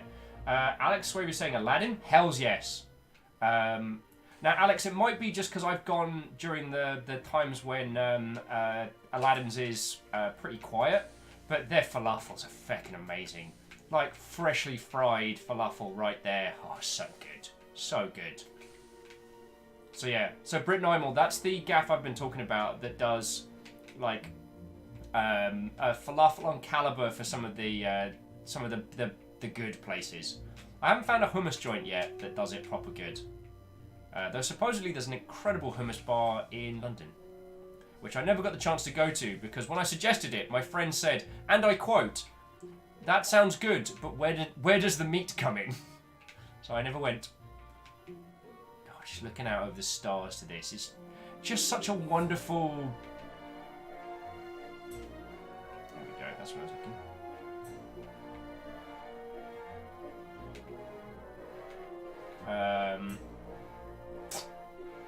looking. Dark thumbs me whiz. Should I call you Al or maybe Din? Or how about Laddie? It sounds like here boy, come on Laddie. Robin Williams, an exceptional person who left us, who gave us far more than they ever needed to. Yeah,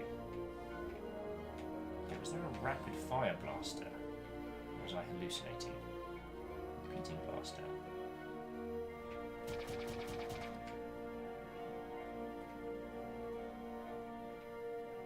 I'll just get pick up all those.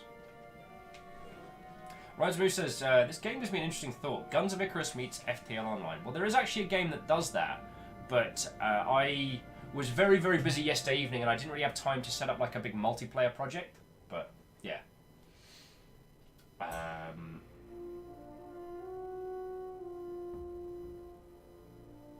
Okay. So let's see if we can liberate that crashed ship area without me getting utterly wrecked. How am I doing for missiles? Got 5 missiles on deck. The difference, of course, being that this time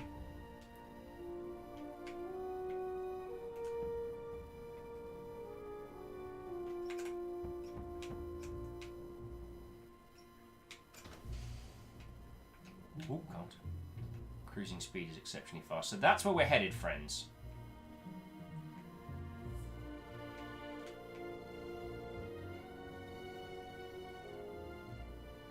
But we can use the topography to... Whoa, there's more. When did they get more? Fecking bad words.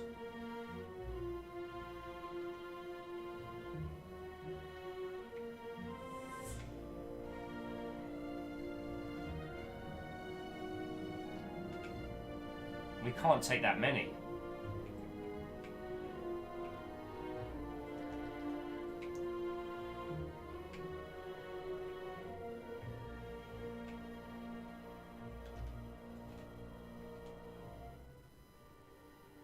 Alright, I've got an idea.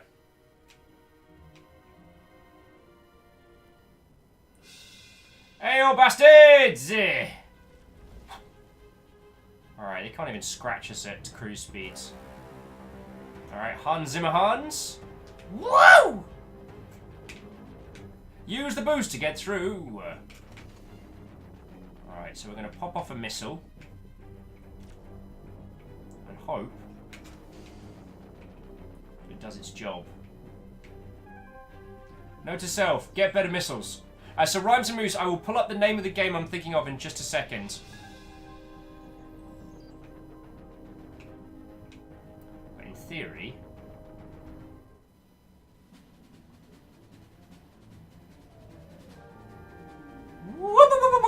Whoa! Okay. So you kids like those?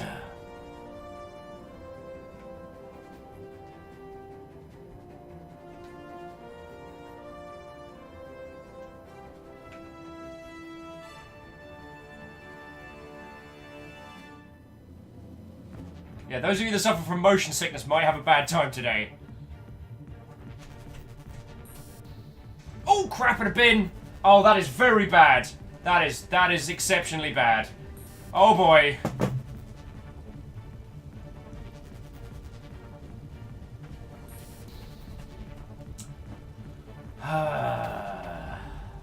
Well, that didn't go as well as planned.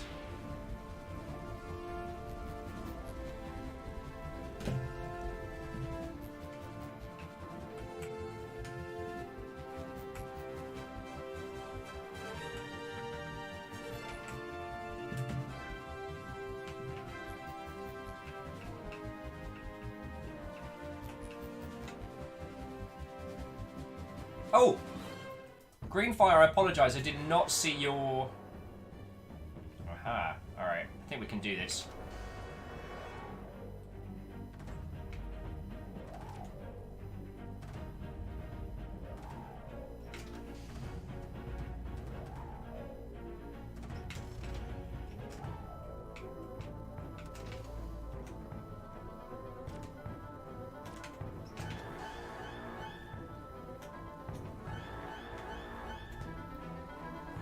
Whew.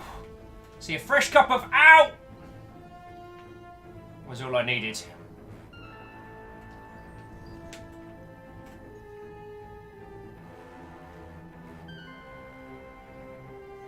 These bombers have a lot of missiles. Those are what keep wrecking our day. The bombers can't track us. Crud.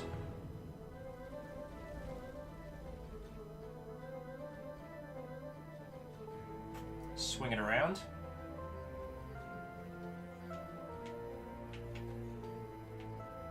Hey, Hindle, go have some excellent sleeps, friend.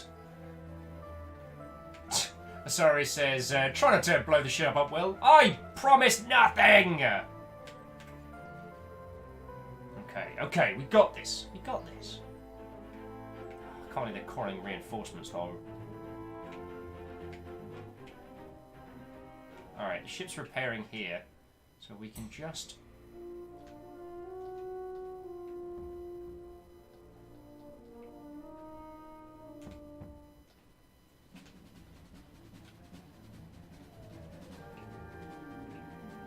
Oh crap, the bin bag!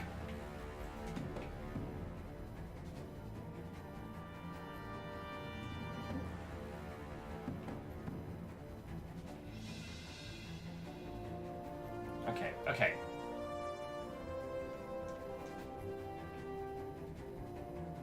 Yeah, Dark Thelsby, that face when some random dude makes a better Star Wars experience than the biggest AAA publishers. Like, I'm not trying to encourage aggression. I'm not saying that we should go at these game creators, but... Oh! Oh, that was a really bad idea. But right now, looking at this game made by one person, why isn't there an X-Wing versus TIE Fighter game?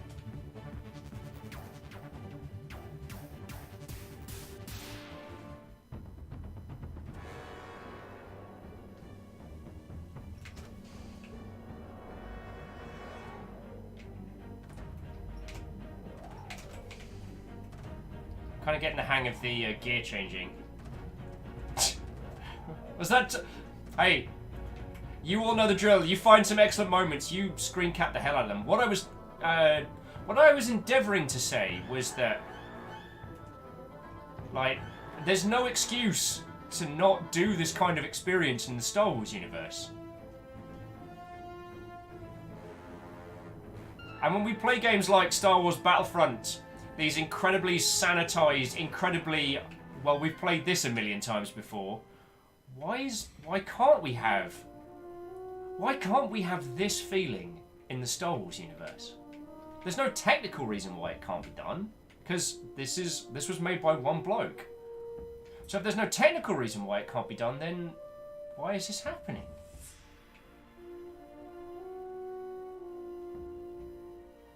I mean, just look at that. The blue sun rising over the hills. Darkstone will be saying that the Dev Studio literally went to EA with a working prototype of an X-Wing game, and EA was like, nah. I heard there was going to be a free-to-play dogfighting X-Wing v TIE Fighter, which, while hearing EA and free-to-play in the same title doesn't usually fill me with confidence, at least would have been something that made sense, you know?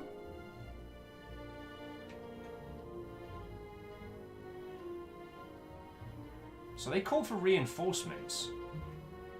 Alright.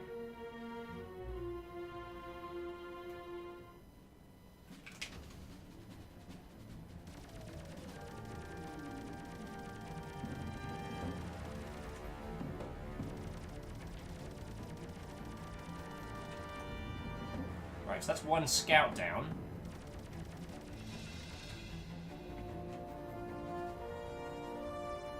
How are we taking fire from? Taking fire from a few up there, but I reckon we can do this. I reckon we can do this. That's two. Alright, kids, you want to dance? Let's dance! Okay, I need to remember not to back up into the fecking ground like a numpty. Alright, I'm just going to mark here so I know... Oh, fecking hell.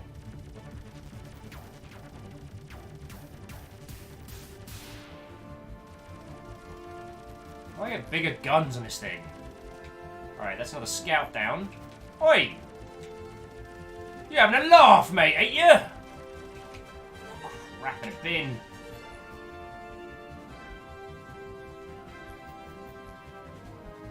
There are a lot of these assholes.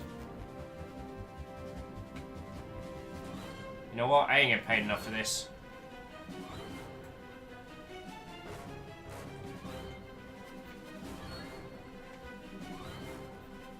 Clank saying, I'm sad we didn't get Star Wars Uncharted. I know what you mean. Okay, so if we back out of a combat encounter, then the game... the game will refresh baddies if we feck off. So we've got to beat them in a scrap. I can't even remember why we were on this planet in the first place.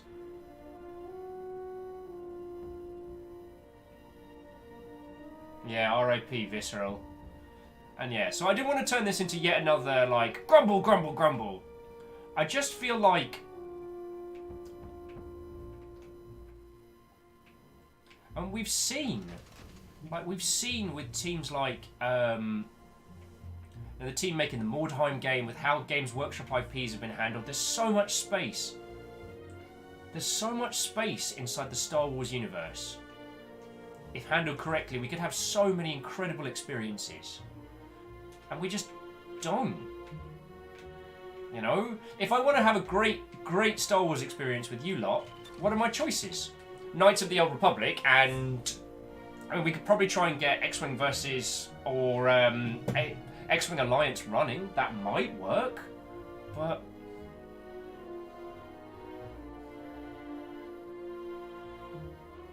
I just remember those moments. Oh, those wonderful moments in Knights of the Old Republic where you're on your ship screaming through the galaxy, hanging out with your friends and just being like, you know, hanging out with your, well, I mean friends, characters, and talking to them, and you have this wonderful cast of people from across the universe. You know, the first time we encountered the concept of the Grey Jedi, a shorthand for people who rejected, full sense of individuals who rejected the whole, like, you either got to be one side or t'other. And this old bloke telling you these great stories who kind of... And while it was... I'm sure it was intentional, this guy was meant to be a Yoda-like figure, he gave more precedence, especially to... It was an additional... It was a game that gave so much... That enriched the Star Wars universe so well. The idea of a bunch of us, like, in a ship, bantering and talking about stuff as we're going to our next little place to explore and go do things, that's something we can do now.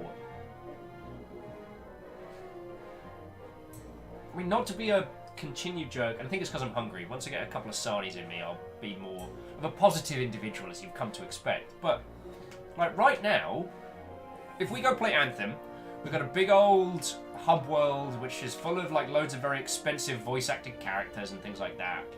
But if we want to experience the story, we end up getting, like, fractured off from our team. Why didn't Anthem take place in ships where we all hang out and fly around together? Check it out, the rotation of the planet.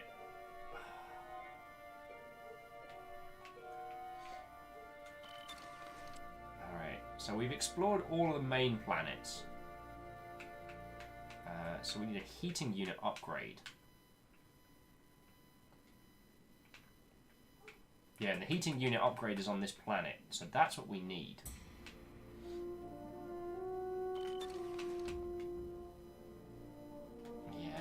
It's gonna be a challenge.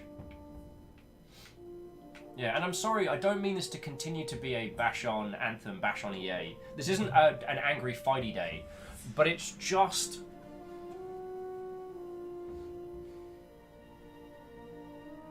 the way in which users are communicated with in the gaming space is still something we're working out. For a long time, it was very much like the Magic Circle, like lots of hand-wavy, like incredibly massive experiences, with a lot of smoke and mirrors. Now that's fine. What you take away from a game, your experience, that's what's important. You know, if a game says it has one of the biggest islands, the biggest land masses in video games, and they use a lot of very clever trickery to make it feel like it's the biggest landmass, whereas in fact it's a teeny tiny cube of nothingness. If you feel like you're having the best time, you're having the best time. That's brilliant. But we're now reaching these points whereby what is and isn't possible, what we can demand from our creators, what users can ask for, and what game creators like ourselves should give them, has changed. And I feel like empowering people to know... like, this is a game made by one guy who lived down in Portland, who I know nothing about. He worked at a couple of studios beforehand. Now, if he had 5, 10 more people, what would this project look like? If he had 100 more people, what would this project look like? I'm just... it's... there's something special here, and I'm not saying that it needs that to put forward, but to say to your game creators, I want to have actual, you know, like flying ship combat, that's not unfair. Now, whether or not that's PvP, PvE, how that's delivered, what have you, yeah. Being able to actually walk around your ships in games like Destiny and things like that, that's entirely fine. I think the fact that the amount of money and time and effort that's spent on the in-game cash store could have been spent on creating a customizable space for your player. No, those aren't the same thing, and yes, I know that the Glimmer store, or whatever it's called, makes stupid money hand over fist. But there's such a beauty and a heart in video games, and I want to see our big developers get back to that, because that's usually what propelled them there. You know, BioWare wasn't a put-together band. They made it to this point by creating incredible experiences. And I want them to get back to that. No one wants to see any developer go. We don't want to see people laid off. We want to see, like... If anything, we want more, not less. It's just... sad, you know?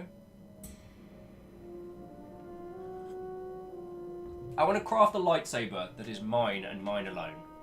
That is like no one else's in a video game space, or at least that we know.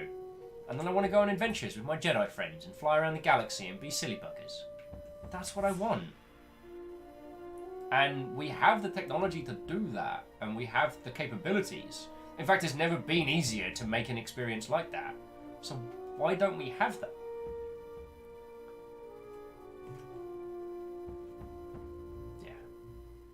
So Scotty, just jumping back into chat, because there was some discussion. AR was saying, I really wouldn't want to see you play KOTOR, but only because I speedran that game for a while, it kind of ruined. True. Clank says RIP Star Wars Galaxies. Ah, very true. Very true. Though, not to be an ass, I do understand the design philosophy behind the Jedi in Star Wars Galaxies, but I want to be a Jedi, and a lot of people do. Hey, did they feck off? Nice. Nice one.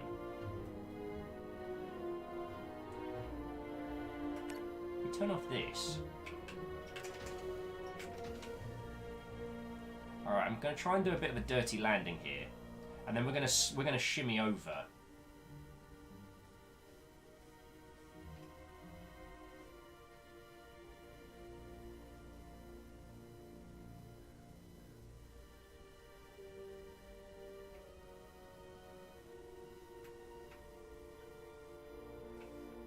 Well, and it's also worth saying that in Star Wars Galaxies, when they said Jedi, what they meant was Force sensitive. I'm just using that as a catch-all.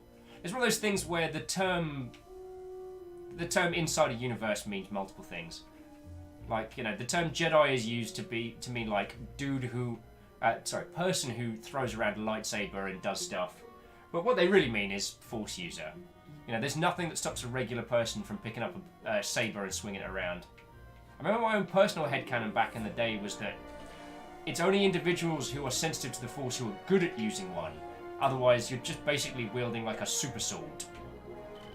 Right, close the airlock. Wait. There we go. Open outer airlock. Alright. So I can't beat these peeps in dogfights, right? So we're going to hop on over and then go for it.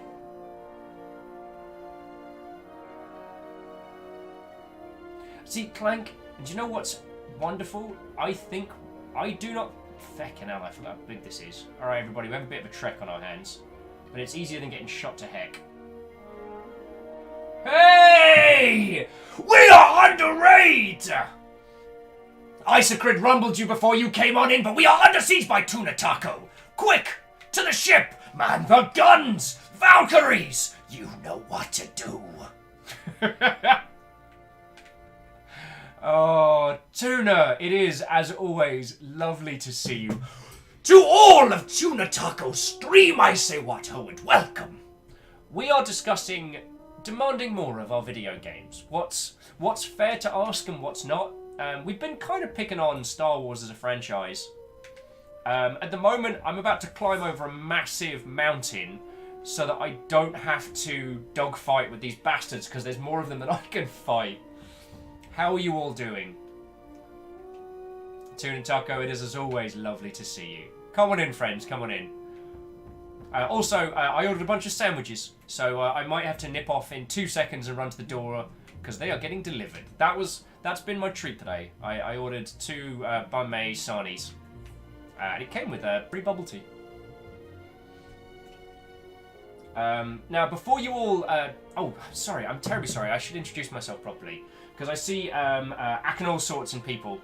It's lovely to make your acquaintance. If we haven't met before, my name's Will. I stream full-time these days. Usually weird, interesting, and indie video games. God, this is going to be... It's going to take us ages to get over this. But that's what this game's asking for. And we're going to do it together, friends. Hopefully I'm not just going to get feckin' killed. I used to work in the games industry. I worked for the Creative Assembly for donkey's years, and then I worked for Improbable for a while when they still had an internal games team, and then I worked for Dean Hall's Rocket Works in New Zealand. I've done just shy of a decade of videogamery, and due to a series of increasingly ridiculous, unfortunate events, I ended up streaming by myself full time, and I fucking love it. So there we go. Now, what we were talking about before you lot came in was Star Wars games. So this game is Rodina. Or Rodina? I keep pronouncing it incorrectly. And this game is amazing. It is a open universe, explore 'em up, dogfighting game of all sorts. And to Helsinki... or Hecker's Bob. Or Henker's Bob? I like Hecker's Bob better. Thank you kindly for the follow. And Dark Thelsby, I'll get to that point in just a little bit. I just want to give our lovely new guest a bit of framing as to what we've been bantering about. This is an open universe game. I guess you could say in the vein of... Feckin' hell, we've got a long way to go. This is an open vein game in the sense of... Sorry, open universe game in the sense of, like, No Man's Sky and things like that. However, this is also a game made by just one person out of Portland. And it's really cool. You can customize your ship down to the lighting in the rooms. You can explore freeform. It's complicated and all sorts. And Tuna says, every time I raid, I have a huge pause right when you're on your bit. And to Addicted as well as to Hank, thank you both for the follows, yo. Follows are sincerely appreciated. And yeah, if your friends are tuners, you're welcome here. Ark saying, what was this name's again? Okay, so it's Rodina. So Rodina. And the Rodina is the name of a colony vessel that's coming to this solar system to set up. Oh, and Lauritanius. Thank you kindly for the follow as well. Alex saying, no super jump on this planet? Well, so we can. And our target is just over the next hill, I think. But I decided to bring our ship down so we could go there on foot and not get shot to heck. Clank was saying, you were saying something interesting before being raided, and I forgot you were saying. We were talking about Star Wars. Well, what we were talking about is that what you as a user can and should demand from your video games. And we were saying that, someone was saying that I think it was Clank was saying they'd love something like Star Wars Galaxies, classic Star Wars Galaxies. You know, the Star Wars universe where no one gets to be a Jedi, but also experiences like Knights of the Old Republic, where not only are you a Jedi, but it's yours. Build your lightsaber, choose your style, explore the galaxy your way, be a Force-sensitive Mother Hubbard, wreck days, go to the Sith Academy, become a true Jedi, do what you want in that universe. And from a game creation standpoint, the only thing that's stopping those games is bureaucracy. And licensing and things like that. There are legal ramifications, of course, to letting someone create something in your world. Those aren't nothing, and I don't mean to dissuade those. But the processes by which... Nope. The processes by which those projects are approved and managed, honestly, is no excuse. What we've seen with Games Workshop and how they've handled their licensing... Okay, I've got another 10 minutes before my Sony arrives. Please forgive the bleps. So Dashkill's saying profit, it's more profit. Businesses that large exist to make profit. They do. But streamlining operations is also one of the things that these businesses should look into. If there are too many steps between creation of a concept and profit, then you are doing bad. Even as an evil organization, the levels of bureaucracy within these operations are slowing these games to an absolute crawl. And what we've seen from Games Workshop, which is a massive international operation with physical goods and IP stakeholders across the board, is that you can do it better. You can demand better. There's no reason why we can't have our open world Star Wars game and have our narrative, visceral... Oh, did I miscalculate the amount of distance we'd have to travel? Alright, well, let me see once we get over that hill. We might end up turning around and booking it back down here. So yeah, so Tuna, that's what we've been talking about. Tuna saying, what does Longship feel about floating above a school of fish? We're super happy about it, Tuna. Also, Ket doesn't eat fish, so you don't have to worry about your crew being consumed wholesale. We brought a lot of, like, dried meats and things for journeys. Clan's saying, especially given the recent success of Red Dead 2 and the string of single-player story-driven experiences by Sony. Yeah.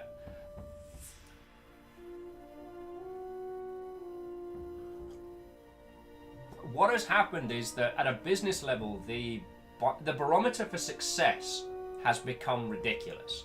And that does have to do with team sizes. It does have to do with the logistics and the cost of making games. But what we have seen is that you can create an incredible single-player experience with a team of 30, not with a team of 800. And once you bring that cost down, suddenly you're looking at affordable experiences. So, yeah. I do not think that you as a consumer, that us as users, are being unreasonable for demanding and requesting things of your beloved franchises, because it can be done. If this was the groundwork engine for an open world Star Wars game, just a single player one, if that ship was the Millennium fucking Falcon, oh my god. Now, the animations need improving. The visual fidelity could certainly use a couple passes, but yo! Tuna says, wasn't there like one person who get Jedi in Galaxies? That was their initial theory. What? That and being a Jedi was something that you were only going to be able to do for a limited time. So your character could become Force sensitive, but by becoming Force sensitive, you also enabled like PvP permadeath. Oh, we are not getting to the top of this.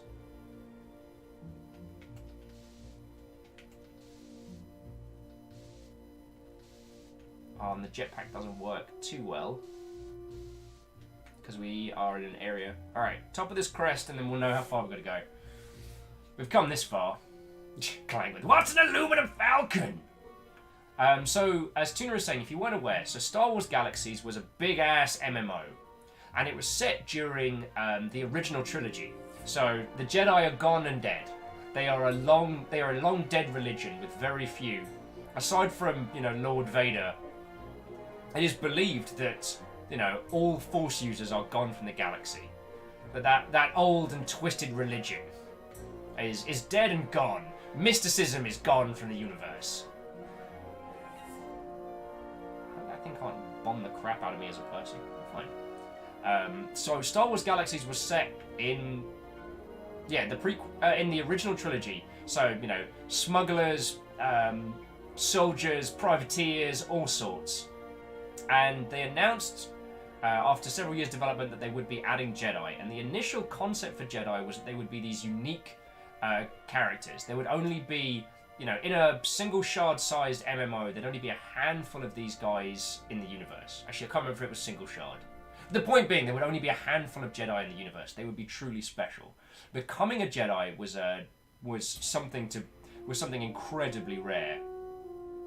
All right, I am not. All right, back down we go. Please be no full damage.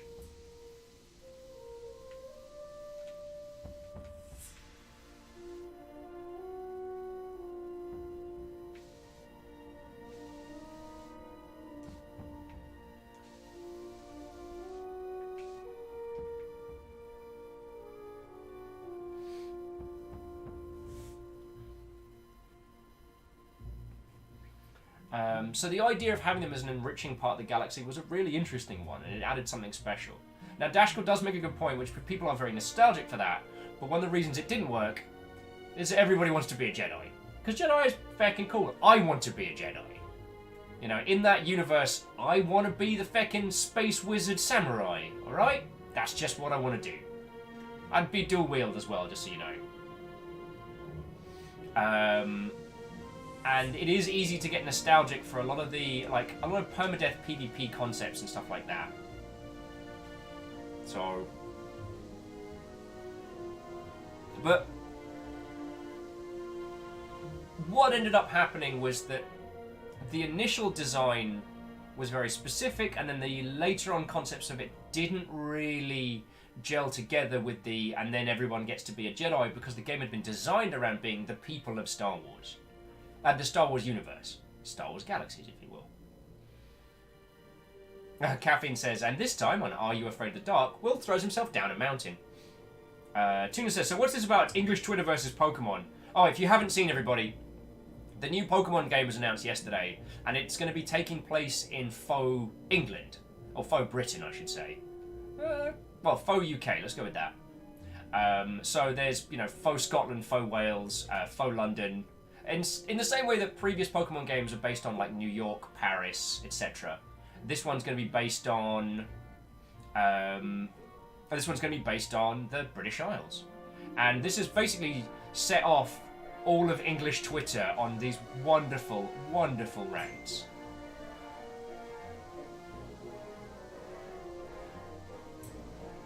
as I fly off into the distance. Dezu says, everyone wants Jedi powers and no one wants to be a religious zealot, no fun nerd. True. And Dezu, God, one of the things that I loved so much, and I don't think I'm alone in this one, was how the Old Republic made everyone feel how the whole Jedi versus Sith thing actually worked. Like, you know, good Jedi versus bad Jedi. Alright, yeah, I think we can all get that. Oh, and Ark's going for food. Oh, if we get to see you later, then lovely. If not, no worry. But the idea of, you know, the Jedi being essentially, yeah, these repressive, stuck-up, holier-than-thou asshats. And the Sith putting forward this idea that, hey, the Force is about all living things. You are a living thing. To deny what it is that makes you alive is to deny what it is to deny the Force. So you know what? You should love, you should hate, you should embrace emotion, you should embrace passion, embrace happiness, embrace sadness and anger, because you're alive, and the things that make you alive are what make you one with the Force. And then later on, the whole, like, the only way to progress is to betray your master. But I don't know, even as a kid, looking at the whole, like, you know, there are only ever two and the head one is always evil, I was always like, why does Vader work for Emperor Palpatine? Vader could just cut him in half. You know, why doesn't he feck off? I was like, so the Sith Code says not to worry about trans fat and Oreos? Where do I sign? Hells yeah. Oh, the Sith Code says have as many Oreos as you feel like. Not as many as you should. The Jedi Order says nothing but couscous and water. Dark Delmsy says Scottish Twitter on the new Pokemon stuff is great, yeah. The lass who did the voice of Moira reading Scottish tweets was amazing. Holy crap! Raid after raid after raid! Raid defenders! To your positions! Tuna Taco Stream, you are being press-ganged into service. We are under siege by pirates. Ship to ship boarding, but in space like a whole bunch. Shay, lovely to see you, friend. Lovely to see you. If you've got time and we get to see you later, then lovely. If not, give my best Thor, and I hope you are doing great as well. Now you see our raid defense spring into action. How are you all doing?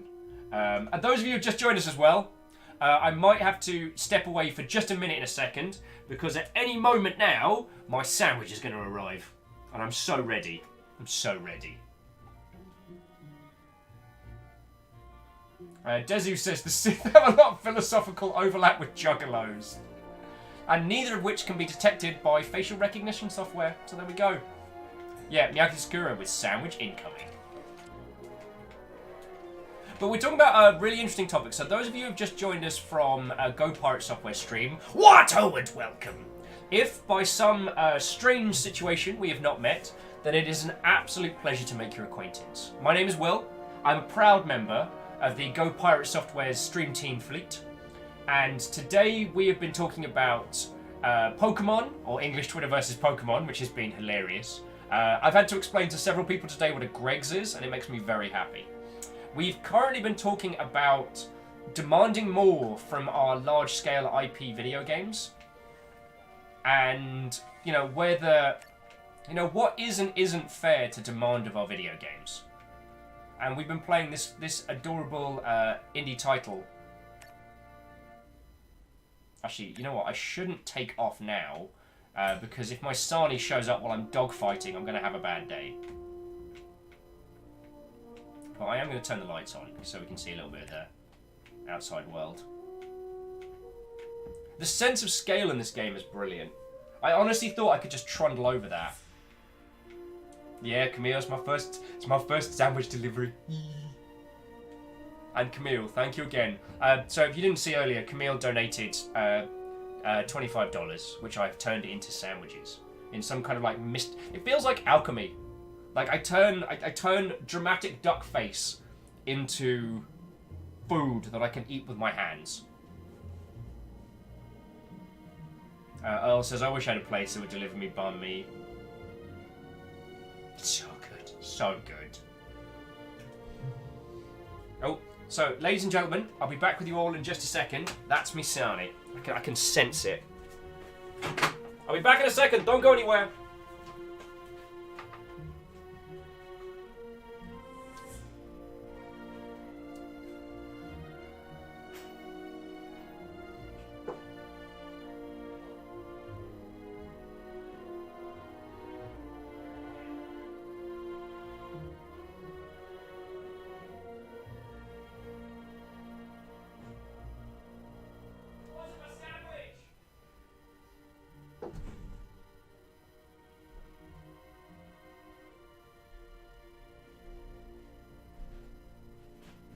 I would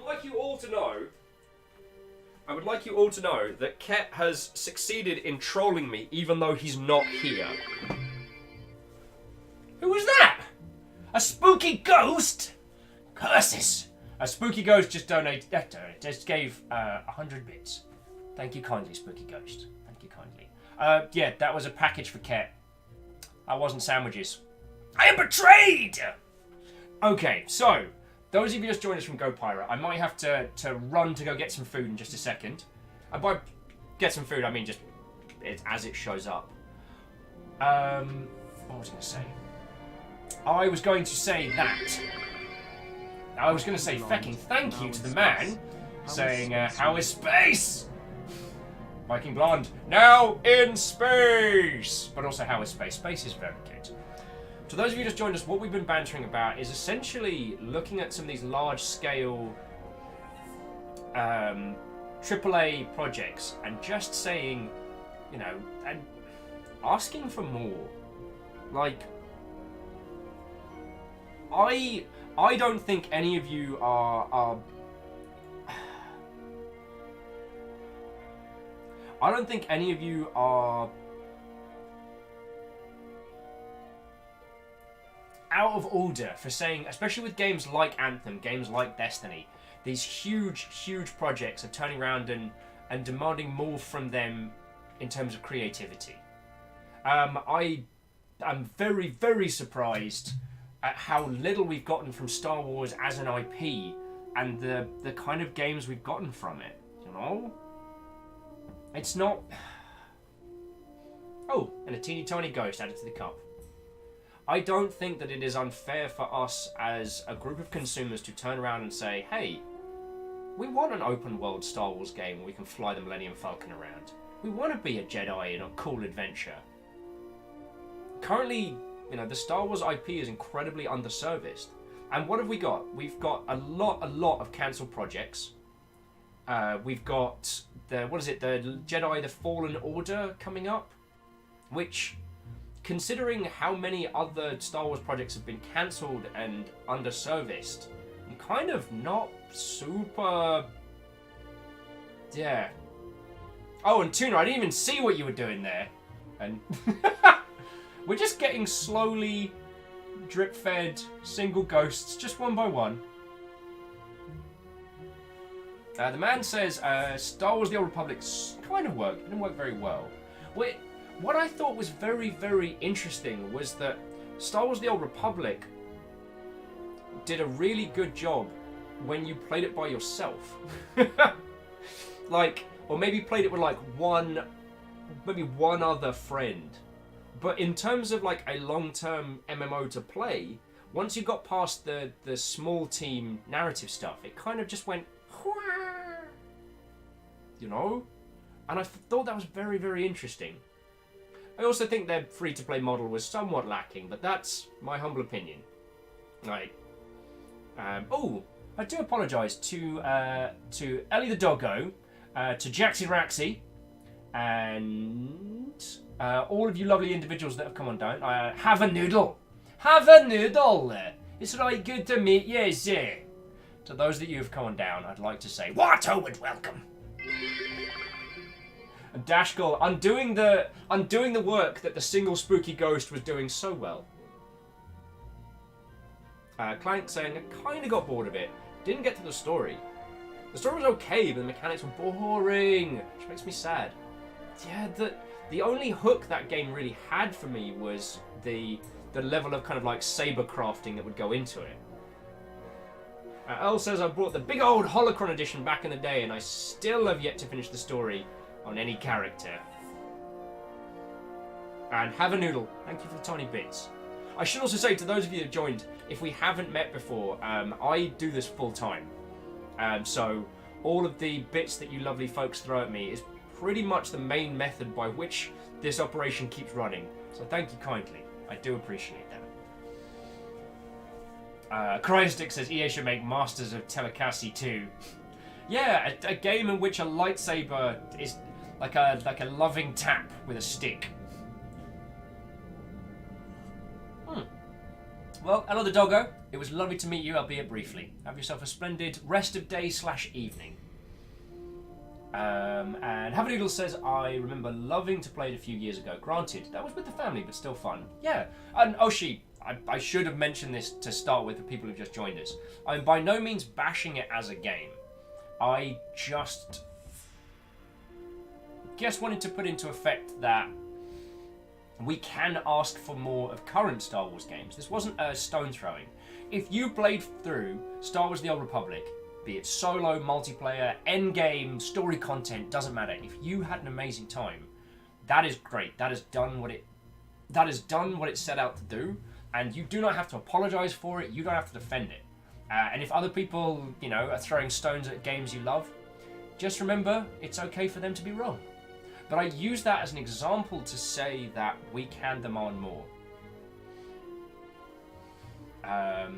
We can demand more, and we really should. Like, no one desperately... There was always a kind of a clamouring for a Star Wars MMO, and I think there will be for a long time yet. BioWare, of all the people that could have done it, were the best equipped. But as Dash was pointing out, it ended up being very much WoW with glow sticks. And thinking about it in that regard, trying to look at the main one. Oh, Sparkplant. Didn't say hi to Sparkplant. Watto and welcome. And Zacchus, Watto friend. Looking at the WoW gameplay philosophy and not looking at what it did, successfully, I think put them on an off footing. I think they could have done something with their more traditional combat system. They could have done something that was less about, level upon level and less about, better and better purple armor pieces, and done something that was all about personal progression, customization. I mean, a lightsaber's a lightsaber. I still find the idea that you get one that does more damage odd and weird. But having different elements of that you change and craft and customize and impress, like, yo! The man says, we need a studio that won't fall into the trap of WoW with glow sticks. I understand where they were coming from when they did it. Like, WoW was kicking everyone else in the chest, and those that stepped to it and got crushed lost. The famous says, well, smells! Curses, I've been rumbled. I've been rumbled. I'm just waiting for my sign to show up, Famous, and then we're going to continue flying around this lovely little indie game. We're talking about AAA games demanding more of our IPs, and the fact that, hey, if you turn around and say, we want a better Star Wars game, you are legit in asking for that. Because we are playing, so this game we're playing today, this is an open world, think No Man's Sky type, walk around and shoot stuff sim. But this entire game was made by one bloke. And, spent a couple years on it. It wasn't like he banged it out over a weekend. But looking at this game, looking at it, what it does and what it's capable of. Oh, and having a noodle, thank you kindly for the follow. Follows are sincerely appreciated, friends.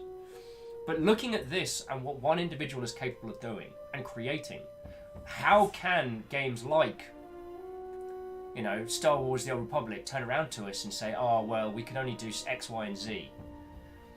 Now, I'm not saying that we should bully developers. I'm not saying that we should go after them. But I'm saying, especially of the publishers that put forward these ideas, that the bureaucracy that stops original and creative concepts, I'm saying that we can turn around and say, this isn't good enough. We can look at the new Star Wars Battlefront and go, that's not good enough. And I'm not talking about the loot box stuff, though I will not defend those for even a moment. I will say is that, you know, the previous Star Wars Battlefront games produced more content and more original gameplay. So how come the newer one has less? Now, we all know that. It's because they went for an extreme level of visual fidelity that created an incredibly lengthy pipeline. That atop their tie-in with the new films as they were coming out kind of created these weird situations. DICE creates games to a really high standard. But are they spending that time in the right place? Did we need super high visual fidelity stormtroopers over better... you know, more expansive, more original gameplay? And that's a question worth asking. So to I don't know if that's B-Krebs or BK Rebs, but whomever that is says, I just tuned in. What game is this? This is Rodina. Let me grab you... Oh, God. Sorry about that. I didn't mean to shake you all around. Let me grab you the link to the Steam store on that one. So this is the game we're playing right now. This is a No Man's Sky up, open galaxy adventure. I mean, one of the things that I can also mention, you can fully customize your ship. Oh. Could that be my sandwich? Could that be my sandwich? I'm also waiting for a food delivery. I'm going to keep playing, like, I'm not stopping, but just letting you know that that's what my sorry little self is waiting for. Oh, and Dark Thelm is going to head to bed because it's 2 p.m. Have yourself an excellent sleep. Yeah, Meow Kitty Sakura, I got a sandwich coming. Oh, to BK, you do not need to apologise. I'm happy to talk about this game, and we're using this as a jumping off point because I'm going to go back to what Universally Idiotic was saying above, which is I feel like lightsabers are often undersold. The whole point is they can cut through anything. You can't block that unless you have another lightsaber or, you know, weapon of equivalent. You can't make lightsaber armor. And the reason that I mean, this was my personal canon, but the reason why the Jedis would use them is because they were in tune with the Force. They could feel the movement of the universe. Their understanding allowed them to wield. And in such a way, Jedi fights almost became kind of chess-like, point-counterpoint, when you can sense the movements of the other. That's my sandwich. That's my sandwich. All right, back in a sec. Don't go anywhere.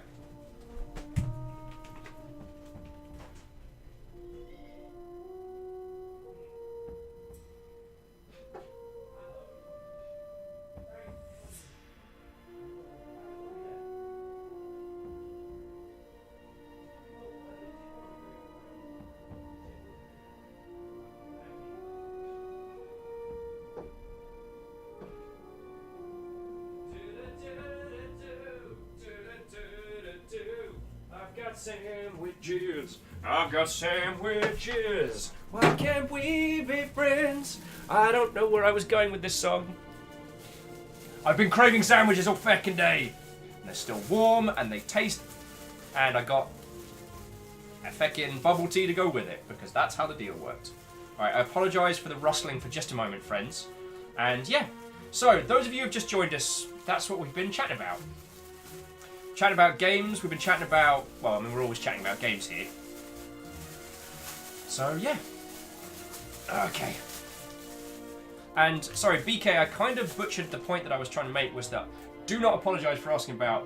I play a lot of weird, interesting, and indie games, usually because they do something different, or because they try and put forward a concept that others haven't. Oh, look at him. Look at him!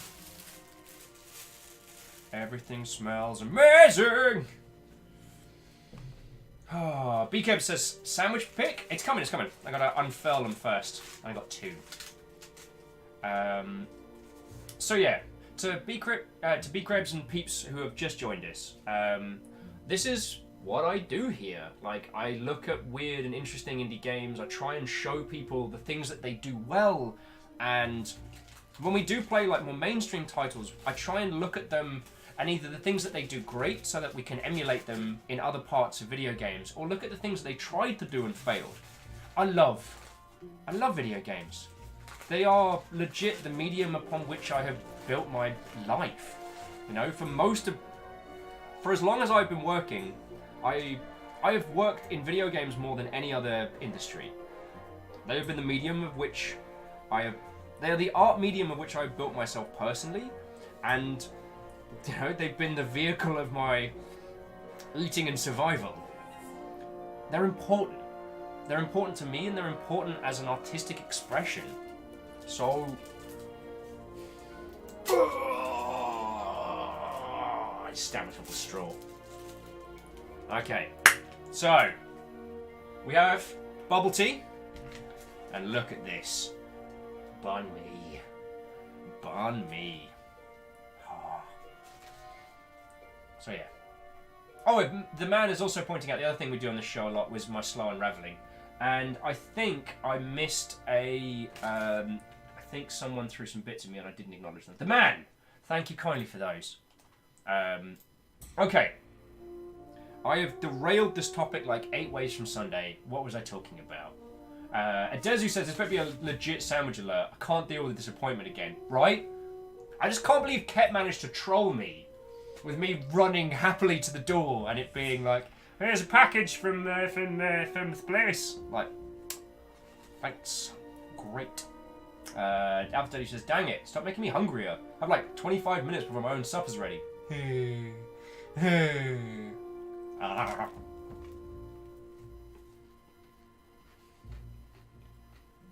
Sweet mercy, it's good.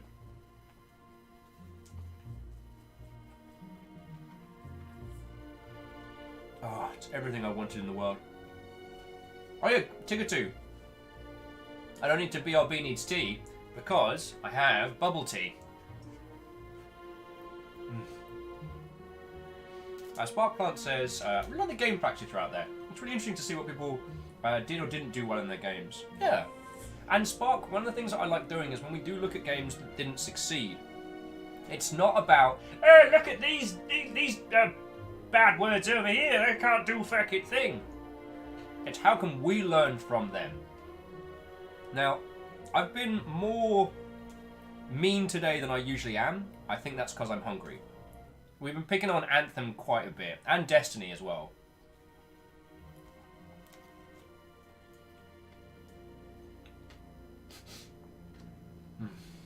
So good. Oh. Alex is like, we're back on sub chat now. Nice. And I do want to say thank you again to Camille. You donated me money. I turned it into sandwiches. Thank you. You also told me the service to use to order them as well. So we're learning. So Alpha, I'm not reading out your comment because everyone is being amazing, but I did notice. So jumping back into chat. So Spark was saying Destiny 1 or 2. Well, I think it's more... with Destiny... There's a lot of very well constructed... Have they stopped moving? No, it's not. There's a lot of very, very well constructed environments and... You know, it's a Bungie game, so it handles, like, gun-wise, very, very good. But in terms of, like, what you can do as a user in that world, it's still very much like, here's a small level, go shoot some things. Done. Next level, go shoot some more things. Okay. You know what I mean? I don't think that... Considering that you work so hard to have a ship in that game that it's a big part of, turning around and saying, I think I should be able to move around this ship, is not actually the most ridiculous request.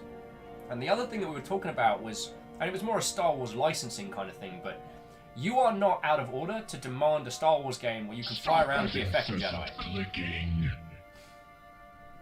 And whoever it was that just gave BK a sub, thank you kindly, you feckin' legend. House Carl! House Carl respects you!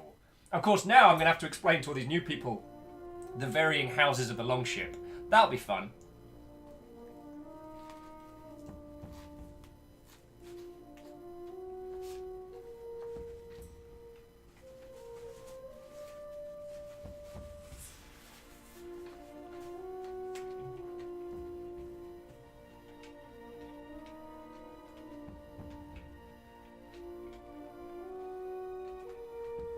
Right.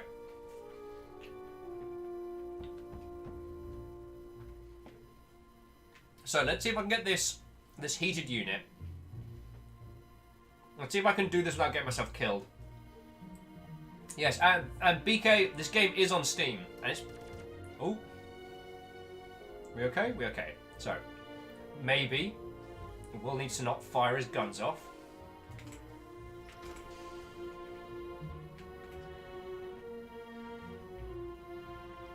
I kind of want to avoid these bad words.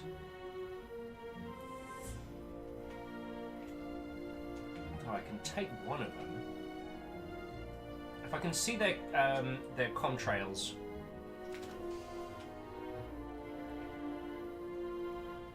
Alright, here we go. It's a bomber, crud. They are a bit more powerful than me. C, also a lot more powerful than me. But I might be able to get through this. Alright, 45, that's one down. Alright, I don't see any more. Friends, we might be alright. Get stuffed in a bin.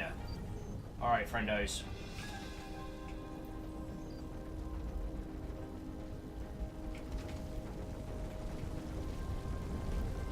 Alright, we might be okay.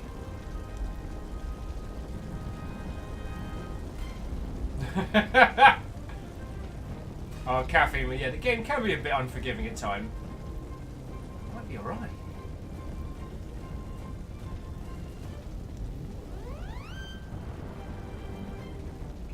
Alright, I'm going to make a fecking break for it. Try and go get the goodies from the floor.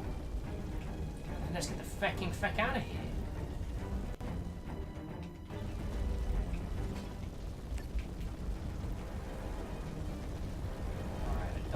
That one might try and kick off with us.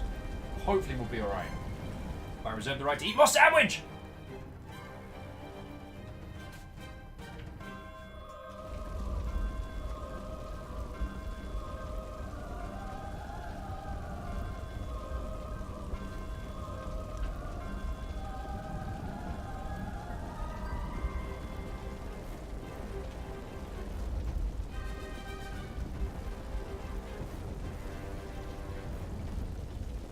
I'm sure our ship's fine.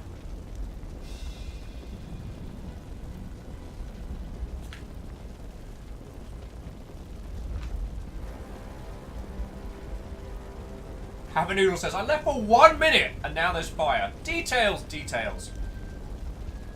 I assure you, this fire is entirely intentional. Wow. Whatever it was that wrecked these guys.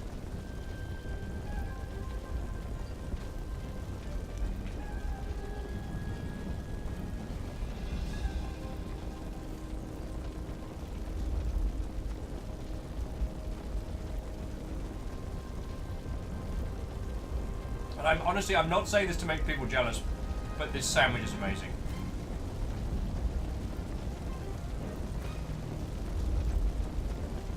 Alright. I think that's what we're after.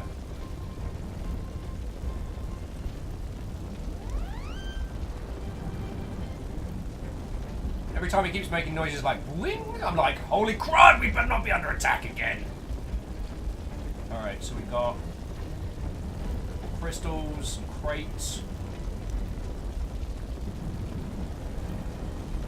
Sandwich level up!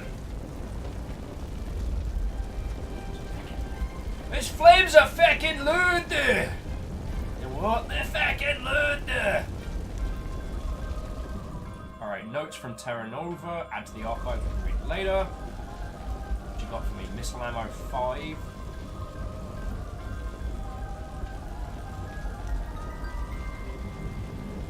What?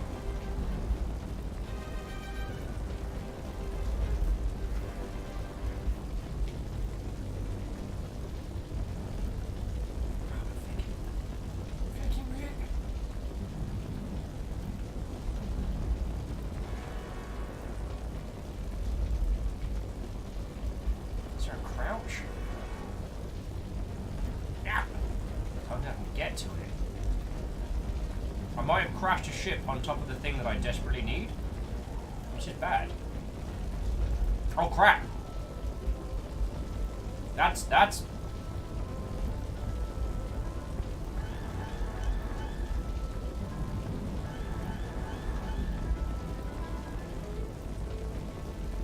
mean, we're really hard target to hit down here, but they are giving it a bloody good go. Okay.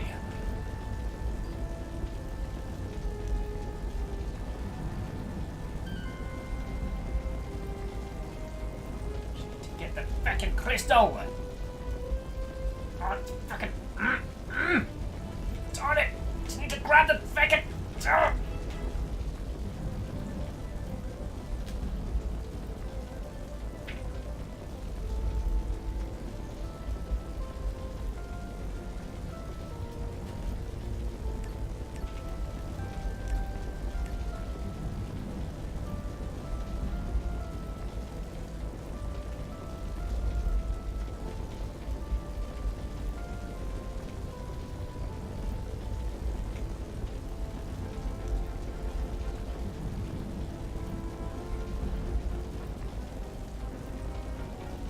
Where's my ship?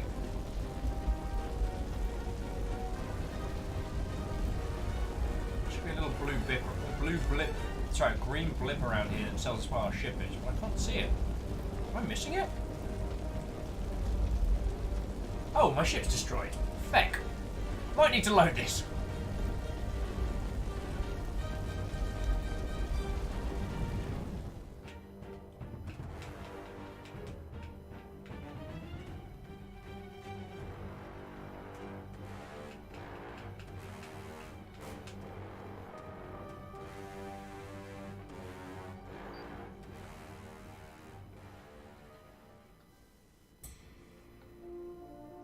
Okay, so I'm going to stop a bit of... So unfortunately, this landing site's not viable for us. After everything, one of the ships I brought down has landed on the thing that we need.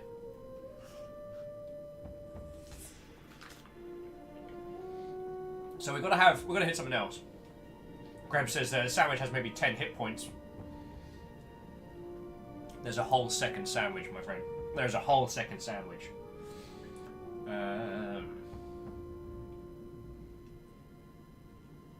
So before I fecked up and getting the thing that we needed from the place that we got the thing, what were we nattering on about, good friends?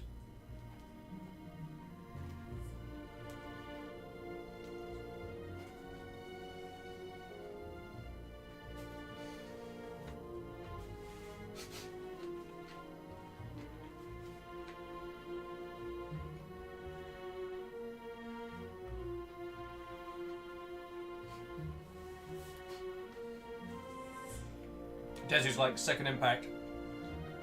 Second Impact was a hoax.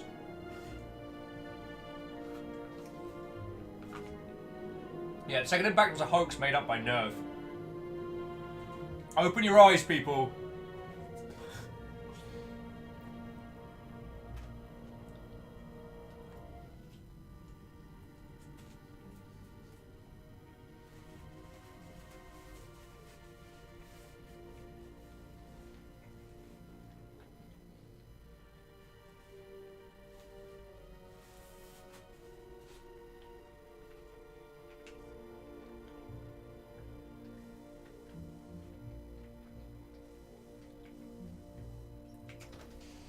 Alright, so we know we can't get to that one. Are there any others on the planet?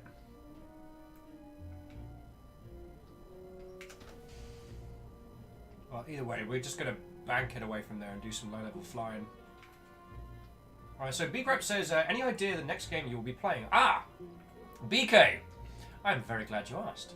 If any of you would so care as to hit the events tab up above, we've got the games mapped out for the week. So we're going back to Demeanor tomorrow. We're going to finish our run through of that, which is basically anyone in chat can get generated as a gladiator. Captain Steph, who I don't know if they're still in with us now, but was in earlier, in a previous run, actually killed the magistrate's son at his birthday party to escape. That's a thing that happened. That game is pretty brutal. Right, let's just... If we head up, maybe we can get something on the scans. God, this game is pretty. So we know that doesn't... Holy crud! Looks like I might have pissed off the locals there. No wonder I was getting wrecked. Let's go anywhere else.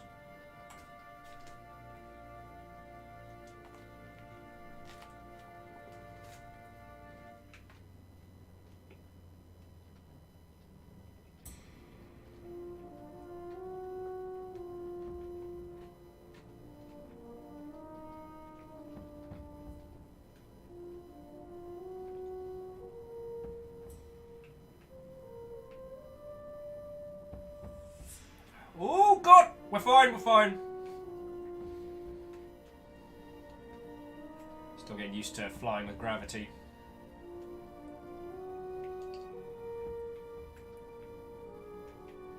We found a wonderful piece of anti-gravity propaganda earlier today in this game, which was very funny. Oh, crap, crap, crap! Oh, I have to keep forgetting that I can step away from the controls. Right, here's a fun thing, friends. You can... you can leave the controls. And this game will not stop you. BK says, I see a fully loaded burrito or two in my future. My God, what else do your future powers tell? The university's adding, for some reason, that Demeter event just made me think, oh, come on. It's a little fratricide among brothers. I'm going to bring this to a close. Not to a close. That sounds like I'm stopping the stream, which I'm not.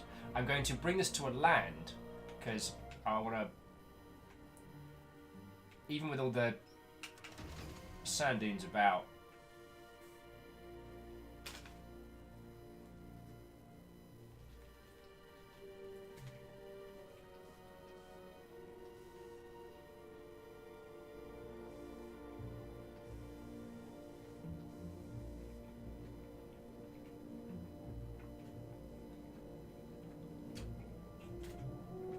perfect landing!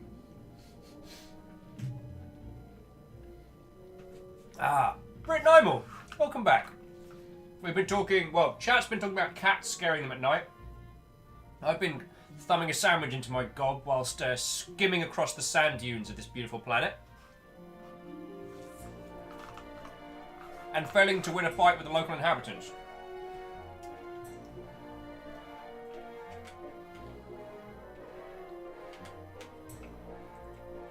Games. And now we can watch the stars come up across the console. Across the console.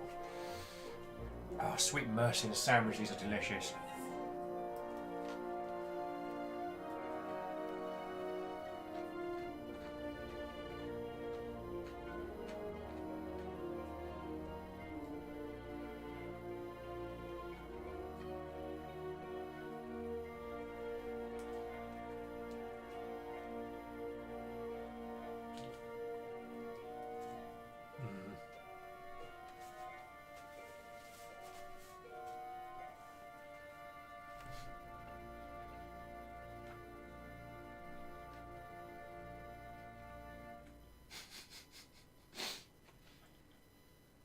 And Sparkplant would like to inform us all that they're going to go back to lurking because the cat has decided to sit on their face. Have fun. Good luck. When the cat demands attention, we are but pawns in their fluffy, fluffy games.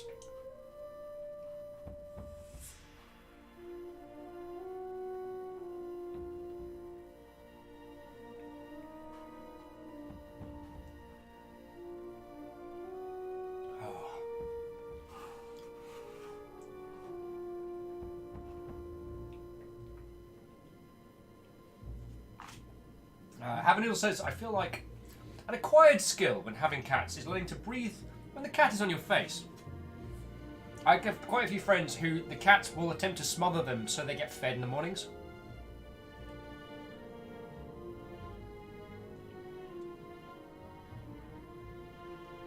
As if they have learned that the best methodology for getting a large amount of food from their human is to put their life in peril.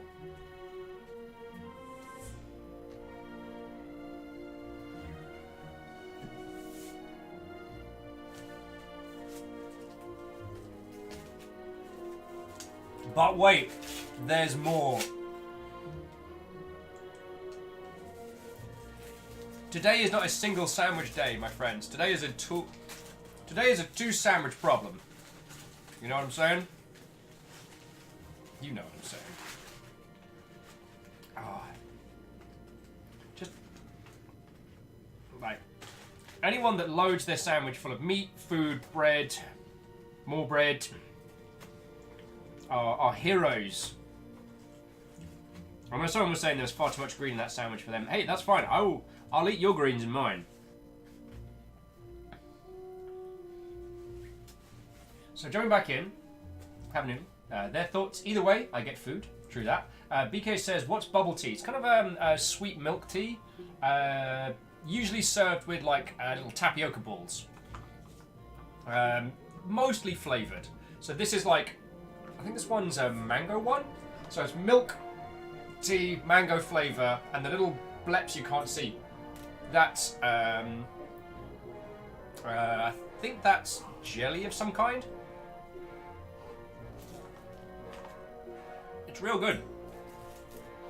And you can get slushy versions, you can get warm versions, you can get all sorts. Alex says no, the sandwiches are the true heroes.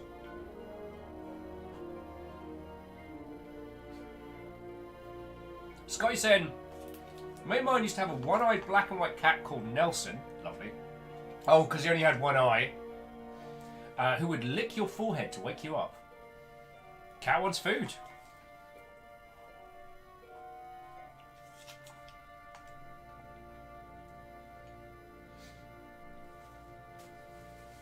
Oh, so good.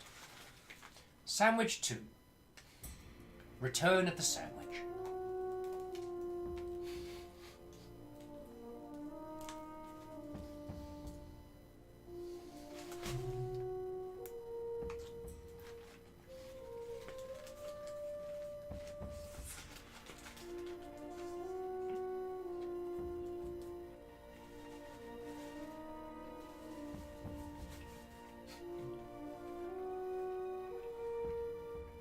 So what were we bantering about before I got myself exploded and stranded and continued with sandwich again? We were talking about, I think we were talking about Star Wars. Will was definitely having a little mini rant about how, the things stopping us from having really good Star Wars games aren't, the technical limitations, but the bureaucracy within, companies like EA.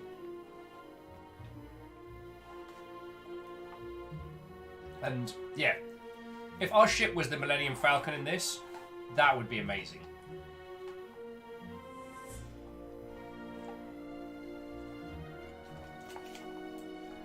Although, from what I understand about space travel in the Star Wars universe, it's more about plotting a course based on distance rather than light speed.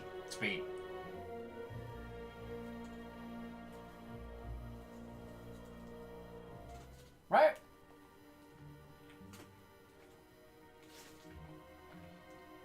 Am I going completely doolally tap?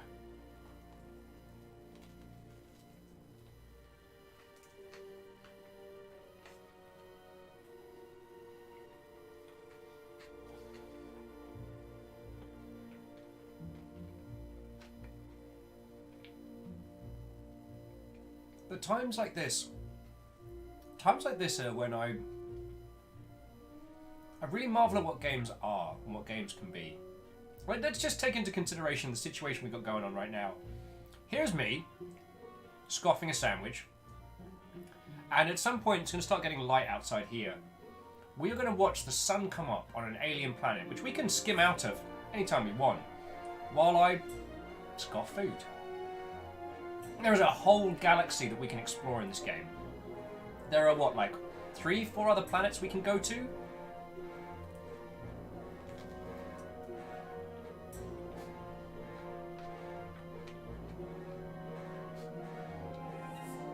Dear Clank Crusher, I'm not even sorry. Enjoy your bubble tea cravings.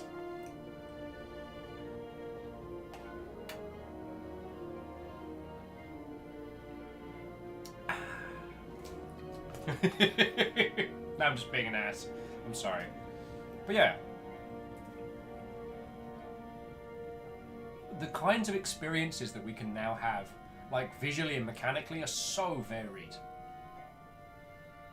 And one of the things I've been marveling at today is, I don't know if it's an update to Pokemon Go or if it's an app or something, but loads of my friends have been taking photos with themselves, around town with their Pokemon. I've been some really good pictures. Man says, you're not sorry, don't lie. Okay, let me pretend.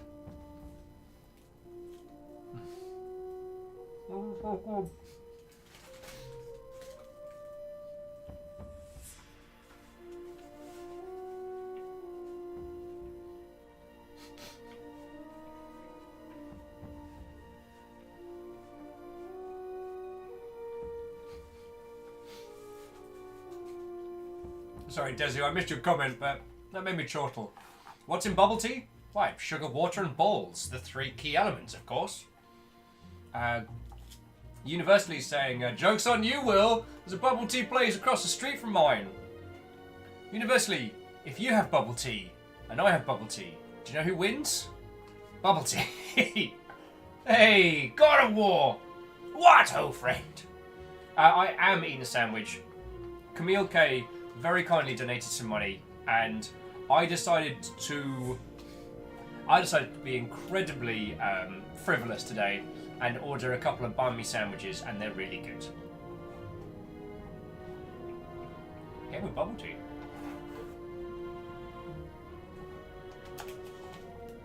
And Loritaris is saying, now that I looked up locations that sell bubble tea, I regret I never got one. I never got it. I never got one. It got extinct somewhere between 2012 and now. If it makes you feel any better, it wasn't something that I had until I came out to the States, because the places that did them were very few and far between in the UK, and they weren't always amazing. And it's a Serene Wolf. Thank you kindly for the follow. Got a lot of wolves now. Got Secret Wolves, Serene Wolves, Stealth Wolf, Wolves, Fire, and I guess Penguins have been the 3 we've had a lot of. I do apologise, I went off on a tangent there. Again, thank you kindly for the follow. I have a sandwich and it's very good.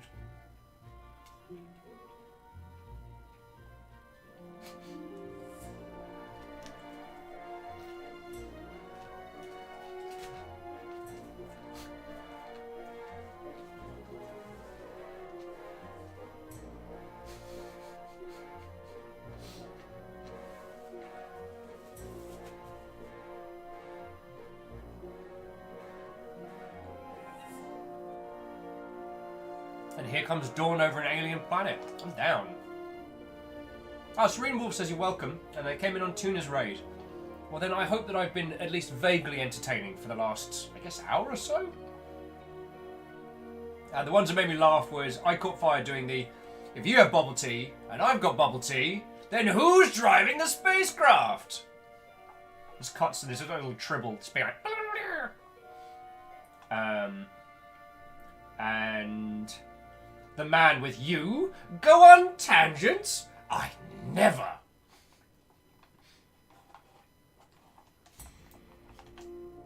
As I've said before, joking aside, I do not take any of your time for granted, dear friends. And if you do decide to hang out here and chill, I want to make sure I'm being as good a host as I can. At least, even while I'm trying to stuff a delicious, delicious sandwich into my gob. Alright, so let's take off from here. And we should actually be able to see a little bit better of where we're going. Now, so we've lost the marker of where we were. I mean, sand dunes are real cool. But I'm pretty sure we came from over that direction. The blue sun in the morning. So let's skim across the dunes a little bit more, some friends. See if we can locate another. Because what we really need is one of those ruddy... Excuse me. What we need is a heat module. Now, you know what? I know what we need to do. I just don't want it. Miyagi Secure says the blue sun's still cool. It is. What we should do, you see these little, like, unknowns? We should start checking some of those out. Alright, so... Oh, God! Oh.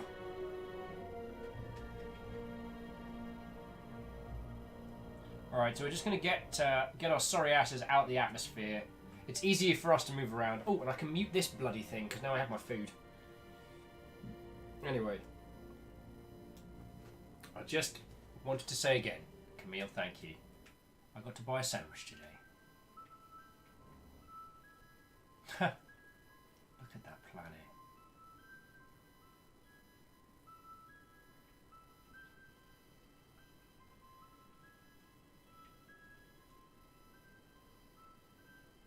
Yeah, see, that's where we were.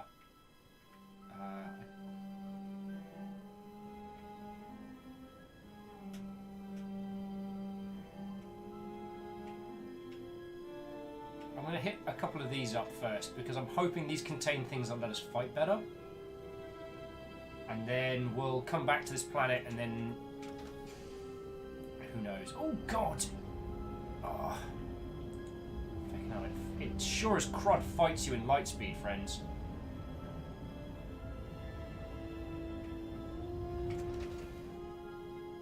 Oh. Darn it. I overshot.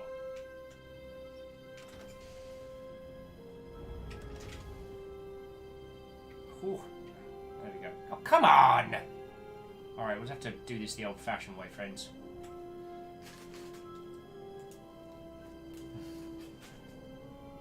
Oh, good! Saglan, how you doing?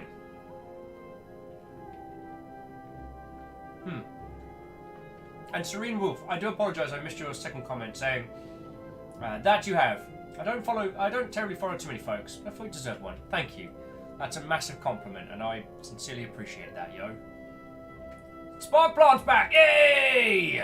What, old friend? We're hitting a few unknown anomalies. I'm hoping that I can find something that will...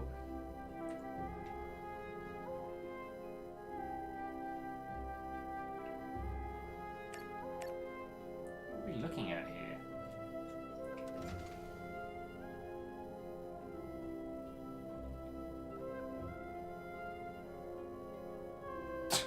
The man with, as opposed to known anomalies. Look, I am not the science officer on the ship, okay?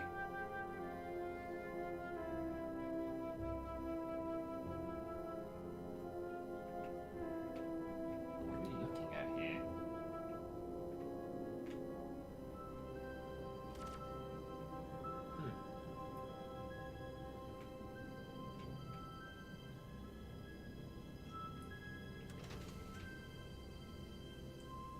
How big is it?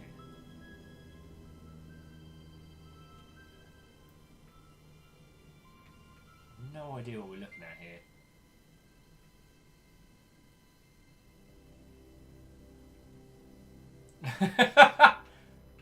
Is that an entrance?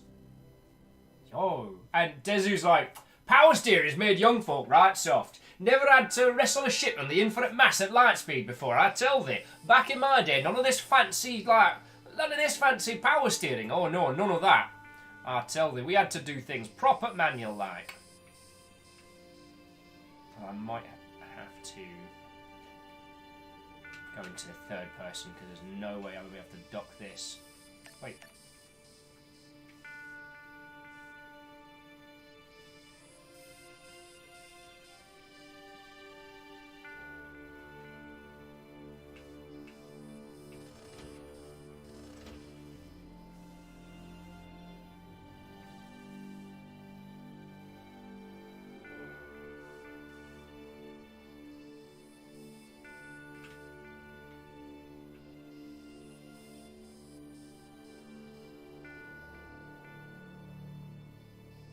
Alright, I'm about to try some seriously dangerous crap here, so... Alright, don't try this at home, kids!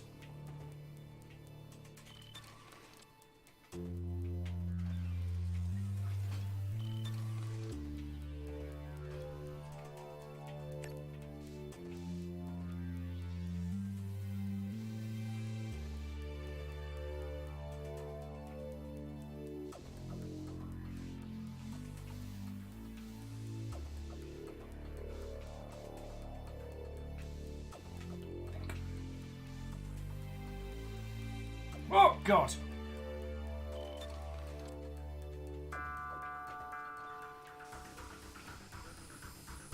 I think it's safe to assume whatever's in here is probably going to try and kill us.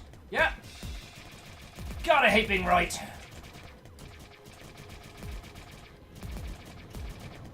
That's one down. Hans, Zimmer Hans!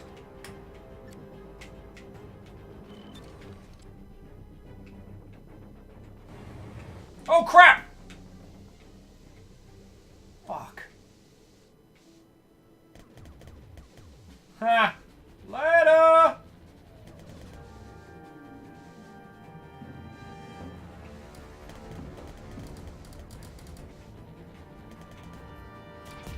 Oh wow, okay, you guys get jetpacks as well. Fine. Ow! Are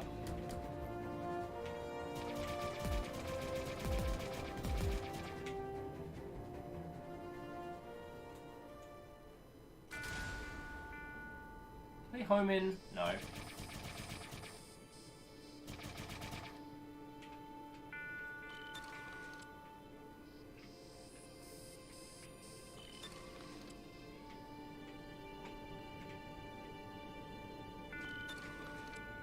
I will admit, that was very funny, though. I mean, I probably should have taken into consideration that I, too, was inside the ship when I emergency vented the whole fecking thing. But, you know. Ooh. A fecking grav bike?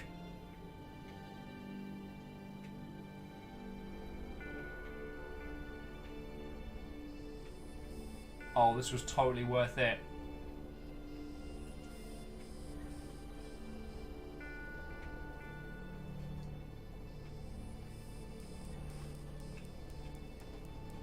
You want a grab bike? I want a grab bike. Everyone wants a grab bike.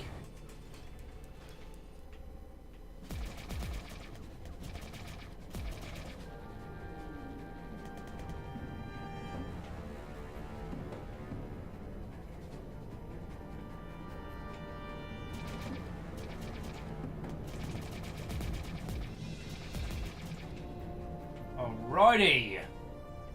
It's a little bit hard to know which way is forward.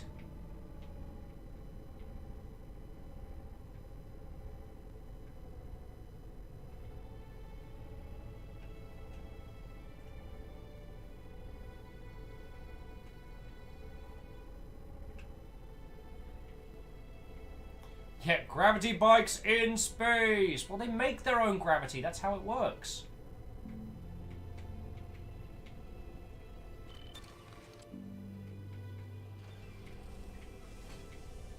Hey, Baron Sheep, Watto friend.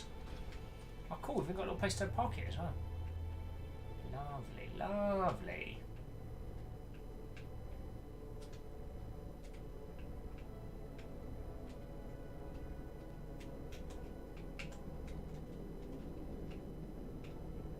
Steel is a very strong word, Alex. I like to think of it as tactically liberated. Definitely got saving after this.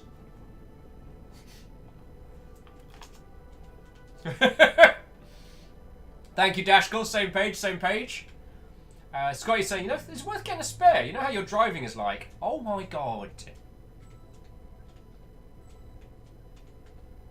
I just need to work out how to get off this thing. Do I need more space?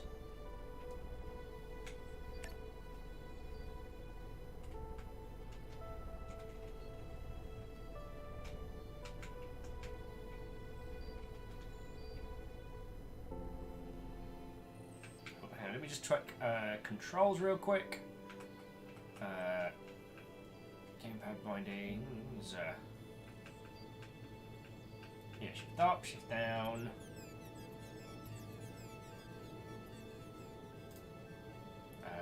Keyboard bindings. Screenshot mode, quick save, toggle console, run. Cancels tab. I can't seem to get off the grav bike right now. I might have to quickly Google that and see if anyone could quickly Google that for us and see what I have to do.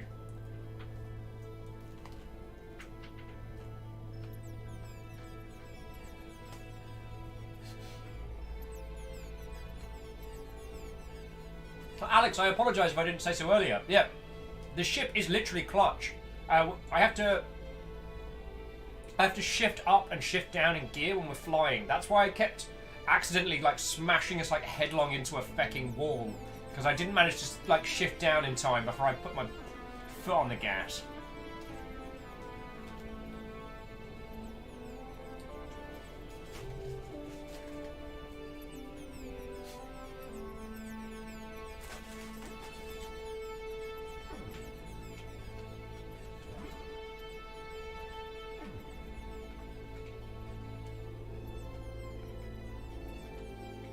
Ah, yes. Thank you.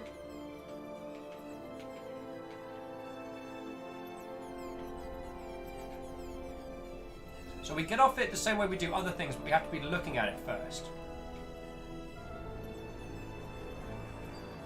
There we go. That's a good looking grab bike. Who wants another?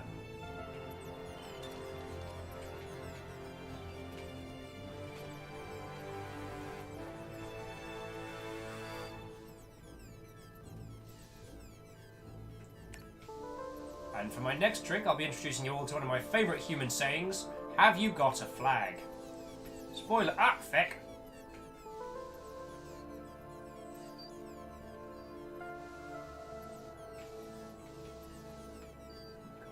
So it is worth pointing out, we can run out of jetpack.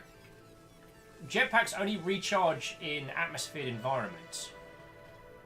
So if we blap our way through this whole place while it's depressurized, we could easily run out.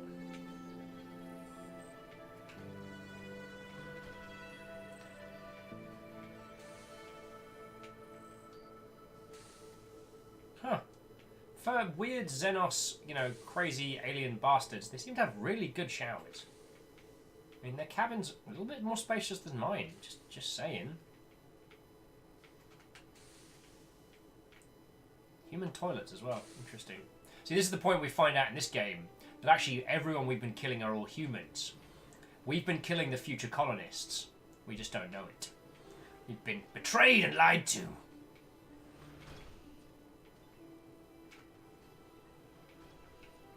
Baron Sheep saying, lots of space stuff this week. Yeah, apparently that's my jam this week. Apparently that's what I'm doing.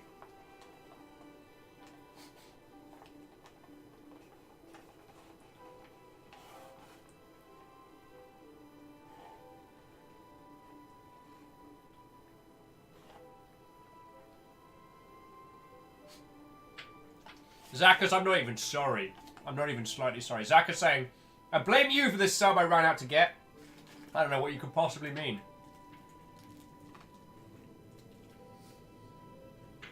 Oh, good.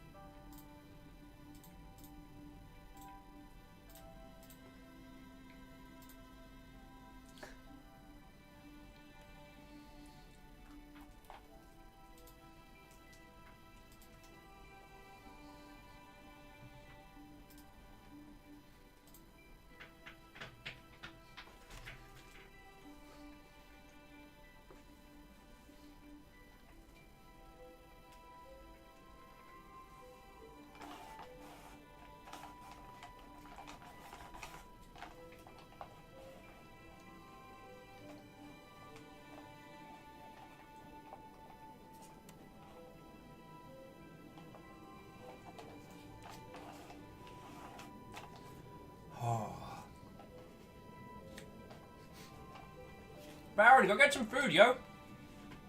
So Baron was saying, I wasn't hungry before. I started watching, but I am now. I wonder why. I should probably go get something to eat. Do the thing! Yeah, university's like, now we enact our revenge about being made to kill humans. We will kill more humans! Steal all their grab bikes. I'm just going to quickly do another sweep, because the station interiors might have an upstairs that I just haven't noticed. Also, I think I'm a season behind on The Expanse.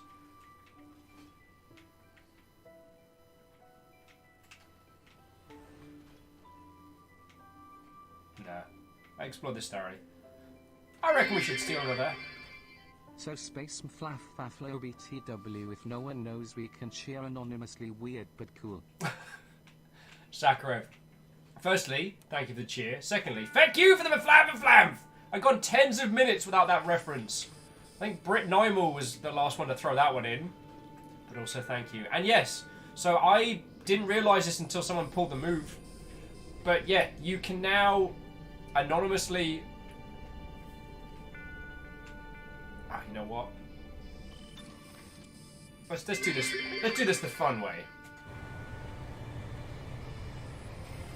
Oh, the grab bike's unaffected. Nice. So whoever those spooky anonymous cheers are, thank you kindly, because there's 100 and another 100. Sakharov, and thank you for the 200 as well. I know I say this a lot, but you know, as I've also said before, you know, the day I stop thanking you lot for being lovely is the day I'm officially an asshole.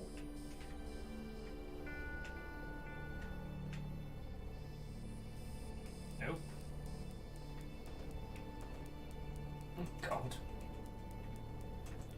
Grab bike's being an asshole! What do you mean gravity bikes need gravity to function? What stupid idea is this? Feck! Ah, I banged my head. Ow, ow, ow, ow, ow, ow, ow.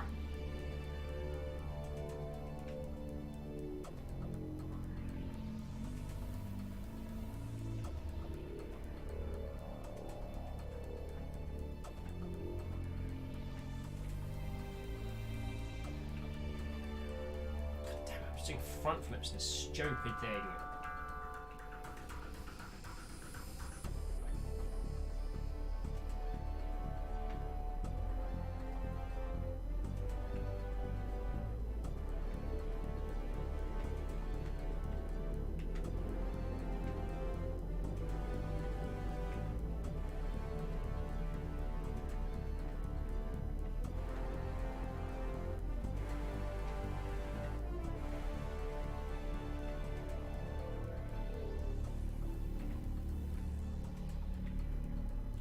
Fine, it's fine, everything's fine. Oh, bloody hell.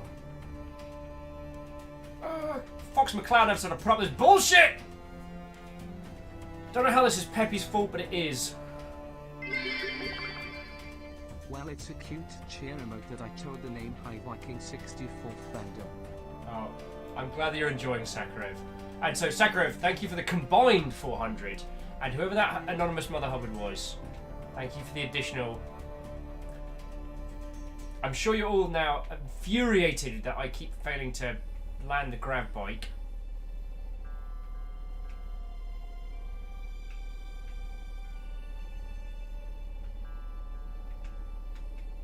Ah! Feck it!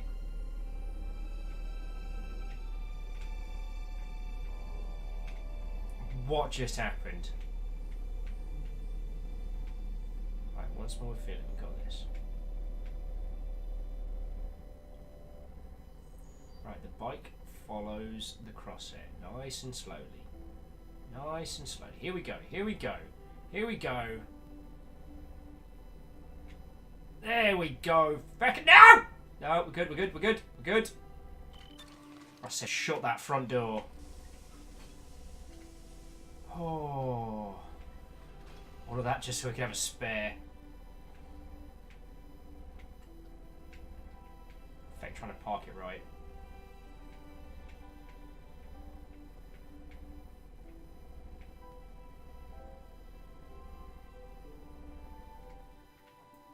It's a good thing you look awesome, Grab Michael. So help me. I'm gonna go on the bridge and have a victory sandwich. Well, second part of my victory sandwich. Oh, feckin' hell. Alright, so we got grab bikes for this place, but that's what we need. We need guns. Guns or armor or something. We need just something that's gonna let us have more survivability when fighting those feckin' assholes.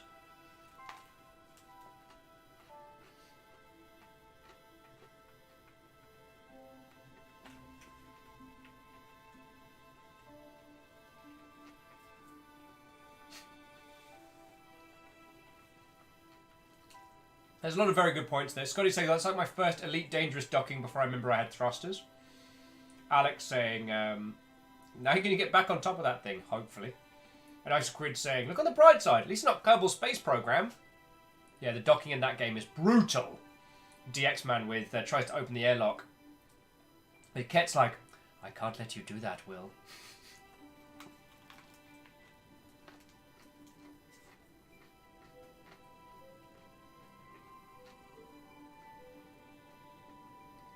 Okay, but what if, theoretically, what if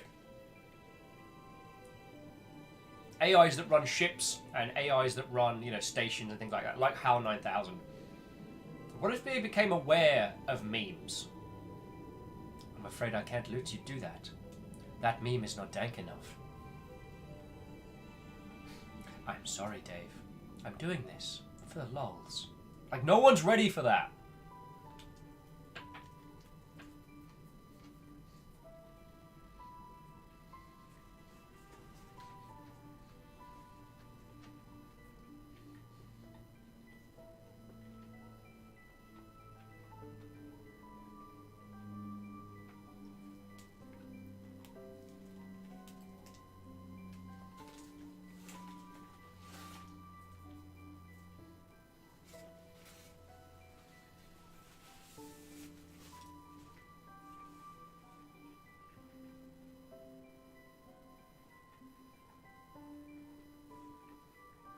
This is so good. Thank you all. Thank you all. The fact that I'm even here, slugging down a bubble tea and hoofing a sandwich, thanks to you lot. So, yeah. Now, Baron Sheep, usually I would say I would err on the side of fiscal sensibility. As Baron's asking us today, it's payday. Do they go get foods or eat the sandwich stuff they have in the fridge at work? I would usually say blitz the sandwich stuff, and then you've got that, you've got that sense of accomplishment, and you can have the foods later. But I've just eaten 2 sandwiches, which I did not acquire in a cost-effective method, and it was my treat for today. Today's Thursday, right? The speed at which everything is flying past me, both work-wise and knife-wise, has been very... Oh, Dashko, thank you for refilling the cup. How far away are some of these? That's 22 light seconds.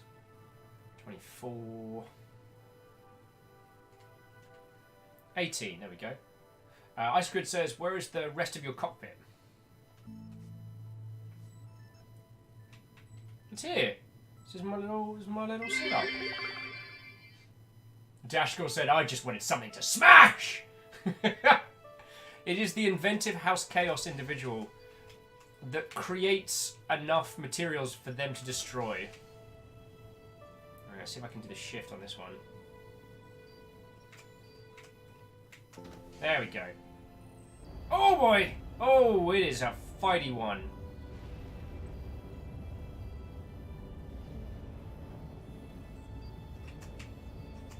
Right. Feck. Missed it by 4 light seconds.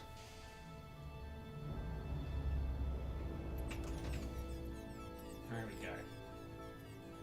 Took a couple of passes, but we got it. Vanguard chunk, status infected. What the hell?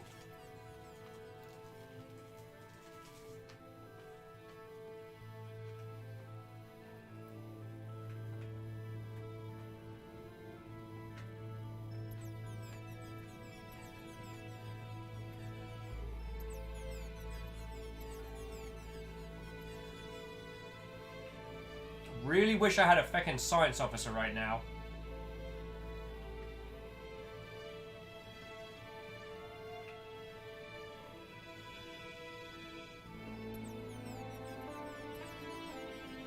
Yeah, Miyagi scores like infection.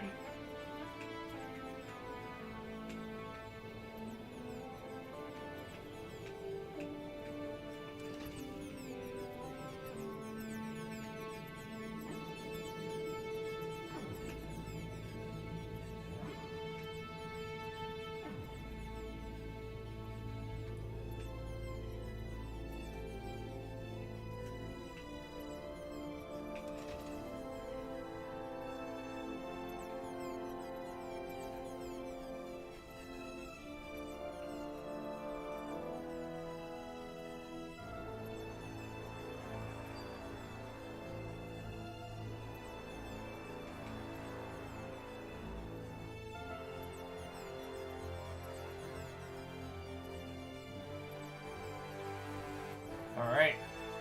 Let's see what we got, friends. Grab a blaster. I have no idea what we're about to find here, friends.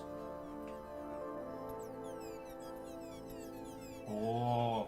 So Camille, again, thank you. But also Camille saying their favourite King Power chicken place is now deliverable via a new site. And Baron says, oh, can someone in chat remind Will to answer my Discord message at the end of the stream? Yes. Yes. Oh, that was the thing that I was going to ask you while you're here, Baron. Which is, what should we use for the image for memory equals null? Oi.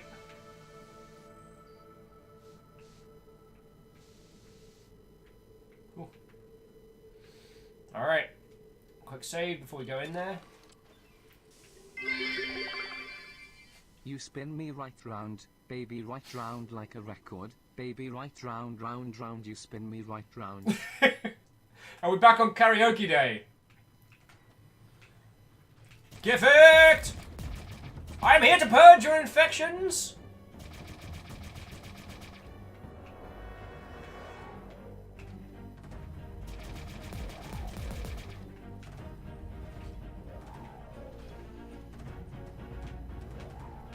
The doctor is in. The only sickness I can prescribe being Xeno scum.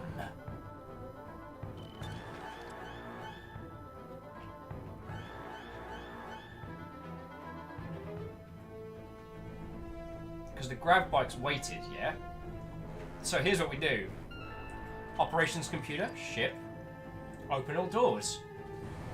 What's that? It sounded like Xenos scum being sucked out into space. No. I must be imagining it. Must be imagining it. Sakura says it's all the way karaoke with me. Wow, you are optimistic there.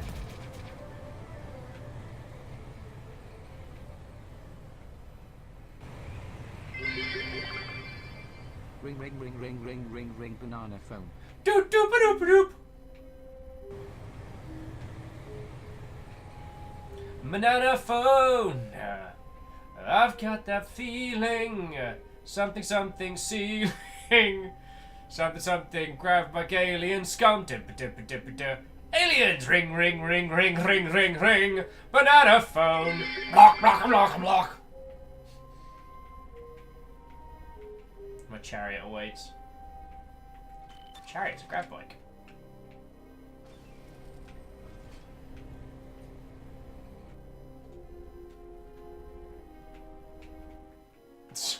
And Dash go, my flame for flame for.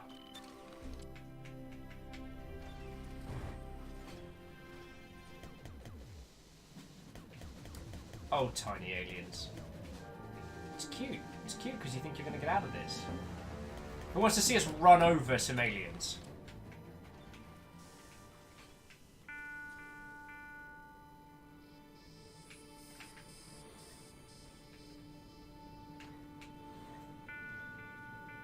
Item says, what a welcome to your own stream. Flicks non-existent ponytail. Wow. Wow, I feel called out.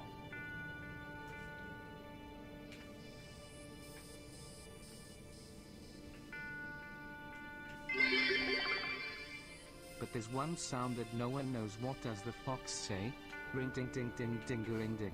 Garing ding ding ding ding ding. I feel that's a misnomer, because as a person who grew up in the countryside, I know exactly what noise the fox makes. It's horrific, unmusical screaming. Also, look at this guy. He's dead, Jim. Right, where are the other two? Just run them over. Oh! Might have just sent him off into the deep reaches of space.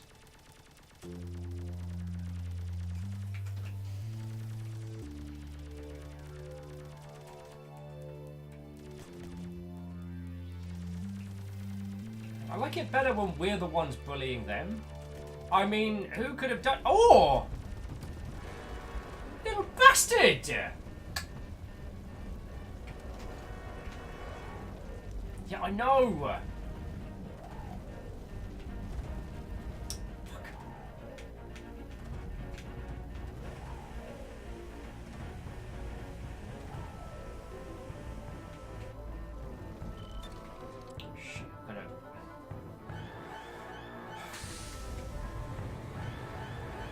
Hold on! We're gonna vent the ship. Crowbeak, what ho!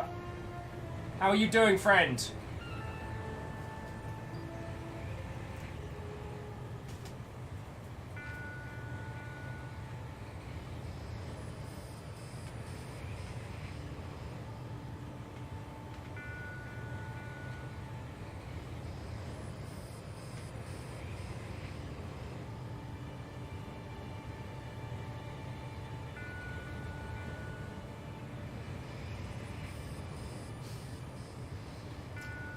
Crowbeak's informing us that they have delicious salad going. Salad and tea. Doesn't get much better. I would agree with you, but I have banh mi sandwiches and bubble tea, so I'm doing pretty bloody good. I'm not saying it's a contest.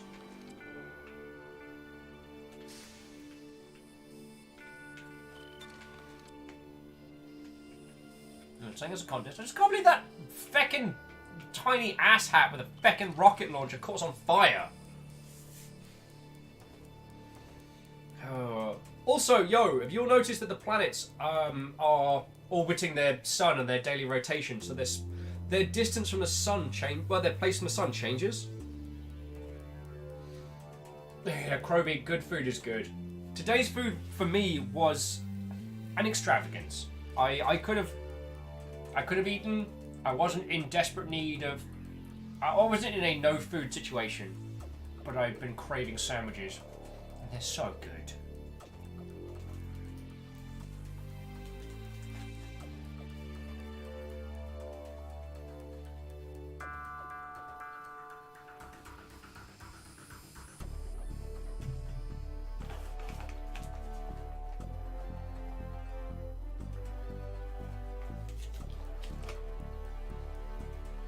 Zaka says this really is 3D FTL. I mean, add a few random events and a few like communications, a few like little like non-story side quests and stuff. You could easily get this kind of like a roguelikean FTL randomness. And we basically bullied universally into going to get bubble tea, so we'll see you when you get back, yo.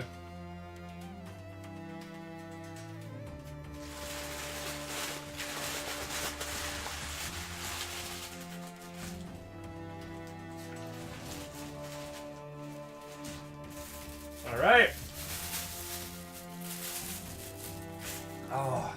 And again, thank you all. That was fecking delicious.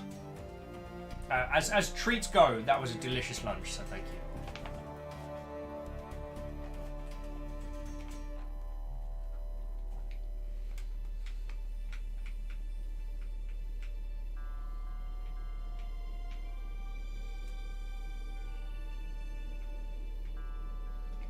Alright, we've got to go back to Jalrio. Just... I don't want to. Which one was Jalrio? Jalrio was the slightly... Jalrio was one of the donuts. It's the brown one. Oh god! Sorry. Oh! Even in docking mode, the... Is that you, Jalrian? Yeah, Jalrio. Alright.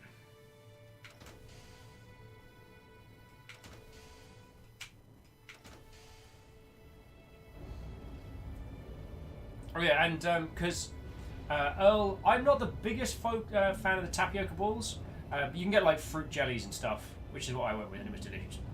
Right. Okay. So now we're going to see where in the ruddy hell we're going to go next.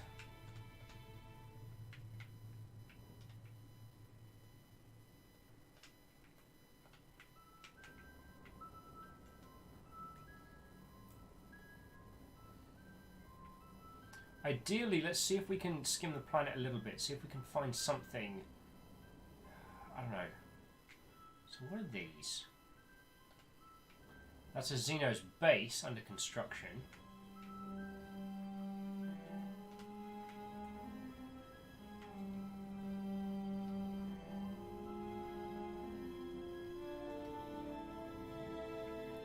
We might be able to hot drop onto that one.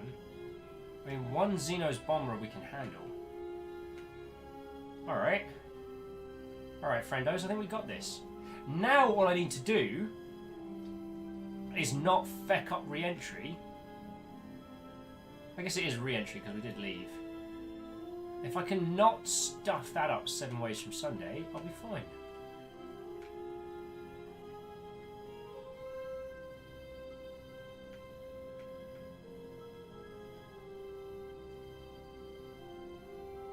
Alright. Wish me luck. How many times have I died doing re-entry so far today? Like just once or twice, right? Just once or twice. Alright. Oh, excuse me, oh man. I know it's a gross thing to say, but that was the most delicious of belches. Alright, in theory...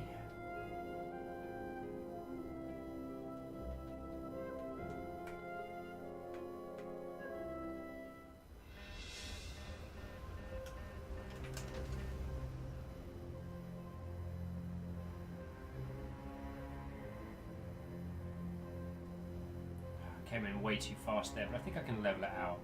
As long as we don't flip over onto our side or our back, I should be able to bring us down.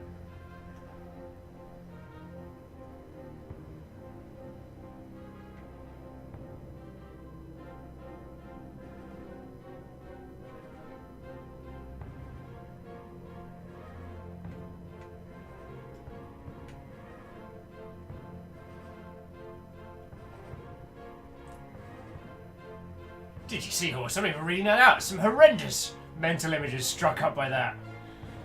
Good Lord.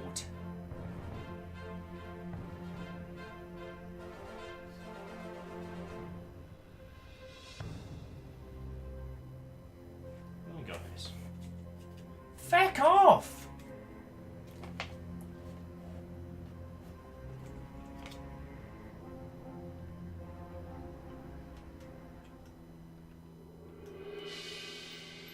There we go.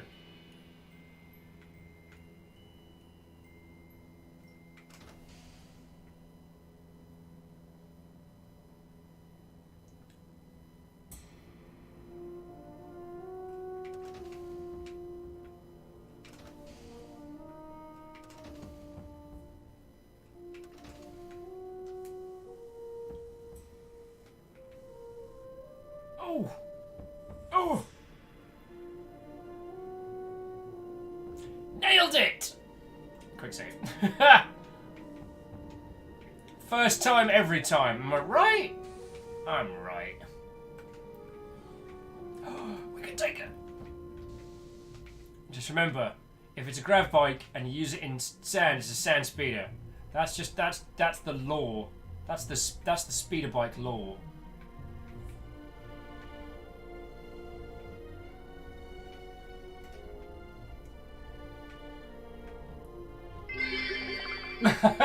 Digital seahorse, re-entry must be like unbirthing. You're supposed to die a few times before you get it right. You're both criminals. You're both criminals, and I will report you. I will report you to the authorities. I don't even know which authorities yet. Alright. Grab bike time!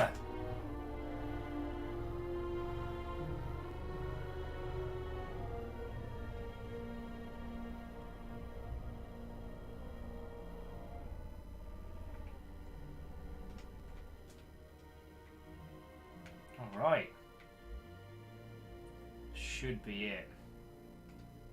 Great work! This key will allow you to read more encrypted communications on the FTL radio. Nice. And hopefully this is terraforming for dummies. Peace. This isn't what we need, is it? Yeah, I had a feeling this would be the case.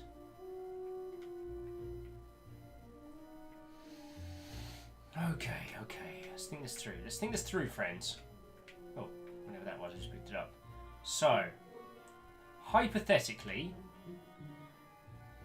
we just need to get a heat shield, right? We don't need to... We don't have to fight these numpties head on, right?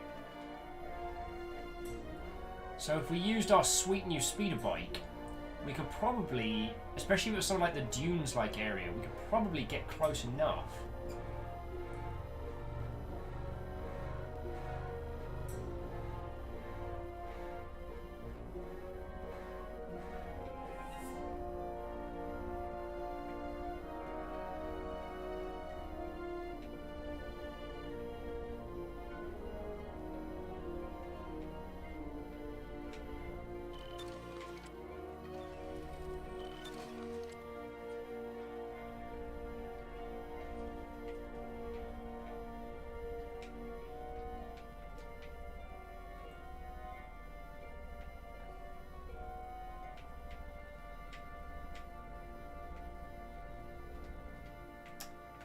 was hoping for more, you know?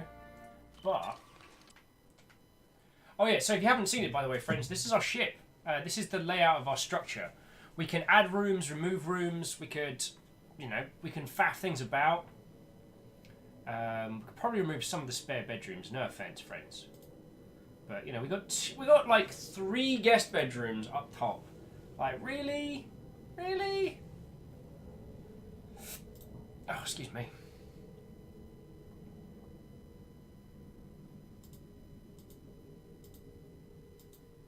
Wow, we can go up 7 floors? Nice. Wow, we've put fair cool. So...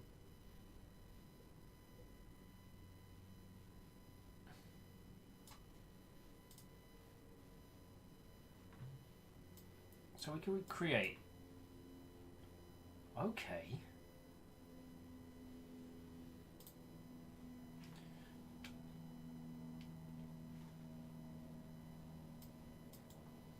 So this is our area here. And this area is 2 floors up. Cool. Cool!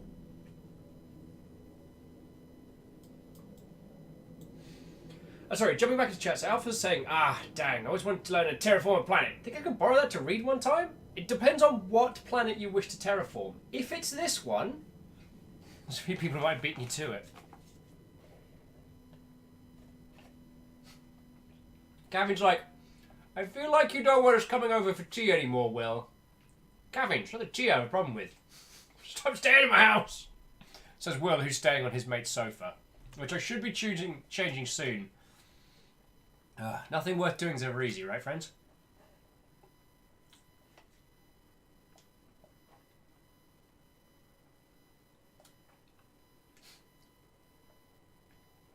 Sakharev wanted to point out that with that previous donation, it is worse when the Welsh guy says it.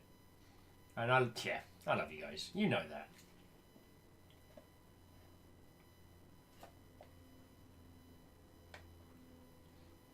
So Krobik's asking the important questions. Which is, 1, is this your megalith in space? Feck yeah. 2, how do you defend the ship by yourself all at once? I've been running around putting out fires when that's been a problem, but for the most part...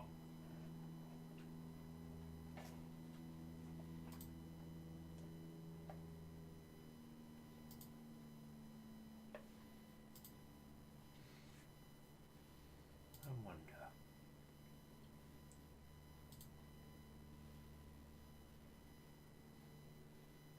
for the most part, it's mostly been fires and avoiding getting shot to heck, so...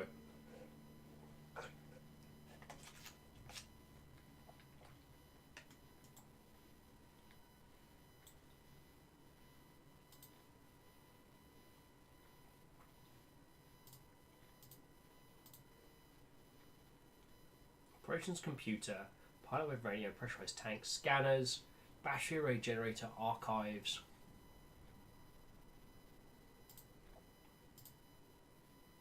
Because I kind of want a more expansive cockpit section. So I wonder. Alright, I'm gonna try a thing different. So we're gonna make essentially we're gonna make a second cockpit. Because we've got main bridge here. And then main bridge leads down into engineering. But then if we alright, so we're going to add a room.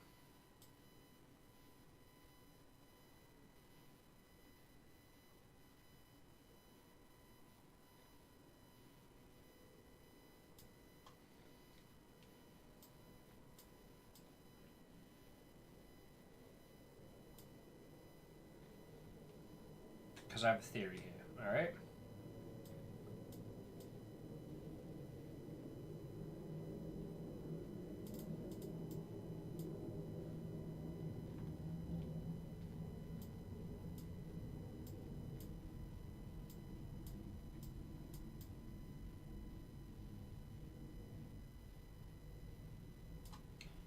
Okay, so then place an entity. So grab us a regular dual. Done. Okay, so here, what do we need? We need a pilot station.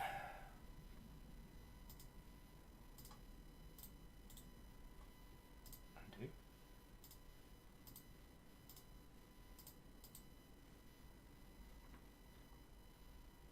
Battery array, archives, lights, items, furniture. Is it furniture? Hollow screen.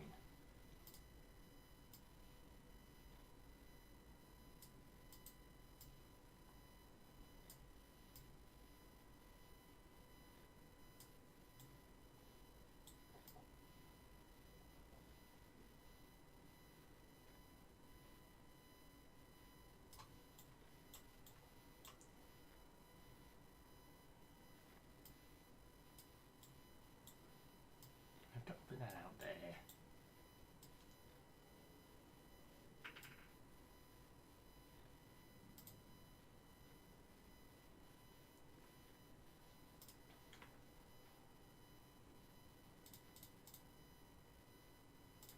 Aha! Got an idea. Got an idea.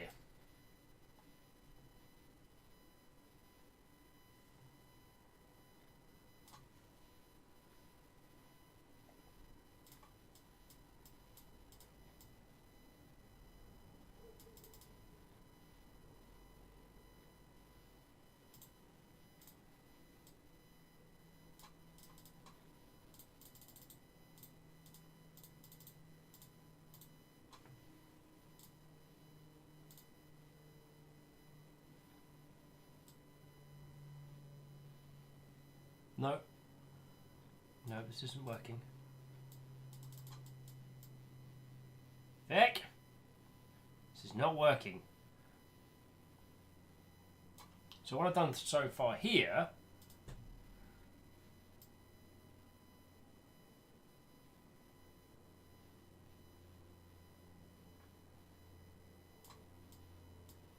okay, this is what I was after, friends.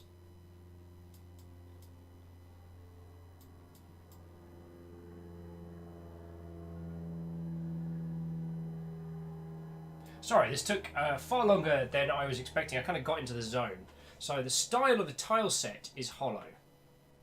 And this will end up essentially being our like super duper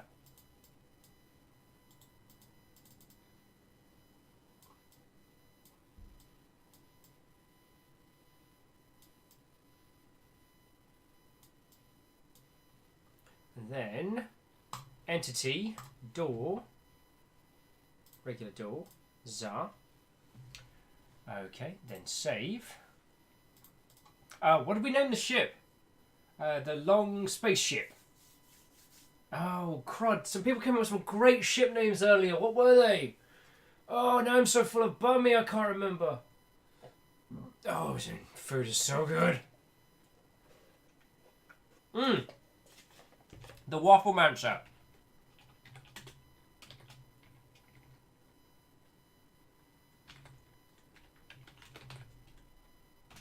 That was what we went for initially, but I will accept additional suggestions.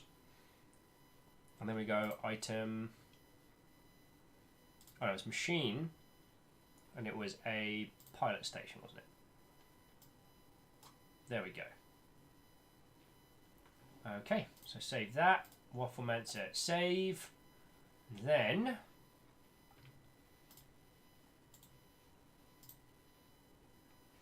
we apply. Apply changes and exit, yes. Okay, open airlock in.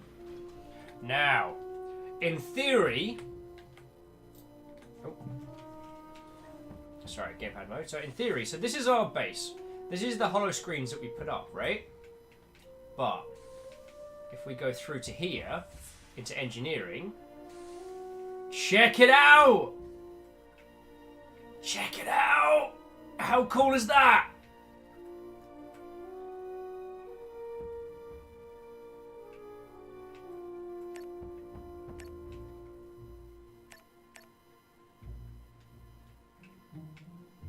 See?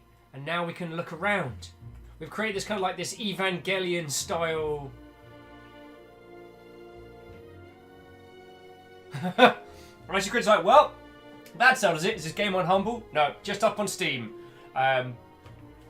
But yeah.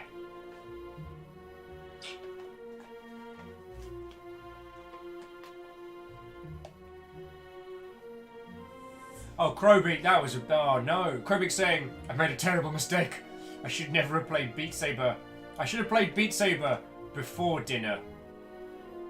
You never DDR after.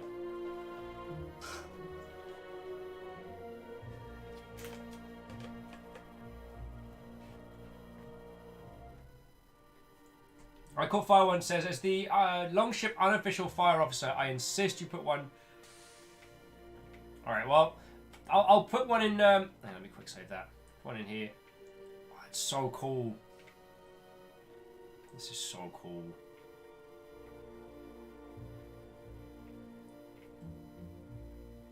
Alright, so we're going to be taking off. Oh, this is amazing.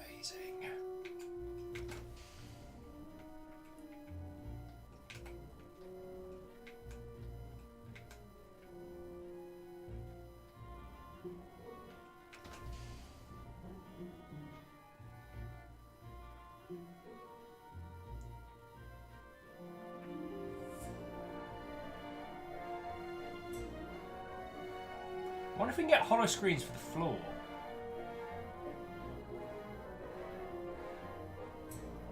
Ice Cream says, it's a bit of a shame this game's single player only. Actually, you're not the first person to mention that. So let me just land this in on the dunes. Also, I'm loving the soundtrack. I don't know if I've said that 8 million times. It just reminds me of SG-1 and classic Stargate so much. Ooh. Sorry there, script the landing a little bit. I just didn't want to do this while we were careening across the stars.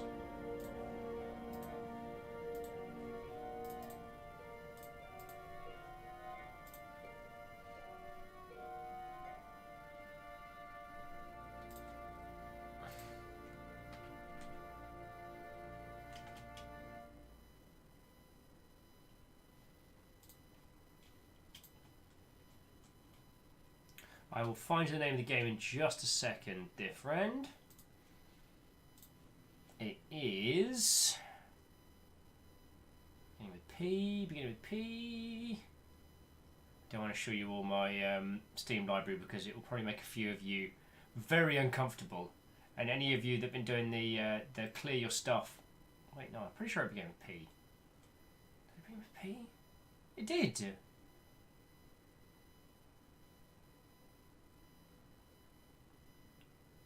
How did I miss it? Oh.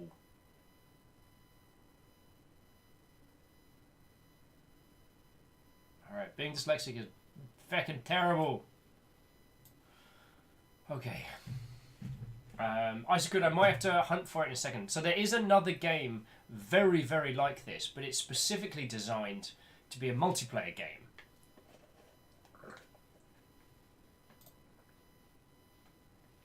It's not Empyrean. I think it's Empyrean.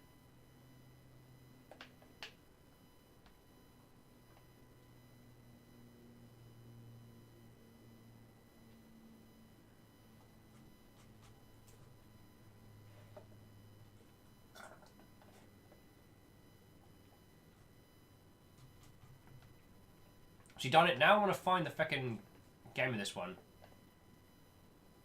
I think I started playing Empyrean with some people. I can't remember why I stopped. Sorry, that's a story for another time. I'm getting very distracted here. Byakuaz. So, yeah, Evacron Mercenary was the one that I bounced off of, which should have loved. Where is it? Where is it? Oh, it's not Fractured Space. You're not helping Steam. And Steam wonders why we don't play the same. Why we buy more games instead of finding them, because it takes an eternity to find games you have acquired. There are rumblings that Steam's going to roll out their version 2 of Steam UI this year, but as with all of the kind of the Steam insider stuff, there's so many theories. You know, these are the same people that said we were going to see Half-Life 3 on VR this year. So, you know. No, it's here. I know it's here because I was looking at it and I was considering the logistics of getting a team together to try it. Because I've had like a space craving for a while. I've even found myself rewatching Solo last night, the Han Solo standalone movie. And it's got some great moments in it. But you know what no one needs? Another white guy's opinion on a Star Wars film, am I right? Boof! Joking aside, there's nothing I could add to the discussion of like the Star Wars films that, you know, people like Mikey Newman and stuff haven't said much better than I.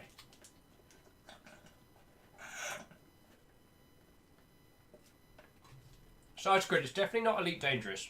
So it's a multiplayer one-ship first-person game that looks very, very similar to this, but it is designed for multiplayer only. And I will find it in just a second. Although at some point we do need to play Pantropy, but I think Camille and I were definitely going to do that one first before leaping in and throwing a bunch of poor numpties at it. Ah, Project Nimbus. Pulsar! It did begin with a fucking P! Pulsar Lost Colony. That's the multiplayer variant of this. There's more things to do and silliness to undertake, but it's an interesting title for sure.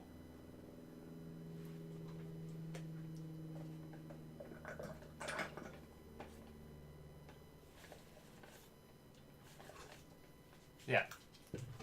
So Pulsar was one of the ones that I was considering, but you need to play that multiplayer with a good crew. And also, I wonder if I can...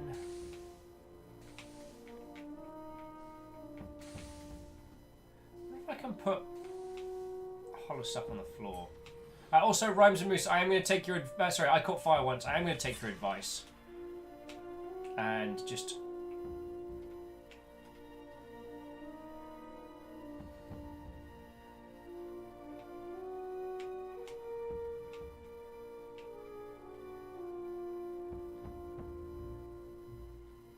That's cool.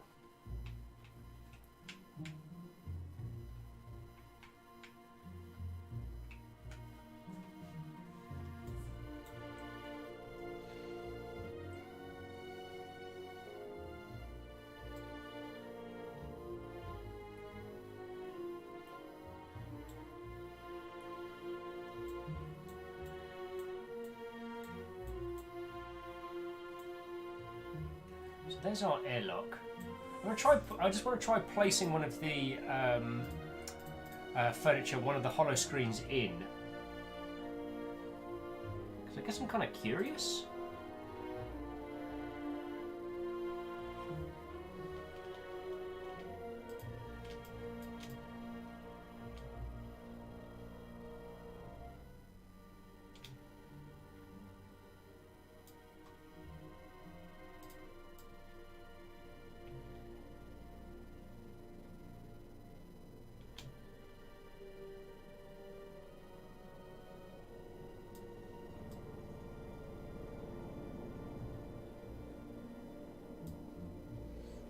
Okay, just going to apply those. What else do we want to put in? Oh, we wanted to put in a fire extinguisher. So I tell you what if we put a fire extinguisher in engineering? Because honestly, it's probably pretty criminal we don't have one in there already.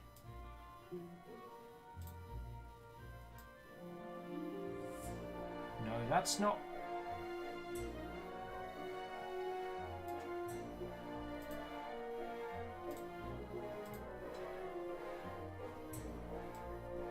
Wait.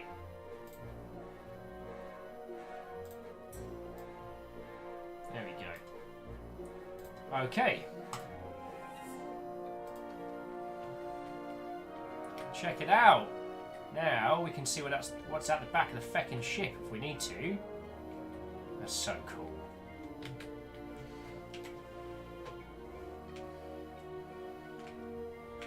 And Isocrid saying that game sounds a lot like the game where you're the captain, you can't see what the navigator and weapons people. That is... Oh, God. I've played it loads. Heck! I've played it loads, and it's a really good game. Artemis! Thank you, Sadlin! I should have known anything involving a rad controller setup, you'd know. So we've got our official stuff. And then if we want to be really fancy, we've got like our fighter pilot cockpit in here. It's part observation deck as well. Anyway, so we searched this point.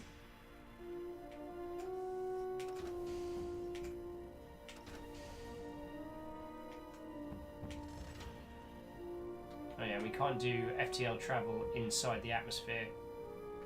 Alright, well, fucking do it. Oh, sorry. My eyes all over the place. Iron saying so 2 cents in Half-Life 3 is there's no incentive for Valve to release it, and no interest. There's definitely no interest internally. Though I mean personally I feel like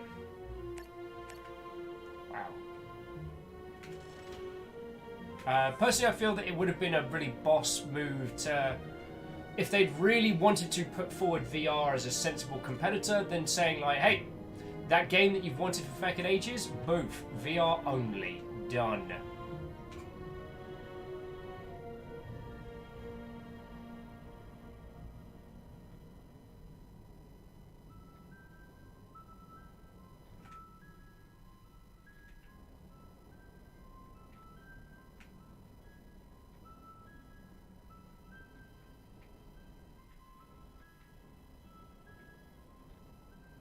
So there's another beacon over there. See what that gets us.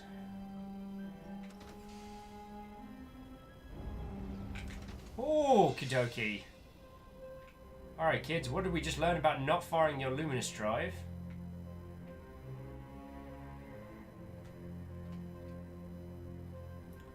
Was that where we just came from? No, because we blitzed across the planet a little. Alright. Hey, do you remember that time that Will did a re-entry landing at night?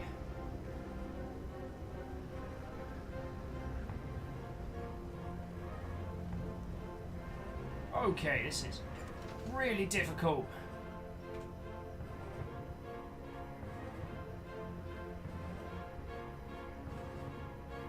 Alright, we're coming in slow, but we're coming in easy. If I can just keep the horizon level, we're good. So jumping back in, Moose is adding, if you are putting your cockpit at the end of a narrow hallway with no escapes, a small fire could easily trap you with no escape, and the fire extinguisher in engineering would be no help to you.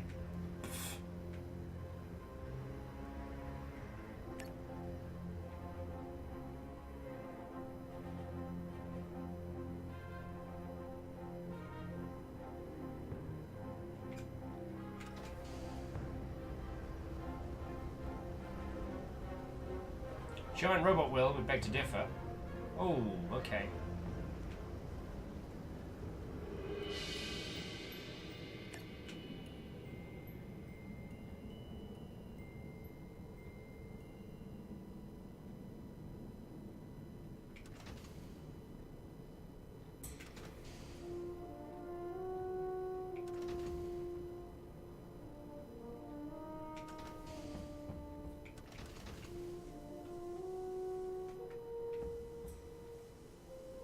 Looks like there might be something left. This might be what we're after. Okay, okay. And there's definitely items.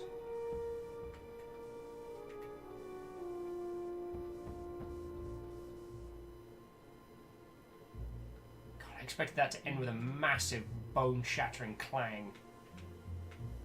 Alright, kids. Remember where we parked?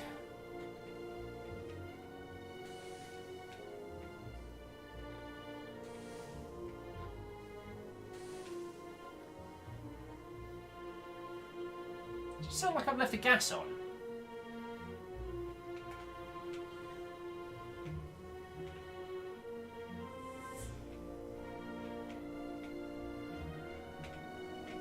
Anyway, come on, grab bike. We've got shit to do.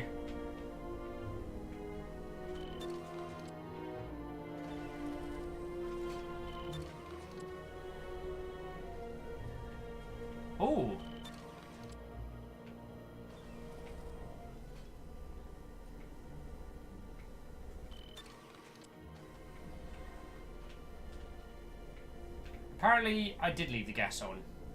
That being the throttle on. Details, details.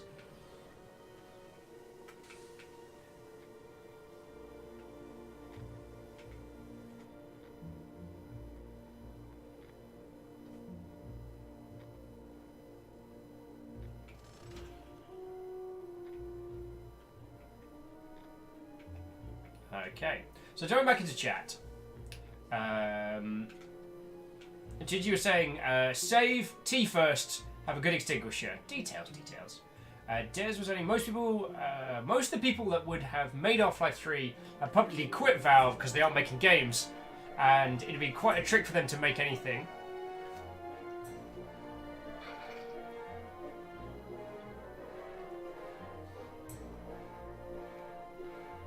Nim's adding, I don't mean no interest internally. I just mean they feel they can deliver the bee's knees, which may be forever a moving target.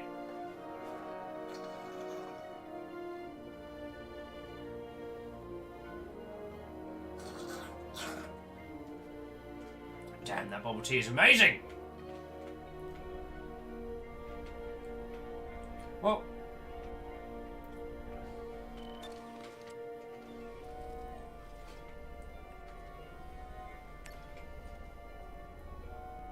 alright, come on, jet bike.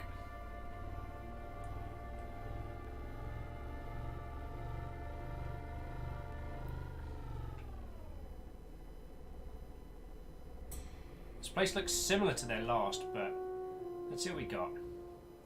Empty barrel. Missile ammo, nice. Communication decryption key. We've got some communication decryption key, but what we need is a heat shield, which apparently we can get on this planet.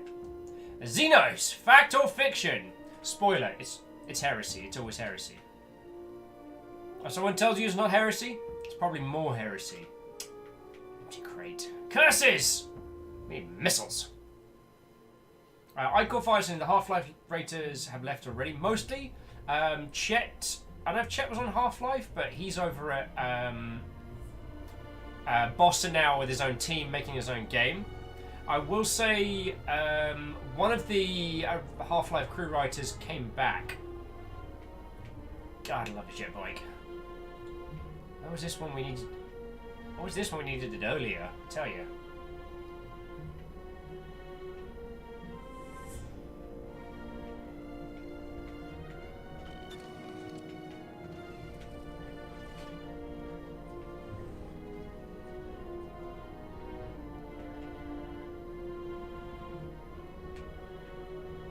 Fine, everything's fine. No one saw anything. Everything is entirely fine. Now, see, if you don't mind me being completely irresponsible is the wrong word. If you don't mind me being completely unreasonable for it, that's the bathrooms. We put the bathrooms there. It says Wally designed the ship. If you don't mind me being entirely unreasonable for a moment, I want a game of this scale with giant robots in. And I feel like, because the bigger the robot, the more logistics it takes to transport it from place to place, I think it would be pretty good. Like, one of the things I considered playing today was going back and restarting Battletech. Because I know Ket played a lot of it with you all, and it did result, the last mission when he played it was so buggy that he wasn't able to finish because it sadly lagged out. And Sadlin is expressing one of the great joys in video games, which is when you redesign a successful magnum opus solution for aesthetics.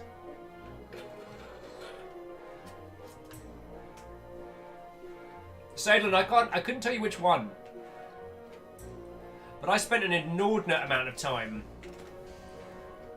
trying to design and redesign a ship.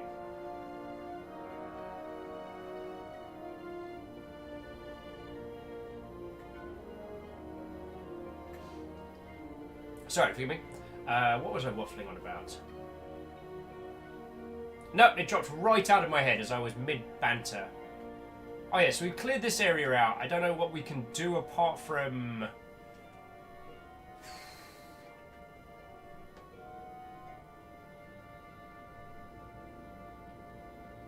Oh yes, that playing Opus Magnum one of my favourite things was I designed a specific puzzle. I couldn't tell you which one, but I designed it to look like a cool, like, elemental self-swapping revolver.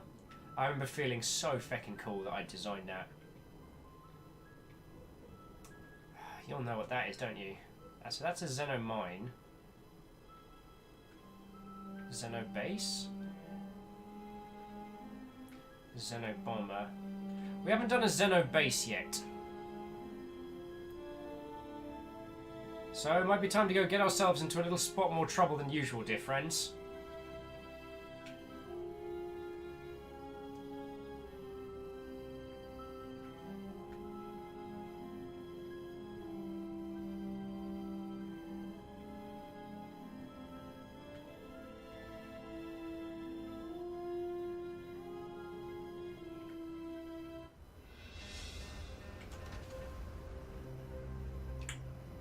Yeah, guess who's slowly learning how to do re-entries proper? It's me. It's me. I'm learning how to do it. The university's saying that they love Opus Magnum. Although 6 arm pieces are usually impractical. Oh, hells yeah. But that was part of the challenge.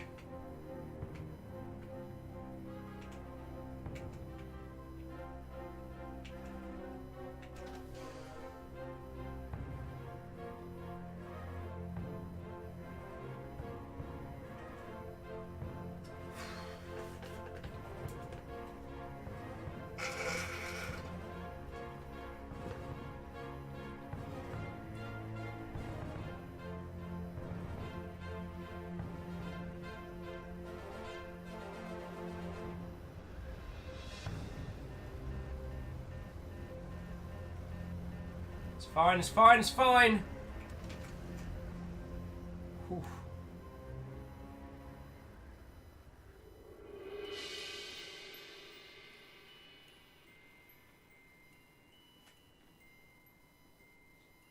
And I know I've annoyed you all about the concept of the large-scale robot mech game, but it's just the idea that like the Veritech fighters from Robotech or Macross or whatever you want to call it.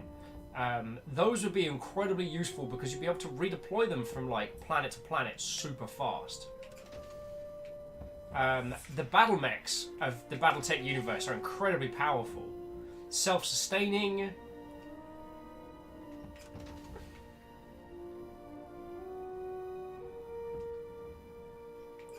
Hey, who wants to do a sweeping run on this alien base before we go in there?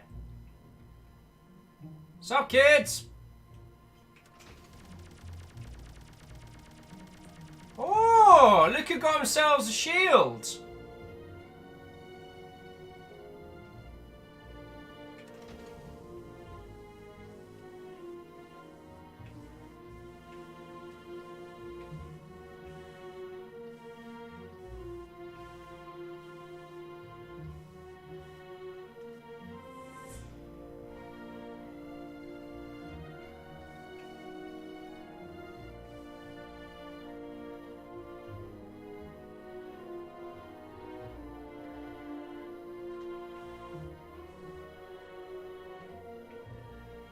Right.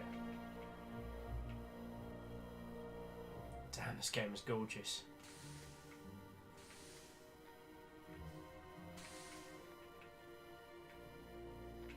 So cool.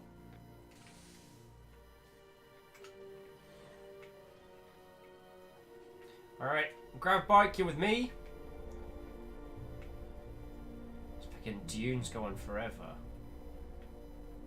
Yeah, the sense of the scale in this game is... It is quite confusing, but it's... I don't know, it leaves me with that sense of just how fucking big the universe is. I wonder if in some regards No Man's Sky trying to cram every moment full of something result in it in being... No Man's Sky felt more empty. To me, anyway.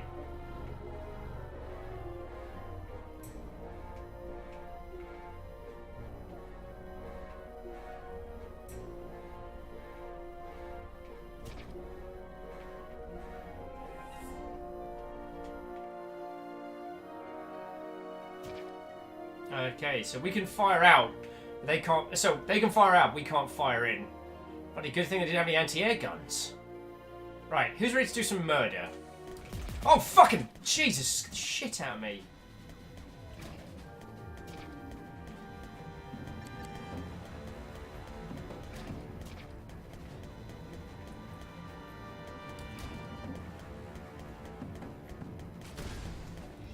He got himself a feckin' shield!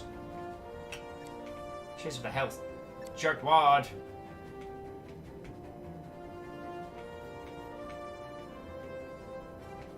Left or right? What do you think? Right makes might.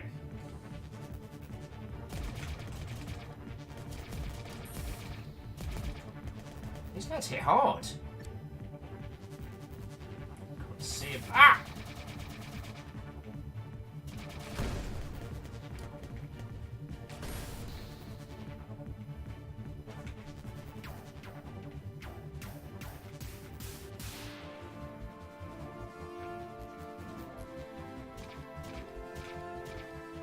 Can't see a ruddy thing in this atmosphere.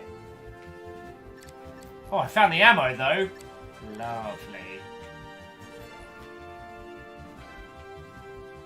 Not sure we're the heroes, but we're killing Xenos.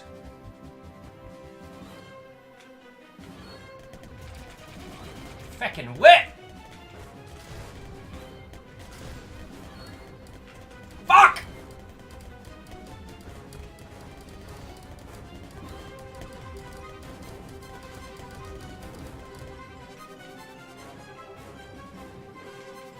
Autosave. Numpty enters interior. I hate how this game knows me.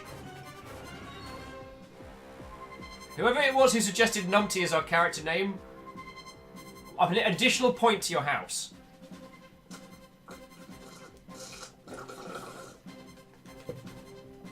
Alright. Oh.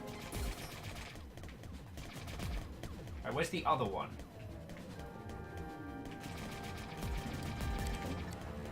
Those little bastards can't be underestimated.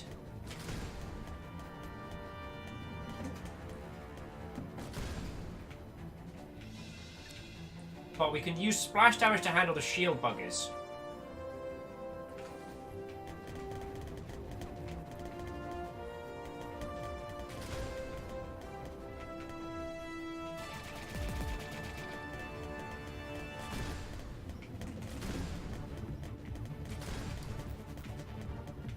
Alright, we got it this time. Ow, my face. Get effect!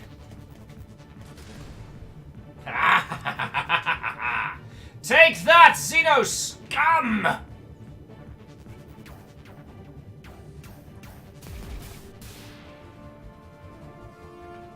The fuck is that? Whoa! Jesus, you're a big boy, aren't you? Some asshole's been eating his Wheaties. Forgive my language! Just hex all over the place today.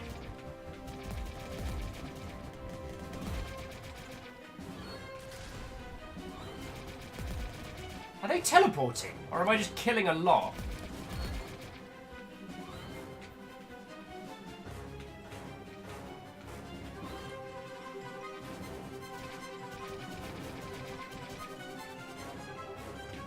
Missiles, damn it.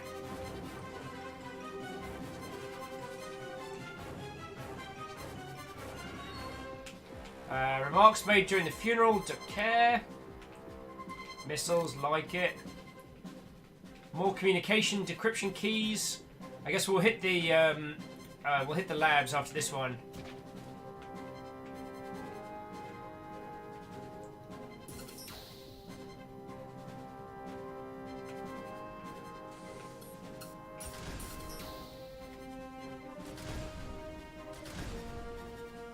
It's worth a shot. I mean, what the heck else am I supposed to do with a gigantic spinning green disc apart from shoot missiles at it, right?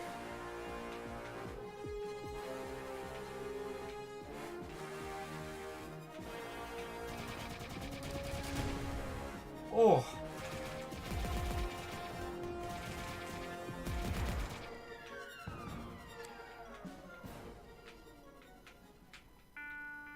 The base is clear. Go team. I probably should be breathing in whatever the hell this is. Oh, I've got a spacesuit, don't I? Someone was not paying attention. Nah. Doobly-doo, apples and pears. My name's Commander Shepard. And alien genocide's not really genocide. Excuse me, Commander Shepard. What did you just say? Nothing. I said peace in all worlds. Not entirely sure that's what you said, Commander Shepard. Alright. We'll go check the communications logs back on the ship. See what that gets us. Maybe a better clue as to what it is we're meant to be picking up. And the shield's still there. Anyway, that's a problem for another time. Let's roll.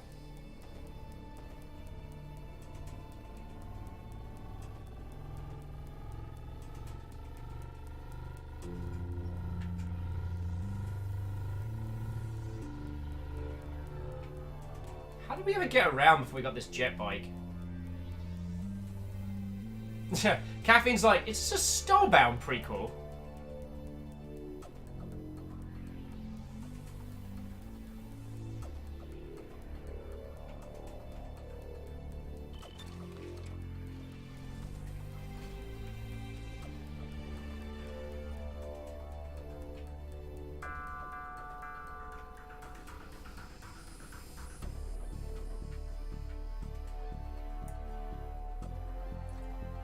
It's weird. I thought attacking a military base might end up... We might end up swimming in alien contacts, but...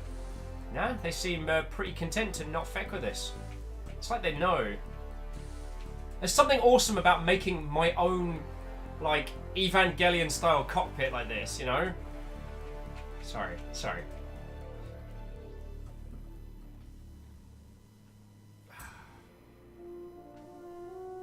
Oh, but I am going to do the thing I said I was going to do, which is read some of the communication logs.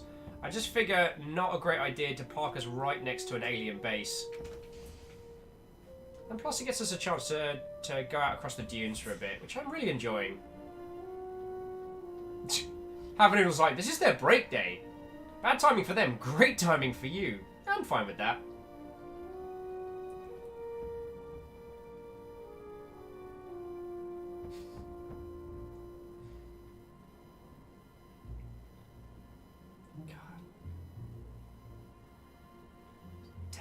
Desert's going for days. Like, can you imagine a feckin' dune worm just jumping up out of the sands right now? That's how you get a jump scare out of wilderness. Wow, this terrain is bumpy as heck. I think I can do a clean landing there-ish.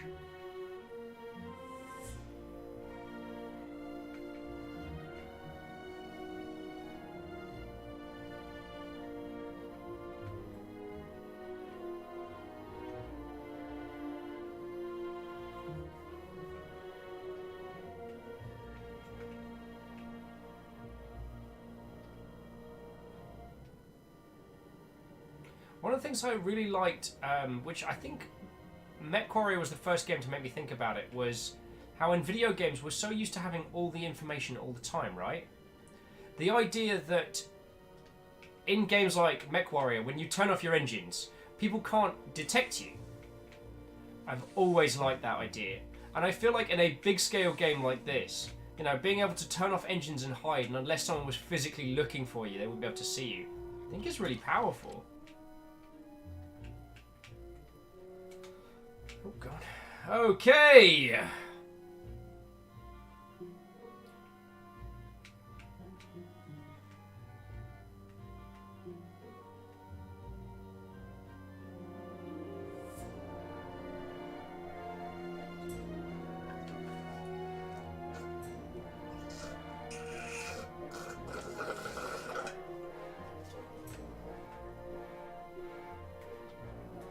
Okay. Iron, you're right. The spice must flow.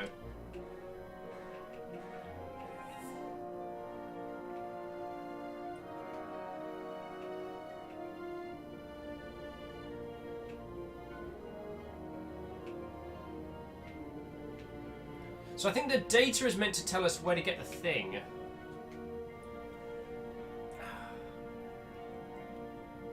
So maybe going to Perrin might not be a bad idea. Because supposedly we can get the heating upgrade from Perrin as well, and that might be slightly better for us. Alright, we're going to Perrin! I'm going to assume everyone's packed what they need for a Perrin trip. Like, also, I don't know if you've noticed, but I have no chair in this cockpit because it's a standing desk. Ooh! Oh, I forgot I left it on second gear. So it says, shutting down the ship in Elite Dangerous lowers the heat profile for anti-scanning bluff. Cool.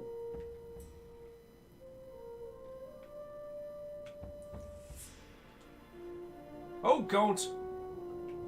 It's fine. Everything's fine. I'm fine, by the way.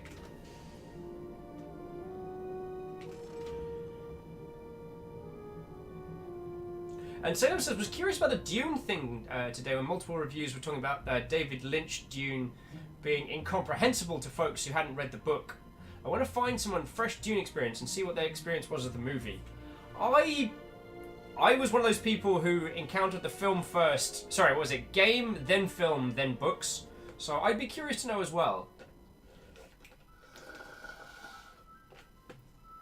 I didn't find the film incomprehensible. I found it a little dull, but not bad. Alright, let's try not to crash us into a planet for once. Alright, whatever it is that usually fights against us when we're doing this is being a little bit more forgiving than usual. Woo! What the crap is that? Unknown. It's a big ass unknown. Ah, thick! God damn it. Feckin' ships, I tell thee. Oh, crap, crap, crap! Oh, we are tumbling, we are tumbling! Woo! Ha!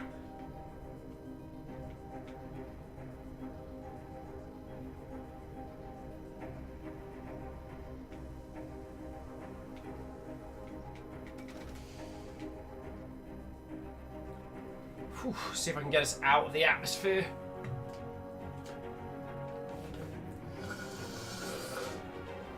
We got this! I'm damn if this game is making me feel like a fucking explorer.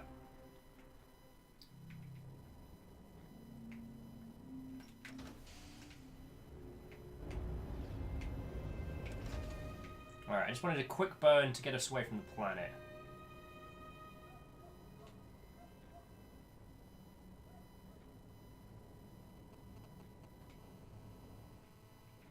Alright, well, whatever that is there, I reckon that's a good shout. A couple of Xeno scouts nearby, but we can handle those. It's the Xeno bombers that wreck our day.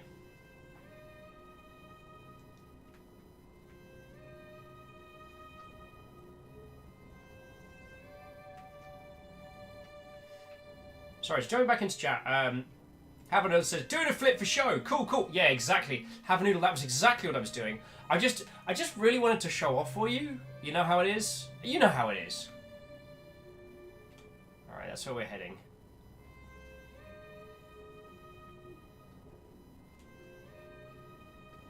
I'm saying I miss the old, miss the Westwood strategy games. Me too. Rest in peace, Westwood. The fact that Westwood aren't banging out great games today has nothing to do with Westwood. But that's another story.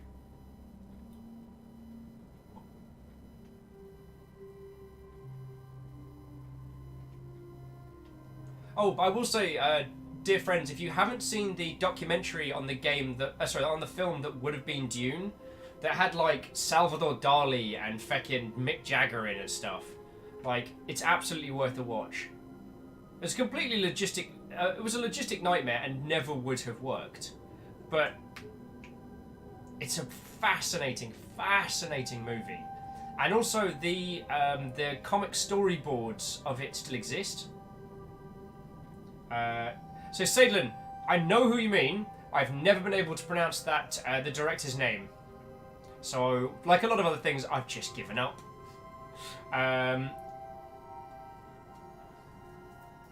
Oh, I didn't say that Lynch walked partway through the project? Interesting, I didn't know that. Although, what's interesting about the documentary on Dune, it turns out that the Dune that was never released, that's the reason why Geiger got into cinema. Like, so H.R. Geiger hadn't done any movies, movie stuff or movie design stuff before. And that what got him into cinema was doing the designs for the... Oh. I know. Feck. Alright, we're good. Alright, let's take it nice and slow on re-entry. We're in no rush. Oh yeah, so Geiger got into films by doing the designs for House Harkonnen. I'm just watching that depthometer.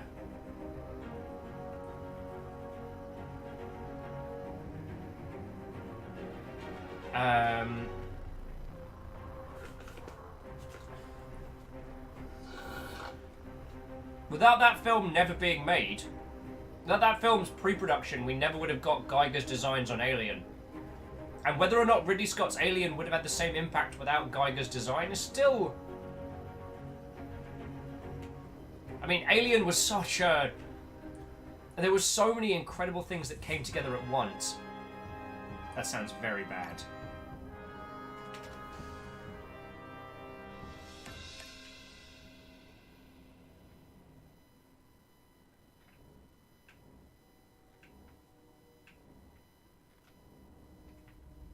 Can't see more than 5 meters in front of my face. Oh, this seems all feckin' bad. You have nothing to apologise for. I'm saying sorry that their typing is off. You're all good. Oh god. Feck me. Can't see my feckin' hand in front of my face here. And, you know, maybe let's not...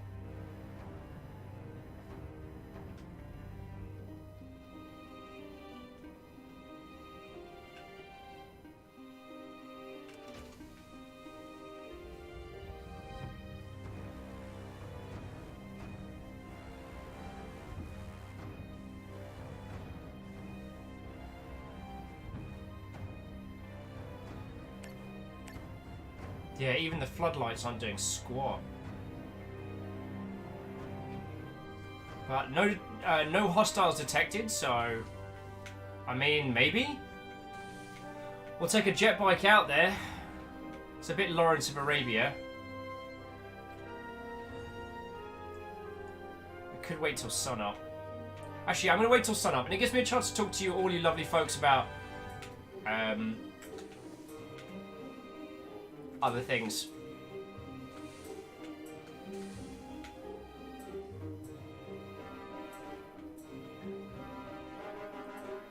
We're not under attack. So we just have to endure the dramatic music and hope that the days on here aren't like fecking pitch black.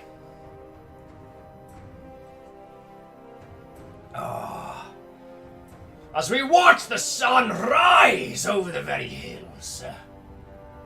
Hi, my name's Will, and I'm so pale I cause the white balance on my camera to freak the feck out. It's because I'm wearing a big-ass black hoodie.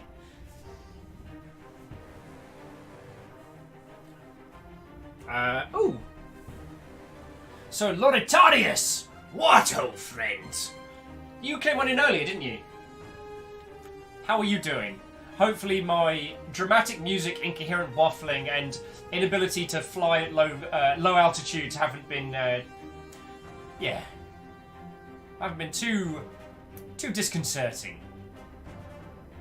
Just waiting for sunup.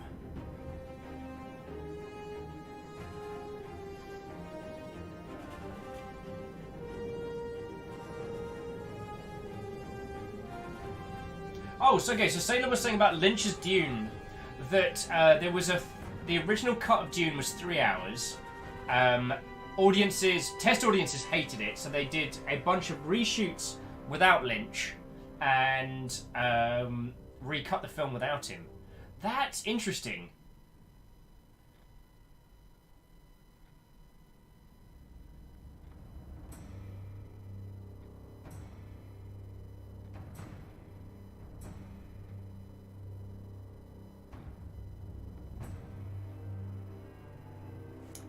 how long we got till sun up? And God of War, thank you kindly for the bits, friend. Alright. You know what? Maybe hitting this cache under cover of night's not a bad idea. Like, here's me being like, oh, I can't see other people. Yeah. And other people can't see me.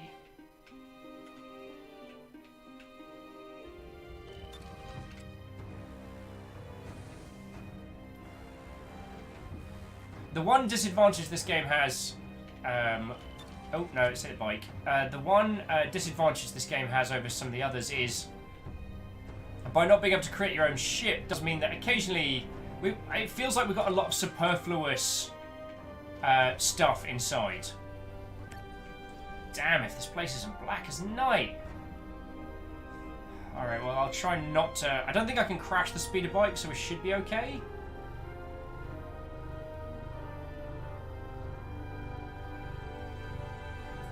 The speed bike is squirrely, I'll tell you that much, friends.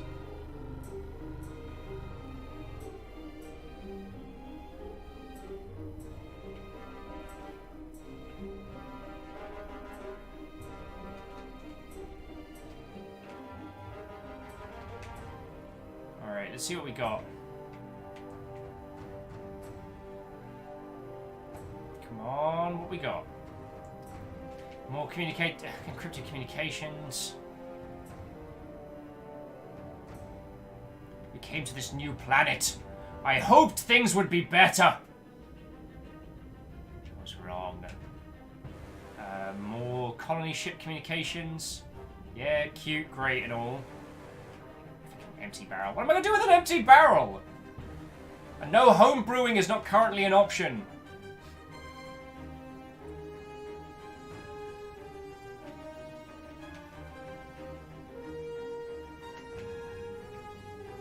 Oh yeah, so one of the potential games for today that we didn't get a chance to tear into was Neo. So, ooh.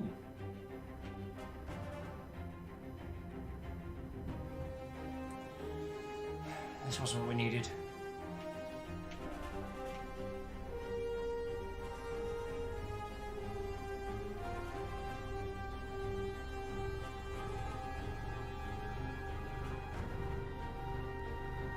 Oh, Laurelius is saying that it's been an enjoyable ride. Tuna dragged them in earlier, but unfortunately the internet decided to die on them, which is unfortunate. This game is really, really interesting.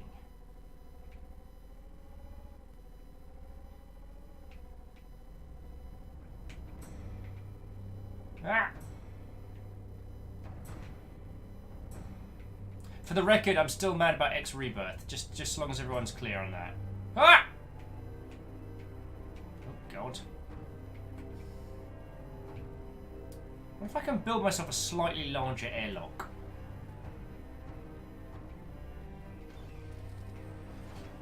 Like a hangar.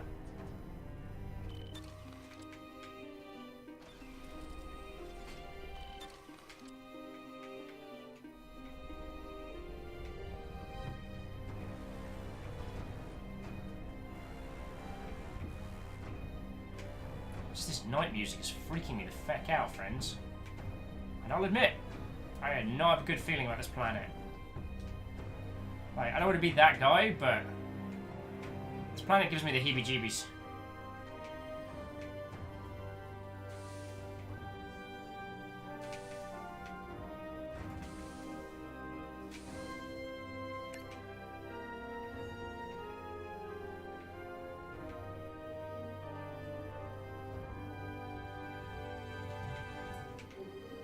I haven't checked our... Wait. I haven't checked our equipment. Maybe we've got something on the scanners that gives us, like, topography mapping? Alright, Operation Computer. So we got a Ring Blaster. Wow, we've seen that thing wreck. Scanners, you got anything for us?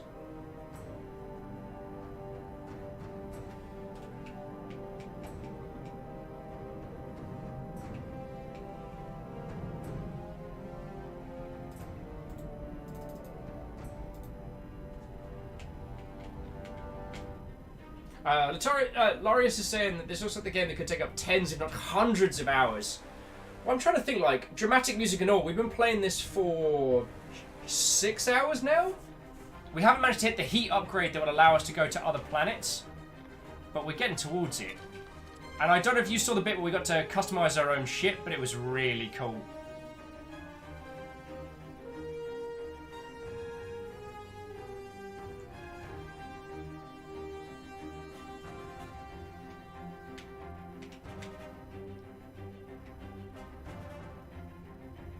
Sagrab saying, yeah, 6 hours and 30. The only reason I'm not saying 6 hours 30 is because, like, I think I waffled on for 20 minutes before we even booted the game today.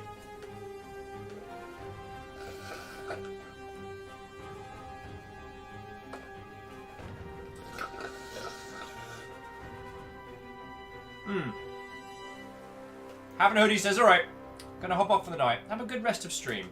It was lovely to hang out with you, and I hope we get to see you again, yo. I'm quite proud. We've got ourselves a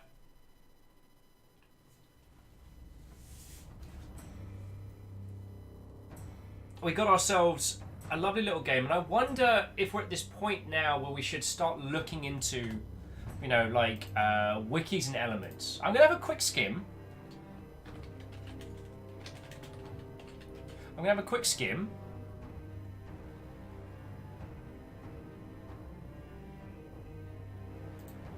Because I feel like there is a lot of really interesting stuff in this, and I think that I don't know enough right now to tell you, hey, these are the areas you should be having a look in. Here's where this game is going to take you. Sakurab says skimming intensifies, and then death.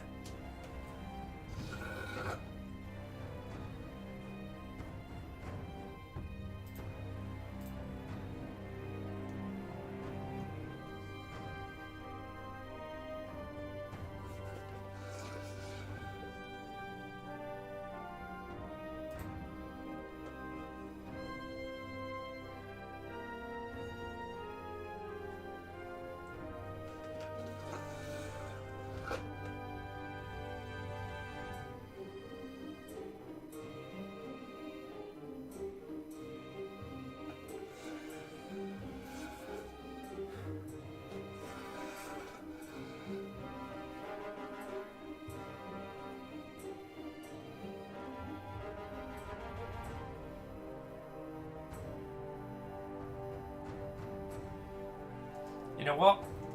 There is an inordinate amount of stuff here. Not even enough. There is more than I can. There is more than I can successfully kind of skim read and present to you all. So, I tell you what, friends, we've done 6.5 hours.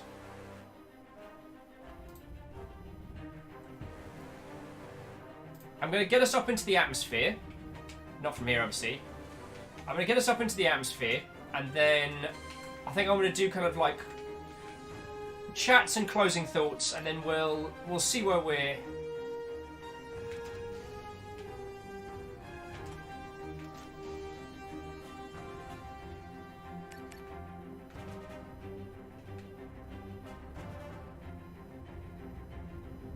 Oh crap.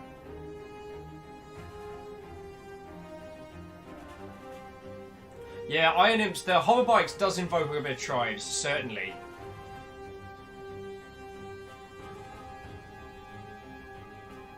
And the other thing that Iron Imps adding is maybe because it evokes nostalgia, but they like the Spartan bump map terrain and remote bases. It does feel a little bit, you know, Blood Gulch. I hadn't thought of it like that.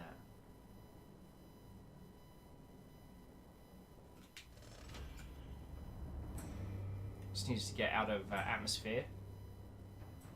There we go.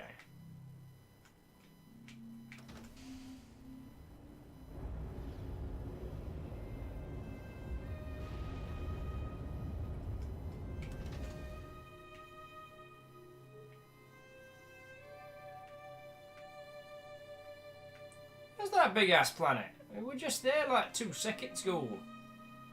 I didn't jump that far. Well,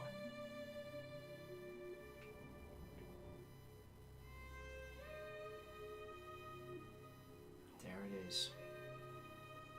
Largest planet. Expected Vanguard chunk.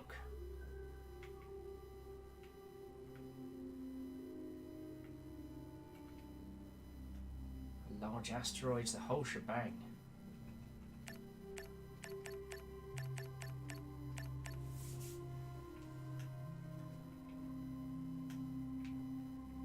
So I'm going to save this because I am certainly going to come back to this.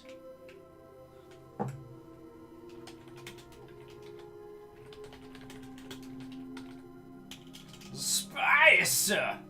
It's the one place that capitalism can't reach. Okay, you lovely, lovely folks.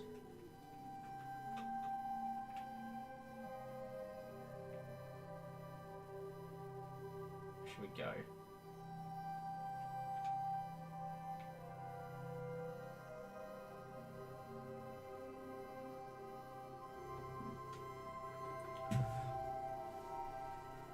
Okay, so let's talk about this. I know I'm banging the drum, I'm banging the same drum all the sodding day, but I want to say it again. This was made by one person. And there are parts of the game that are not, you know, like visually bombastic, and there are parts of this game that are rough around the edges. But this was a solo project made by an individual. You could make a project of this size and scale as well. It wouldn't be easy, but then nothing worth doing ever is. And the fact is, this game has been released, it is on Steam, and it's done well. You can do that too. Like, you don't need a publisher, you don't need someone to loan you a stupid amount of money so that you're forever indebted to them, or you have to hand over your IP at some stupid point. Yo, it's yours. And you can do that. I'm not saying you have to, but if you were thinking about it, you can. I don't know, I don't think I'm ever going to get tired of telling people, hey, the thing you want to make, you can do that. I think that's important, you know? This game has been wonderful today, and the only reason that I'm going to start bringing the stream to a close now is because I feel like we're going to be spending a large amount of time... Oh, Dashko! Thank you kindly. I like a bit of house chaos. So yeah, if anyone want to sneak on the credits, now's the time, my friends. Now's the time. What was I saying?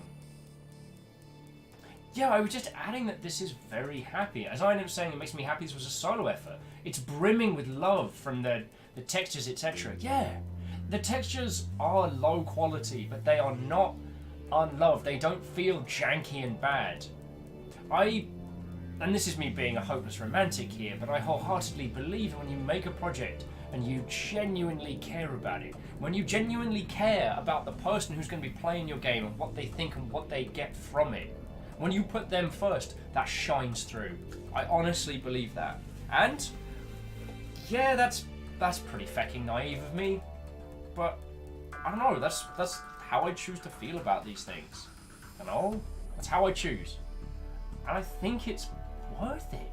You know, when we spend time with people like Thor and Shay, who are making this happen, and they're doing it as a team of two with a musician, right? Imagine what we could achieve. And I don't think we're unfair to get grumpy at those Star Wars mother hubbards for not making a decent game. I don't think it's unfair for us to criticize these like half-assed, lackluster creations when there's a sea of potential creativity out there. Even more so when you have the power of that gigantic IP behind you that you know is going to sell. Mediocrity is almost criminal in that space. So yeah. As Sakharov says, graphics are not the most important, and it's the journey, the story. I mean, I would say it's the experience. I mean, Sakharov, aside from some loose focusing on get next upgrade, do next thing, we haven't been paying attention to the story. I think the story is there's a colony ship coming to this area. We were part of the team that was sent through to prepare the area for their arrival, only the entire sector is just swarming with Xeno scum. And we're the only person left or something, so we've got to, I guess, fly from planet to planet and kick a whole bunch of ass. Whatever. Doesn't matter. We're going to have a crap ton of fun with it. So, yeah. Yeah. I don't think I have too much to add. If any of you have any thoughts or feels and stuff like that you want to add, now is absolutely the time. I just want to celebrate this. And Riley says, well, according to Disney, EA has done well and satisfied them with their performance of pay-to-win front. Yeah. I have this personal theory that the goodwill of your users, the goodwill of your players and your user base is a resource. And Star Wars has more than most. There's more people who are prepared to put up with a Star Wars title that is subpar because they love Star Wars. If you look at that as a resource, like fossil fuels, it can be mined up and used very, very quickly, but it's not infinite. People will not be infinitely cool with EA Star Wars titles, and whatever they put out next will suffer the burden of the feckeries of the rest. So yeah, it's always funny to me when it's funny to me that the corporate takeaway was not, hey, maybe we should be making video games with 800 to 1,000 people and burn them out in 2 years making a single player game. Maybe we should look at more cost-effective ways of delivering story and narrative, more efficient ways of creating these experiences. No, it's not that we are wrong, it's that the children are wrong. It's not that people don't want to... It's not that we spent too much money making these mediocre, boring set-piece style cover shooters in single player. No. It's because people don't want single player games anymore. Obviously, people want multiplayer. And that business extrapolation has always been something that I find troublesome. I absolutely love looking at sales data. Yeah, I know. A cool, exciting, continuously cool guys like me actually likes looking at sales data from video games. Shocking, I know. But wait, there's more. I love looking at how people genuinely play games and what they genuinely care about. And it's interesting because, when people started talking about the death of single-player games I want to say, the first time I heard that term was when, Rise of the Tomb Raider, the sequel to the Tomb Raider reboot, supposedly didn't make its money back. It failed to reach sales targets and it only sold like 4 million units. And I'm just like, if your break-even is 5 million units, you're doing something wrong. You're genuinely doing something wrong. Like, yo.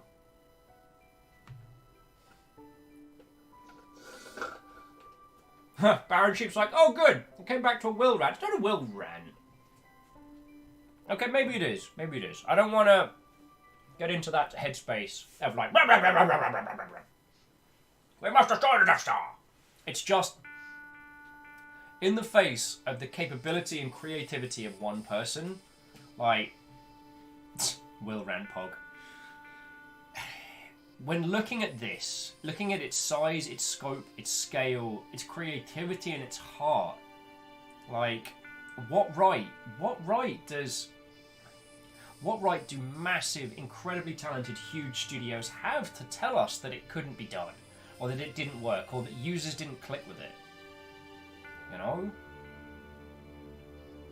And you know what? I think I am being unreasonable, and I think I am being unfair.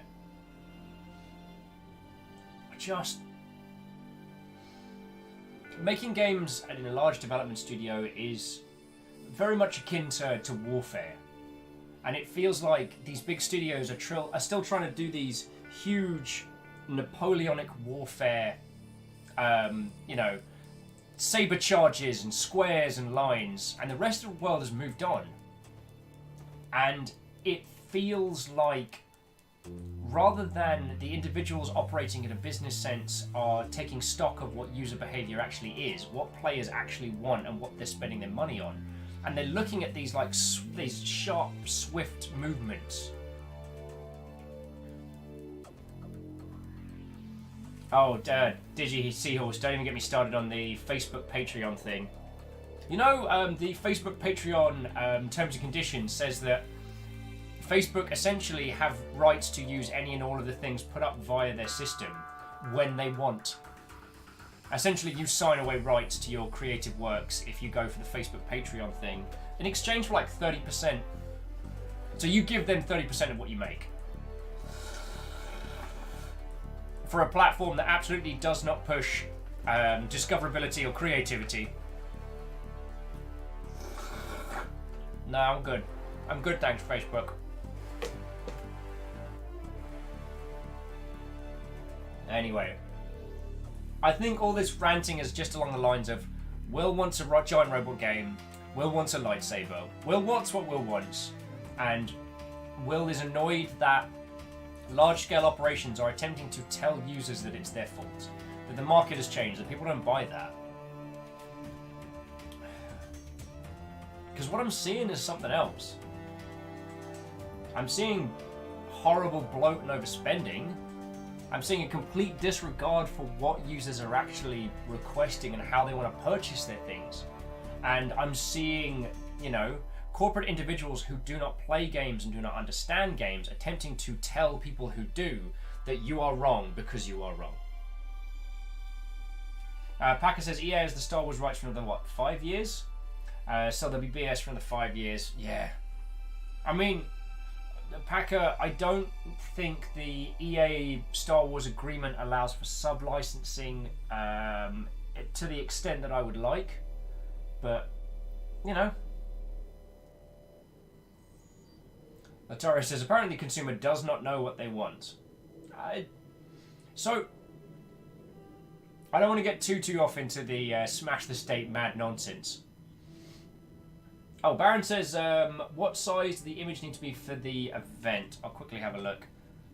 Give me 1 second and I will tell you, friend. Baron Sheep is going to be running a game for us on Saturday. He's going to be running a tabletop game for me, but for all of us. It'll be me and you lot trying to work out what we're doing in this environment. And Twitch is saying, geez, that's a fucking weird ratio. So 676 by 380. 676 by 380 for the event image.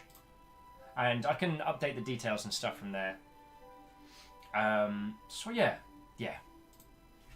Sorry. Thank you, Sakharev. Oh.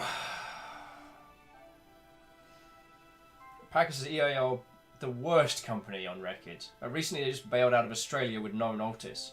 So all I can do is play Star Wars mods. Feck. So they just pulled all their games from Australia.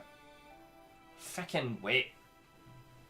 And what annoys me, Packer, is as an actual functioning and operating company, they're really good. And I hate that essentially they're, you know, burn studios out until they're worthless husks, gut them and sell them for parts. Philosophy works at a business strategy level. I hate that it works, and I hate knowing that it works. Did you know EA used to accept concept submissions? That a little happy-faced Will sent through several concepts to EA back in the day. It happened. Yeah.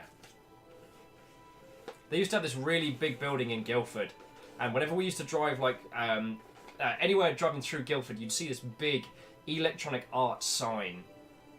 EA Sports is in the game. Super cool. Because they published a bunch of games that I loved. I didn't know the difference.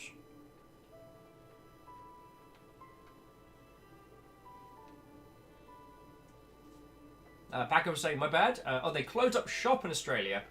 They still sell here. They just destroyed hundreds of games industry jobs so suddenly. We've got heaps of people looking for work. Ugh. Packer, when's GCAP? GCAP's PAX Australia. Is that come and gone, or is that right at the end of the year?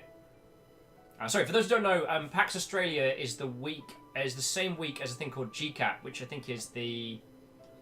Oh, what does it stand for? So Melbourne Games Week and something else together. It's like an industry games event and games fair and all sorts. And then PAX Australia is in that. It's either the week after or the same week, I forget. It basically makes Melbourne just turns into kind of like a little game space for like a week, and it's real cool.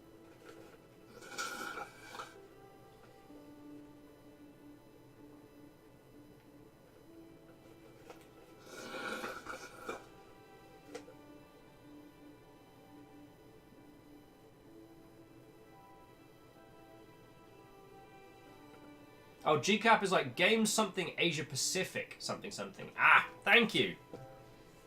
I've only done PAX Australia once when I was down working for Rocketworks, and it was really good. You know, if it wasn't for the actual physicalities of travelling to Australia from the US or Europe, I would absolutely do it more often. Yeah. And on the plus side, Packer, at least you know, New Zealand's even further out. Oh, the amount of times we'd travel back and we'd hit like Sydney, and I'd just be like, what if I just moved to Australia? I'd be home now. But no, I'd have 2 more flights to look forward to. It'd be like Sydney, Auckland, Dunedin. And that was from wherever else I'd come from.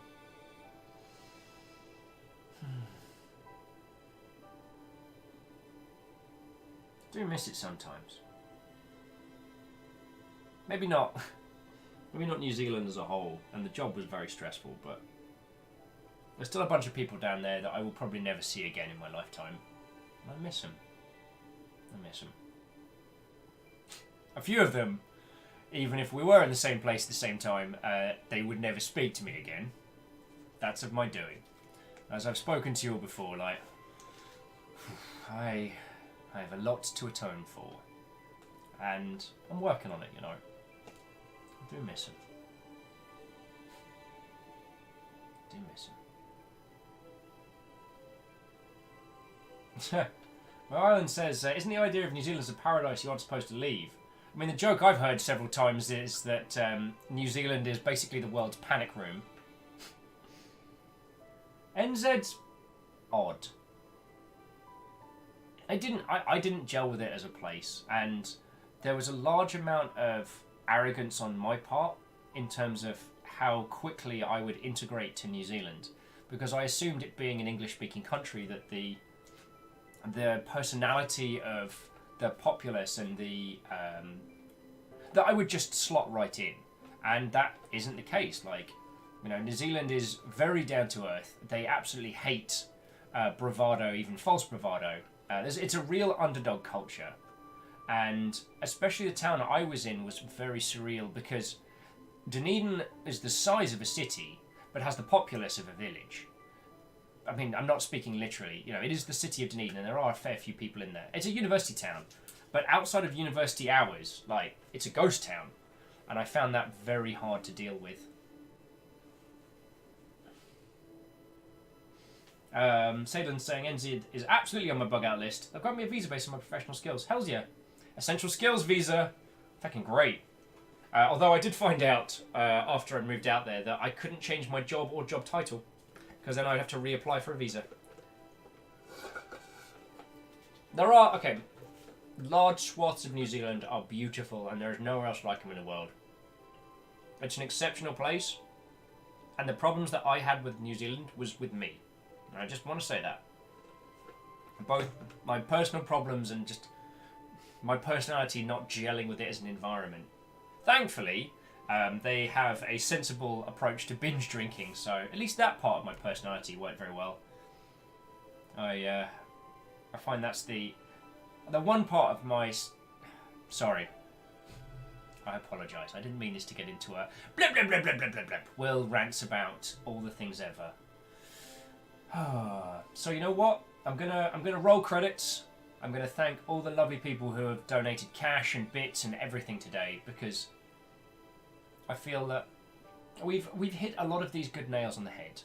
Tomorrow we're gonna be playing Demeanor, and if you've not seen our play of that, like, all the names are taken from everyone in chat. So all the gladiators, both the ones on our side, the ones we fight against, it's all people from chat. So it's going to be a bloody Roman, just mosh pit of death. And I hope you'll join us. So yeah. Sakharev saying Will rants wouldn't be Will. That's a good point. Soviet saying, isn't New Zealand's internet connection on a weird spot for being on the edge of... Oh, I'm Packer. Thank you for the follow, yo. And I hope we'll get to chat some more. But yeah, so Soviet... New Zealand's internet is slightly slower overall, but Dunedin was one of the gigabit towns, and what they've been doing throughout New Zealand is they're slowly improving the infrastructure on a city-by-city basis. The idea being is that if you improve the infrastructure in the internet in an area, then people are more likely to move there. And I mean, we were a games company set up in a small part of the world, but because we had gigabit internet speed, we could operate out of Dunedin as if we were anywhere. Now, I will say, working out of New Zealand is really difficult when it comes to communicating with the rest of the world.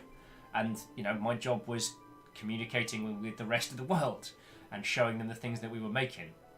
And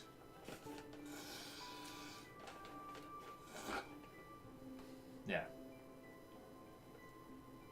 There's a lot I would have done differently in that job. Knowing what I know now, I would have done it very differently. And a large proportion of it came from my own arrogance, you know? I've been doing so much as a solo one-man operation. I thought I could handle it, no problem. Be the solo point of contact for like PR, comms, community, all of that. Bring that into one solo job, piece of cake. Oh, you want to do multiple projects simultaneously? No worries, I got this. And I probably could have done that for a title, maybe two, not for multiple. Burnt myself out. That plus a bunch of other things. I guess if you take anything from that little mini rant of Will's, it's that even if you are moving to an English-speaking country, do not assume that your culture will immediately click with the populace. Like, get to know the place you're moving to, get to know the people, understand the differences and what is going to change if you do that, and it'll save you either a bunch of heartache or, in my case, 2 international moves. Because those things are expensive! Still paying that off. But that's another story, friends. That's another story. You know what? While we're careening through, I'm going to run the credits now, because honestly, this sci-fi music is gorgeous, and I don't want to change it. Plus, we seem to be in this like tiny little spin orbit, so I think that makes perfect for some cool-looking credits. Dashkill says, "I'll still celebrate that the before times happened, not the times themselves, but I'm happy to where it led." Feck yeah, Dashkill. I would have preferred if we'd gotten here through other means, without me leaving a massive crater in so many people's lives. But I'm proud we're here now, and I need to thank the people that keep us here. And so to that end, I wish to thank Camille, who donated money for food today. Thank you kindly. And the Cheers, the very lifeblood of this operation. I must thank Katros, Sakrev, Isacrid the Chata, the Man, an anonymous cheerer, Dashkill J-Post, Vanderbeest, Brit Naimal, Archer of the Eye Ardent Tenari Wow, God of War Freak, Alleged Man Asari Greenfire, and Have a Noodle. Your moderators today were Caffeine, Lizzie, and probably some Tal. Most likely some Tal. But we got a bunch of new followers today, and so those of you who have just joined us, so Packer, Serene Wolf, Have a Noodle, Addicted, Larius, Heckenzabob, and Mindlord, thank you kindly. And to those who are the receivers and the punters of gifts, that being Ball, the Flamp, Mindlord, Skydoggy, and BK. Thank you all, you majestic mother hubbards. We spent 7 hours today hanging out in space in an indie game. And you know what? It was fucking marvellous, if you'll forgive my swears. It was fucking marvellous. Oh, right. Caffeine says, so when is the ceremonial passing of the dollar? Well, I need to check on the wording, because I think the wording was more concurrent subs, as technically we're down concurrent subs from last month. We're down by a couple hundred, but this month has not been a bad one. I don't want to cackle maniacally at Ket, because this month, in terms of like bits and donations and things, has been feckin' phenomenal. And yeah, I don't want to. I don't want it to seem as if I am mocking those who have donated so much. So I don't know. Sakharov says, "Maflan for Flav is on screen, and not the donated pog." Feck. And Baron Sheep, thank you for the image. I'll throw that up and I will blep at you in a little bit after I've had a cup of tea and a breather. So yeah, So yeah. Alright, you lovely, lovely Mother Hubbards. Wait, Camille says, I need to know before midnight. Well, what was the wording? Camille? Camille, no!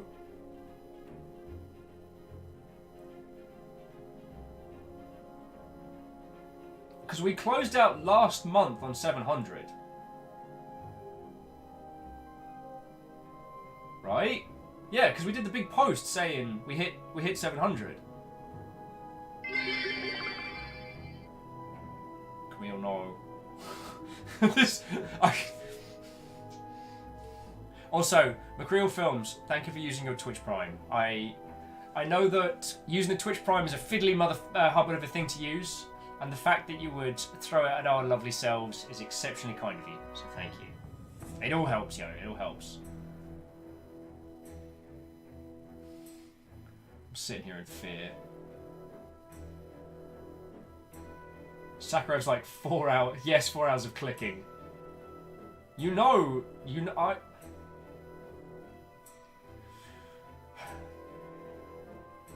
Camille, I hope you know that I'm not telling you this to farm, and whatever you choose to do is entirely of your own volition.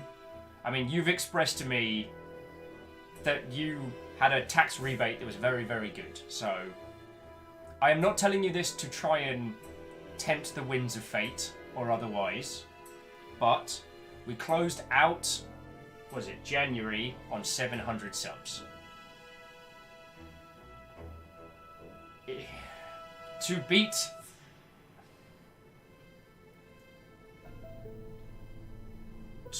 beat and for me to oket $1, it would have to be over 700.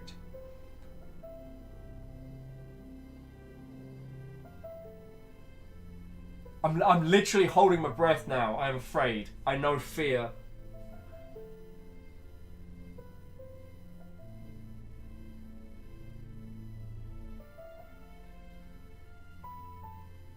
Baron Sheep, I will answer your question, good sir. What was the thing? Oh. Yes, that image is perfect, thank you.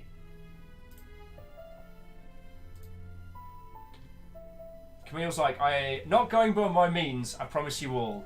Oh dear lord. I wasn't going to say anything! Who was it that asked about the passing of the dollar? I wasn't going to say anything.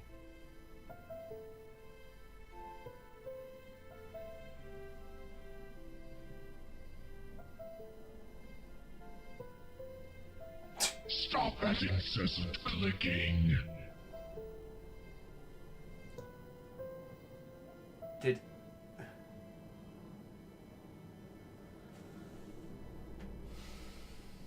Oh, Camille, if you are doing this, we are doing this here. The lovely Mother Hubbards that have stuck throughout this madness, if they want to see...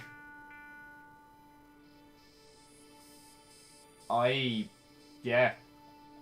Isacrid, that was exceptionally kind of you. Isacrid gifted a sub to the crowd, and it went to Zera.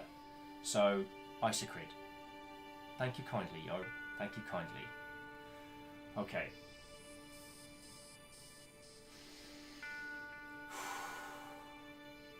Alright. I'm not looking. So, here's what I'm going to do. I know I ran credits, but I can always run credits again. I'm going to fly around for a little bit of time. People can decide as.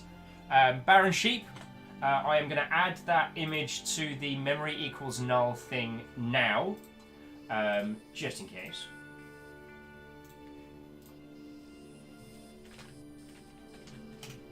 So there's memnull.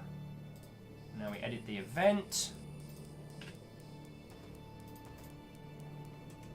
Stop that incessant clicking. You're all making me jump! Okay. Oh, so whoever that was that just showed me a little piece of fear, that was Isacrid. And Isacrid, again, did a gift sub to the crowd, which went to Cat Lady. That's very kind of you. Alright, so this gives me a nice chance to promote that. The event that you see down there is Memory Null. We are playing that on Saturday. Baron Sheep is running a 1v1 campaign. but it'll be us essentially versus the scenario.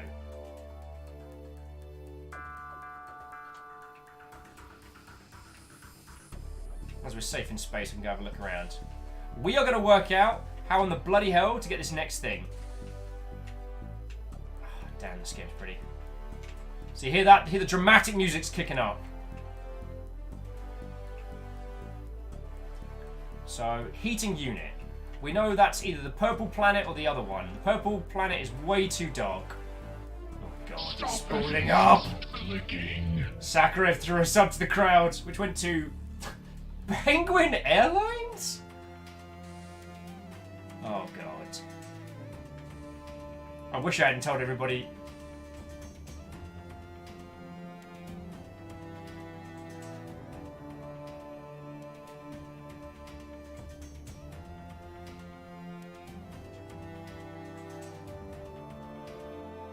Alright, so there's no point going to the spooky purple planet because I can't see shit at night. So I'm going back to Jatario. Whatever happens now... Yeah, McCarlan says these subs are the sword of Damocles, where only outcome is will breaking. Well, I'm just going to focus on this. I mean, the only reason I was bringing the stream to a close was because I feel like we're going to be on the hunt for the next part for a while. And at this point, I think everyone's going to get something interesting out of this game, you know? Wow, it's just going to take us 50 seconds to get there. We must have been drifting for a while. I always wondered how spaceships calculate their inertia or their movement in space. That's not a story. Alright. Oh, God. Way off course there.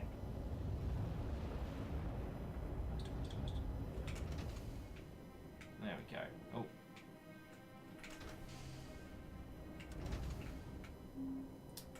Alright. So, alright, that one there. Alright, and if you see it up by... It kind of looks like a pole up that way.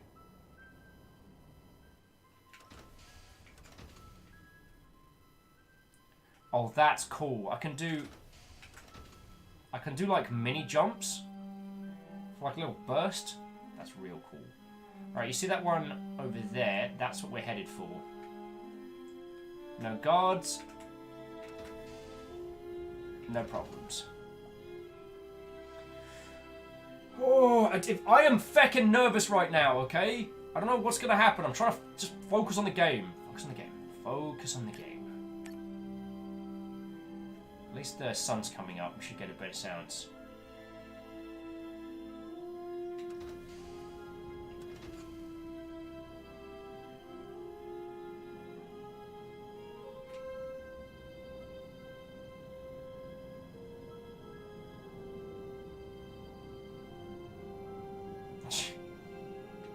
Stop that incessant Oh, clicking. feckin' hell!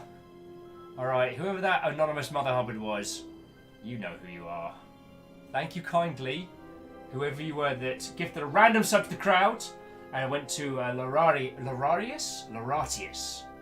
I'm sorry, you've been with us most of the day, and I have said your name wrong almost every time you've been here. Thank you kindly. Yeah, spooked times 3.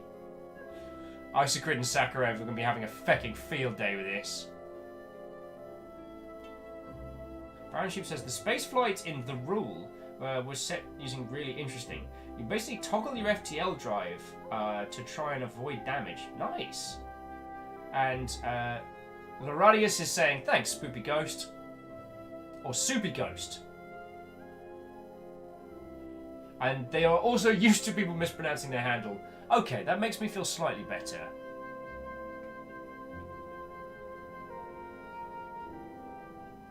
Oh. Oh, feckin' hell. Someone remind me to get some better re-entry shields.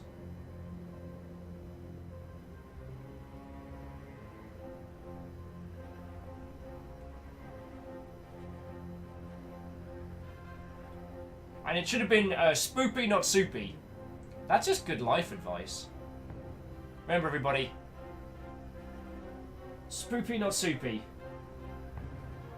Alright, we're 130 kilometers up. Oh, God. And I don't know if this is showing, like, it really fights you. As the great big blue sun gleams in the distance.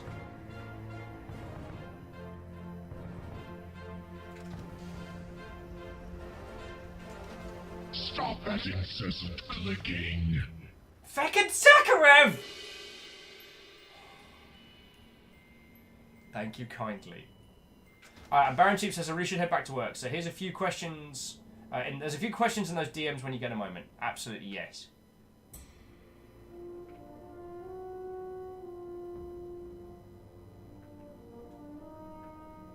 Should have kept my yap shot. Alright, again, who was it that was like, hey Will, what's the count at? When are you going to give Ket that $1? Who was that?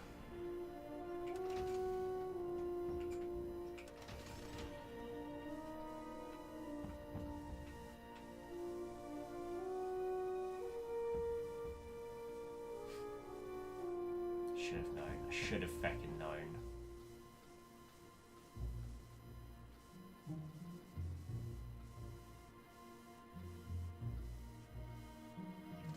Oh, God. Feck! Oh, distraction bits.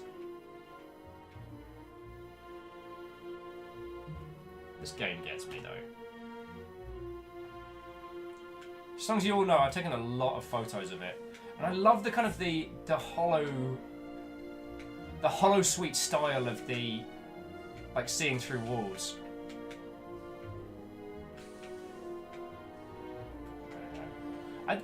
I've been getting so overly romantic today about this game. I just feel like, just like the whole idea of using Dwarf Fortress as the underlying engine for, like, fantasy RPGs.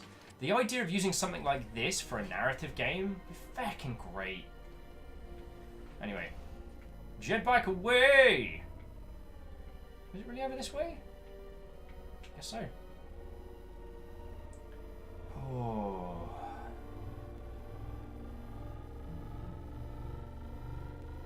I feel genuinely nervous.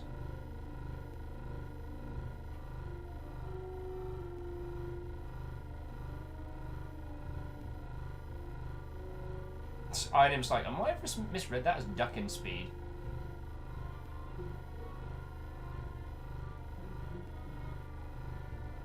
I wonder if I can do like mini FTL jumps inside the atmosphere. Oh no, yeah, that wasn't a...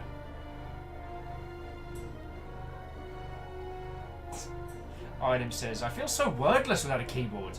My mind resorts to orc thoughts like, damn indies make the robots big and right stompy. Gawk 'em all, be happy. Why all orcs in 40k are from London, I will never know. But that's apparently what we're doing. Heck, even with a jet bike, it's taking ages.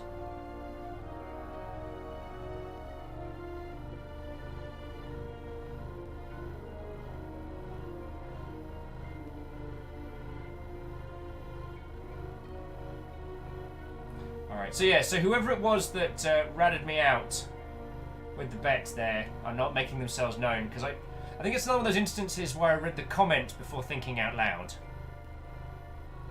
I don't know what time Ket's getting back.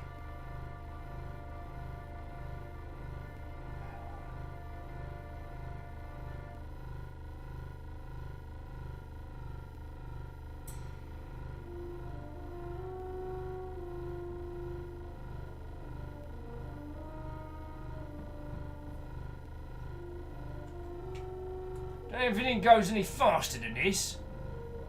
Damn.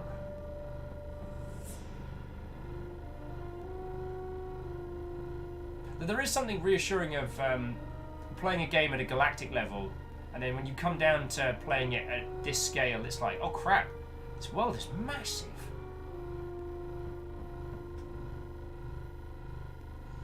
Oh god.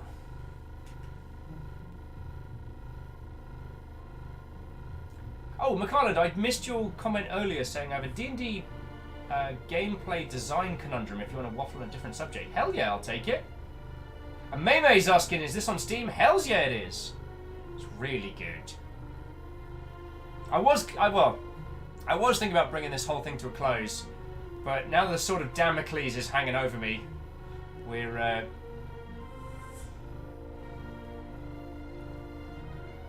I don't know what's going down, friends, but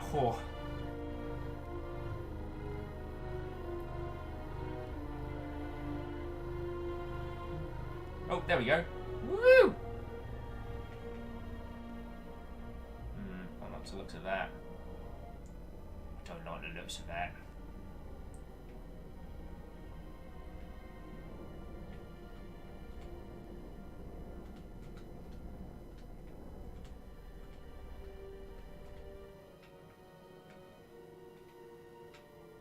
Alright, more encrypted communication. Come on, one of these things got to be a heat shield.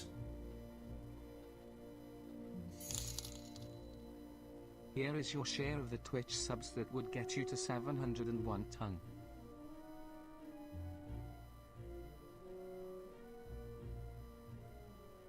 What the fuck? No. You all see this, right?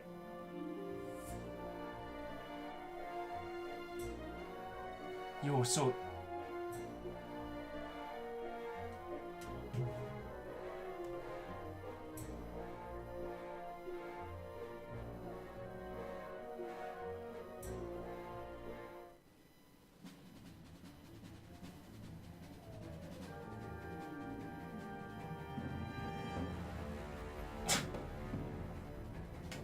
What the fuck? Oh shit, I'm getting attacked.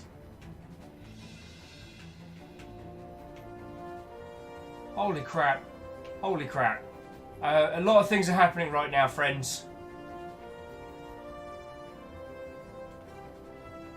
A lot of things are happening right now.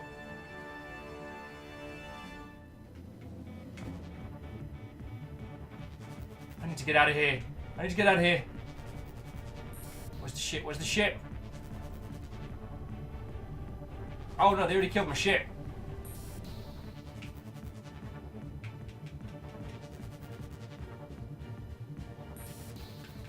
Okay.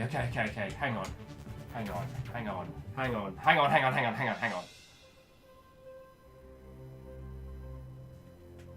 What's going on?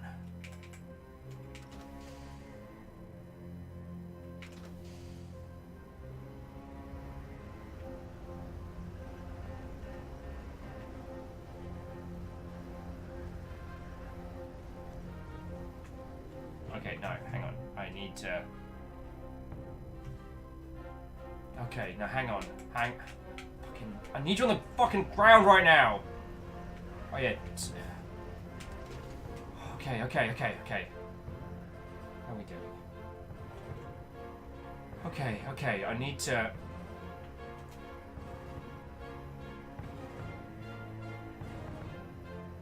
Okay.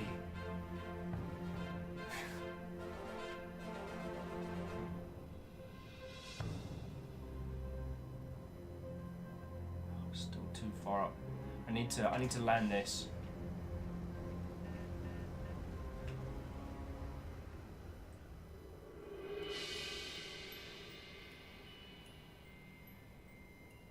Okay. Might as well land it right on fucking top.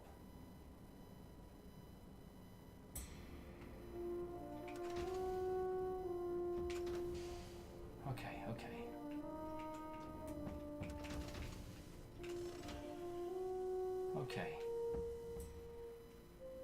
I need to...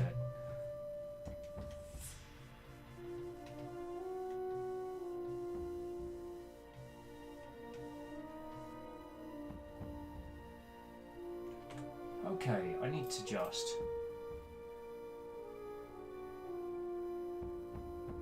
Yeah.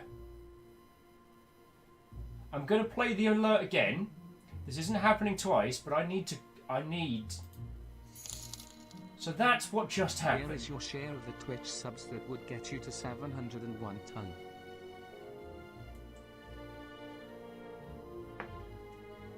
Holy fuck.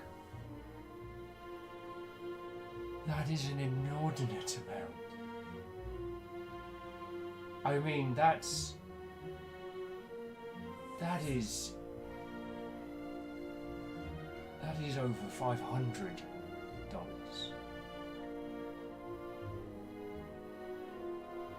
I don't have the words. I don't have the words.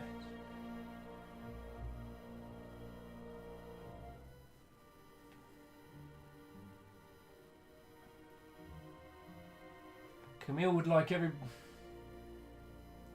people to know that we don't have to worry. They've had a good bonus, and it doesn't affect their living or their income, and they're doing...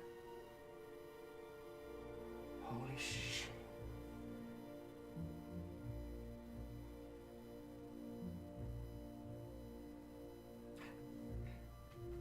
Here's me today.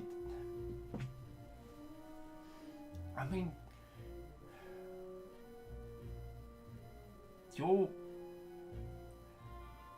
You've got to understand, I don't know how to process this right now. If it ever feels like I'm being contrite when I say thank you, I hope that you understand that, like, throwing a couple of bucks here or a gift sub is a fucking big deal. Right? It is a massive deal. And then to be confronted with something like that, I mean, I don't know what I would have done if you just turned it into gift subs. Probably would have laughed maniacally, but then Twitch would have gotten half of that. That is all going. That.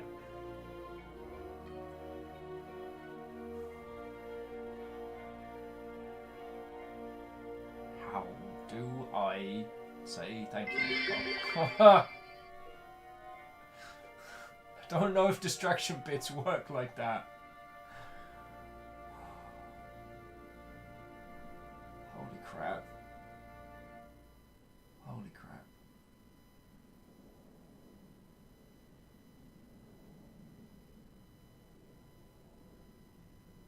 I don't know what to... I mean, thank you, obviously. Obviously. I don't know what the... Distraction love. Zakharov and Isaac are fucking loving this.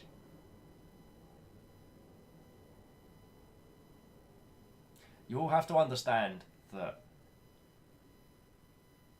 I feel like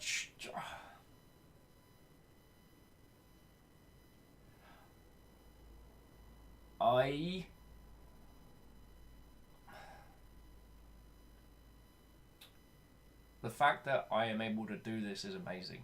And the fact that you all chuck bits in my stupid face, that we're doing this every day, is massive.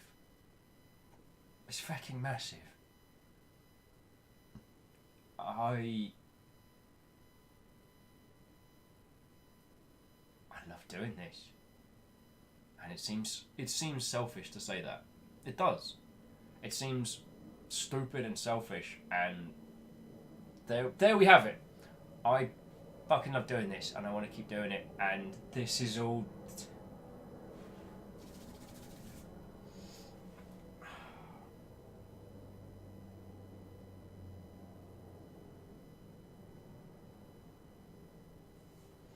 I don't know if I have the words to convey how big a fucking deal this is, and that even after Operation T, even after all of that, and then, and more, and...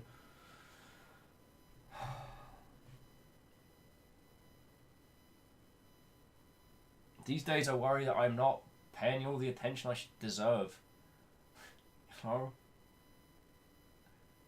I worry when I wake up I'm not... There's so many messages from so many great people, and I'm not responding to them, and I'm not doing, and I get...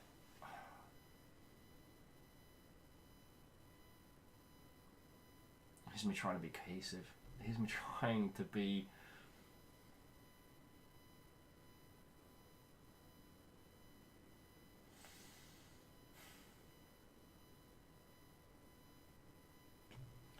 Camille, thank you.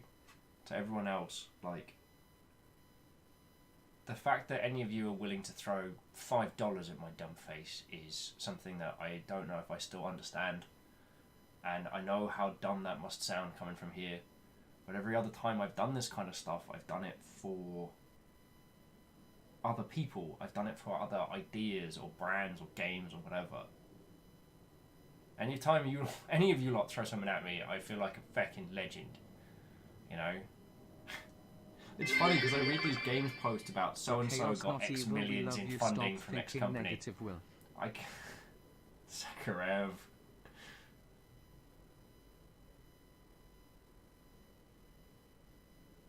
Thank you, Sakharev.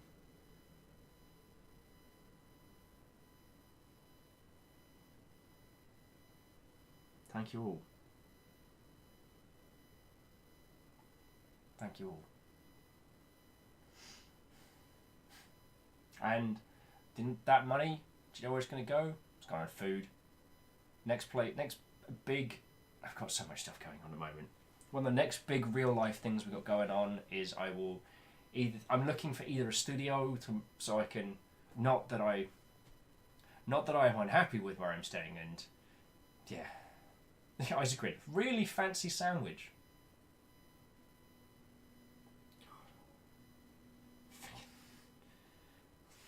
Shaken. Fucking Jesus Christ, Camille, thank you. Wholeheartedly thank you. McCarlan's like, GDC knuckle tattoos. Okay, for the record, I told people don't let Will get tattoos on his knuckles. The first thing everyone's like is, what if we got knuckles on our tattoos? Tattoos on the knuckles. Camille, that is a massive compliment, and I am happy I can use my talents to do that. Camille said you have found a way to bring together a little bright spot on the internet, and there are not many bright spots. People come here to feel at home and safe. You should be proud of that. I am. I really am. Artemis Rising's like, hey, cool! I'm a sub now somehow. Oh wow, you saw a time. You saw a time. May, I know what you mean, and thank you all. Thank you. I mean, I've made this promise so many times. I'm gonna... Isacrid did not hesitate. Did not hesitate to throw a gift sub at May. You fucking legends. Yeah. Sladelin, you're right. I do remember that thing that you all threw at me. Thank you. Thank you. Yeah. This money is going to go towards me moving out here. The idea is either to find a place I can commute for, or find a place that will have enough space to do this as well, and go from there. Like, I will probably move in with someone because it's better for my sanity, but you know how it is. I can get a bigger space if I share the bills and stuff, and things like that. Just going to find somewhere with like really good internet.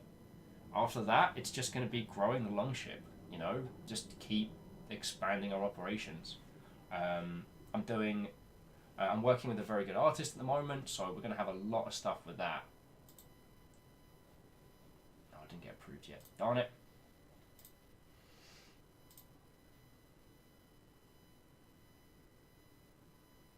Camille says, no need to rerun the credits because I was already on it for downloading. Oh, yeah, Camille, that's the takeaway from that. That's $500.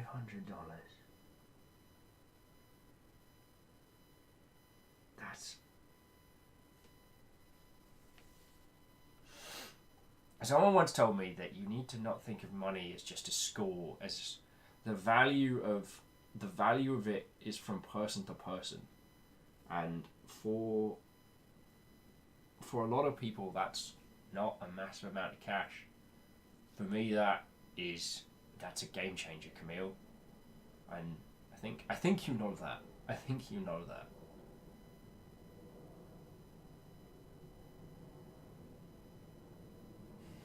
Catherine's like, best thing at this point is get a good night's sleep and let everything settle. I think you might be right, friend. I think you might be right.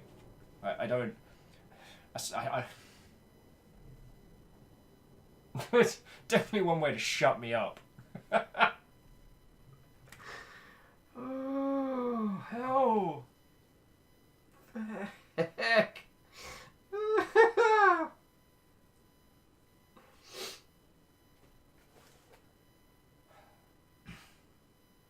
Yeah, and Camille, you're right. Caffeine, you're right. I will give Camille a big hug when I next see him.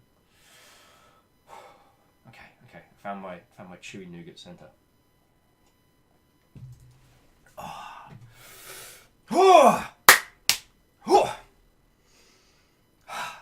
I'm good. So to all of you, and I don't just mean to Camille, who has dump truck run me over with an inordinate amount of kindness, all of that is going to keep running this longship. The fact that you lot see fit to keep me going means I get to keep going. I get to keep fighting onwards, keep growing this, keep finding more friends, keep bringing in more people, keep making this something that we can all be proud of, because it's not about me. It's about us. Because who am I but a ginger madman yelling into an empty room without all of you? I'm just the human megaphone of this operation, right? That's why it's the Longship. It's not the Will's Stupid Face show. Although, arguably, a few of these could be referred to as the Will's Stupid Face show. So, to all of you, thank you so much. Just thank you. Camille, you definitely stole the show on this one, you fecking hero.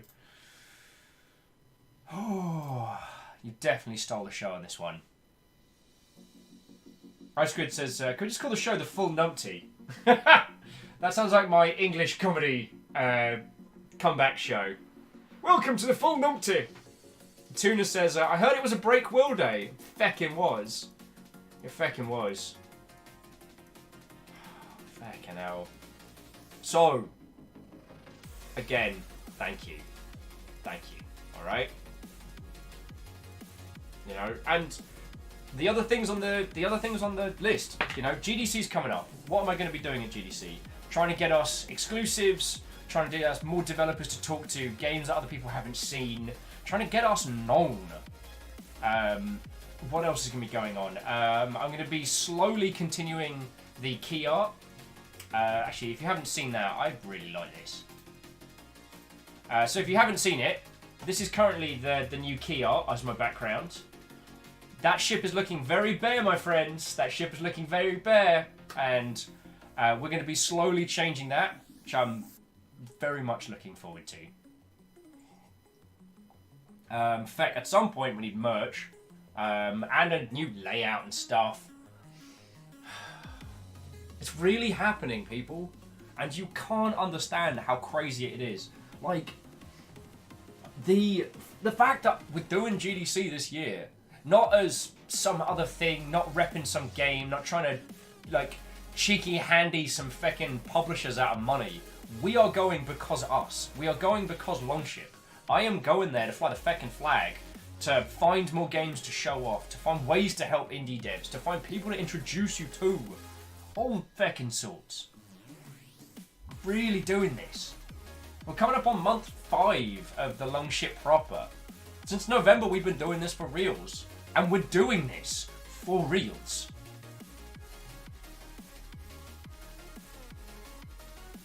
Yeah, Camille, yeah, the fact that 10th place on your bits list is 9k bits is ridiculous.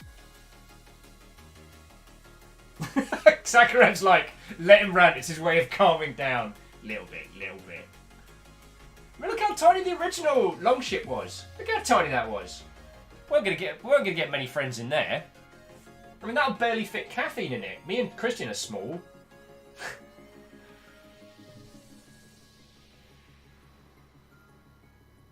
I've already had so many amazing times with you all, and the fact that we're gonna have more is ridiculous. It's ridiculous that that is a thing that we get to do, and I am gonna fight tooth and nail to keep that. I plan to fight tooth and nail for all of you. In whichever manner that takes. Don't worry, I'm not going to start any pub fights. These noodles ain't going to do crap. Caffeine's like, not my fault you went for a dex build. Strength and constitution are the way to go. True that. I mean, no offense, Caffeine, but you do look like the devastator of the longship, as if 3 smaller people kind of folded together to make you. You're just like one of your arms is a bloke. Oh. Yeah. The crazy truth of this all, friends, is we're a long way from done. We're a long way from finished. And the fact that I'm going to get to feckin' work my ass off to make something super cool for us all makes me exceptionally happy. Oh. Camille, congratulations on discombobulating me today.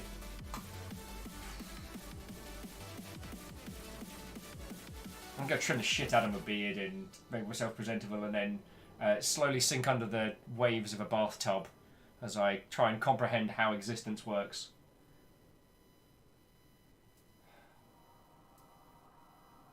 Yeah, so thank you all for letting me rant there. What a feckin' good day, friends. What a feckin' good day. Alright. May says, in before someone makes a Will crying compilation. You can download clips pretty well.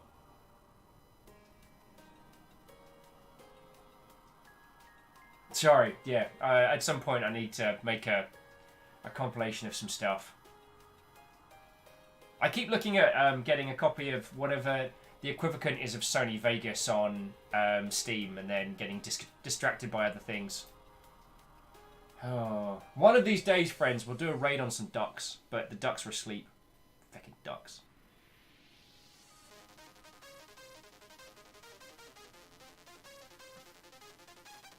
Right. Okay. So, I've got my shit together. I'm going to go take a breather. So friends, I'm going to just take the rest of the evening to breathe and focus. You know, there's a few cool emails we got, but I'm not going to stress on things. I'm going to recover from this so I'm not a complete and utter feckin' numpty tomorrow. Yeah, Sakharov says, Will Breakham Moments clip will be like 2 hours long. That would be 120 clips at maximum length.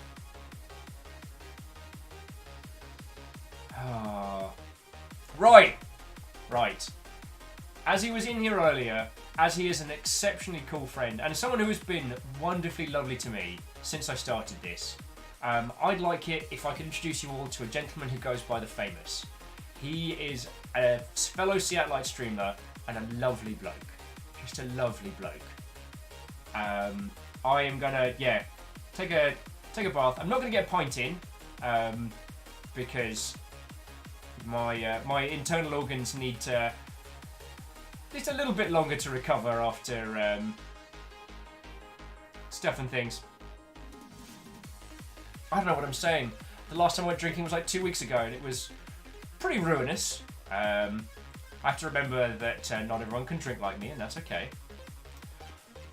God, I am completely discombobulated. Right, you lovely folks. It would be, I would consider it a lovely thing if you would not mind me introducing you to a gentleman by the moniker of The Famous. Seattleite streamer, good friend, good person, a lot more chill than me. I'll be in Discord and stuff if you want to cackle maniacally at how well Camille has managed to break me twice in the span of like 7 days. So yeah, hello. What is living? What is love? Baby, don't hurt me. All right.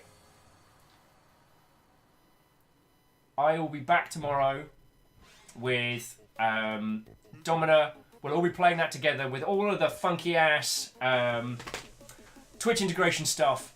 Look forward to seeing you all there. If you want to blep me on Discord, go for it. I love you guys. I'm sorry I've been incoherent, but legit. Thank you. Thank you all. Let's go say hi to The Famous. Good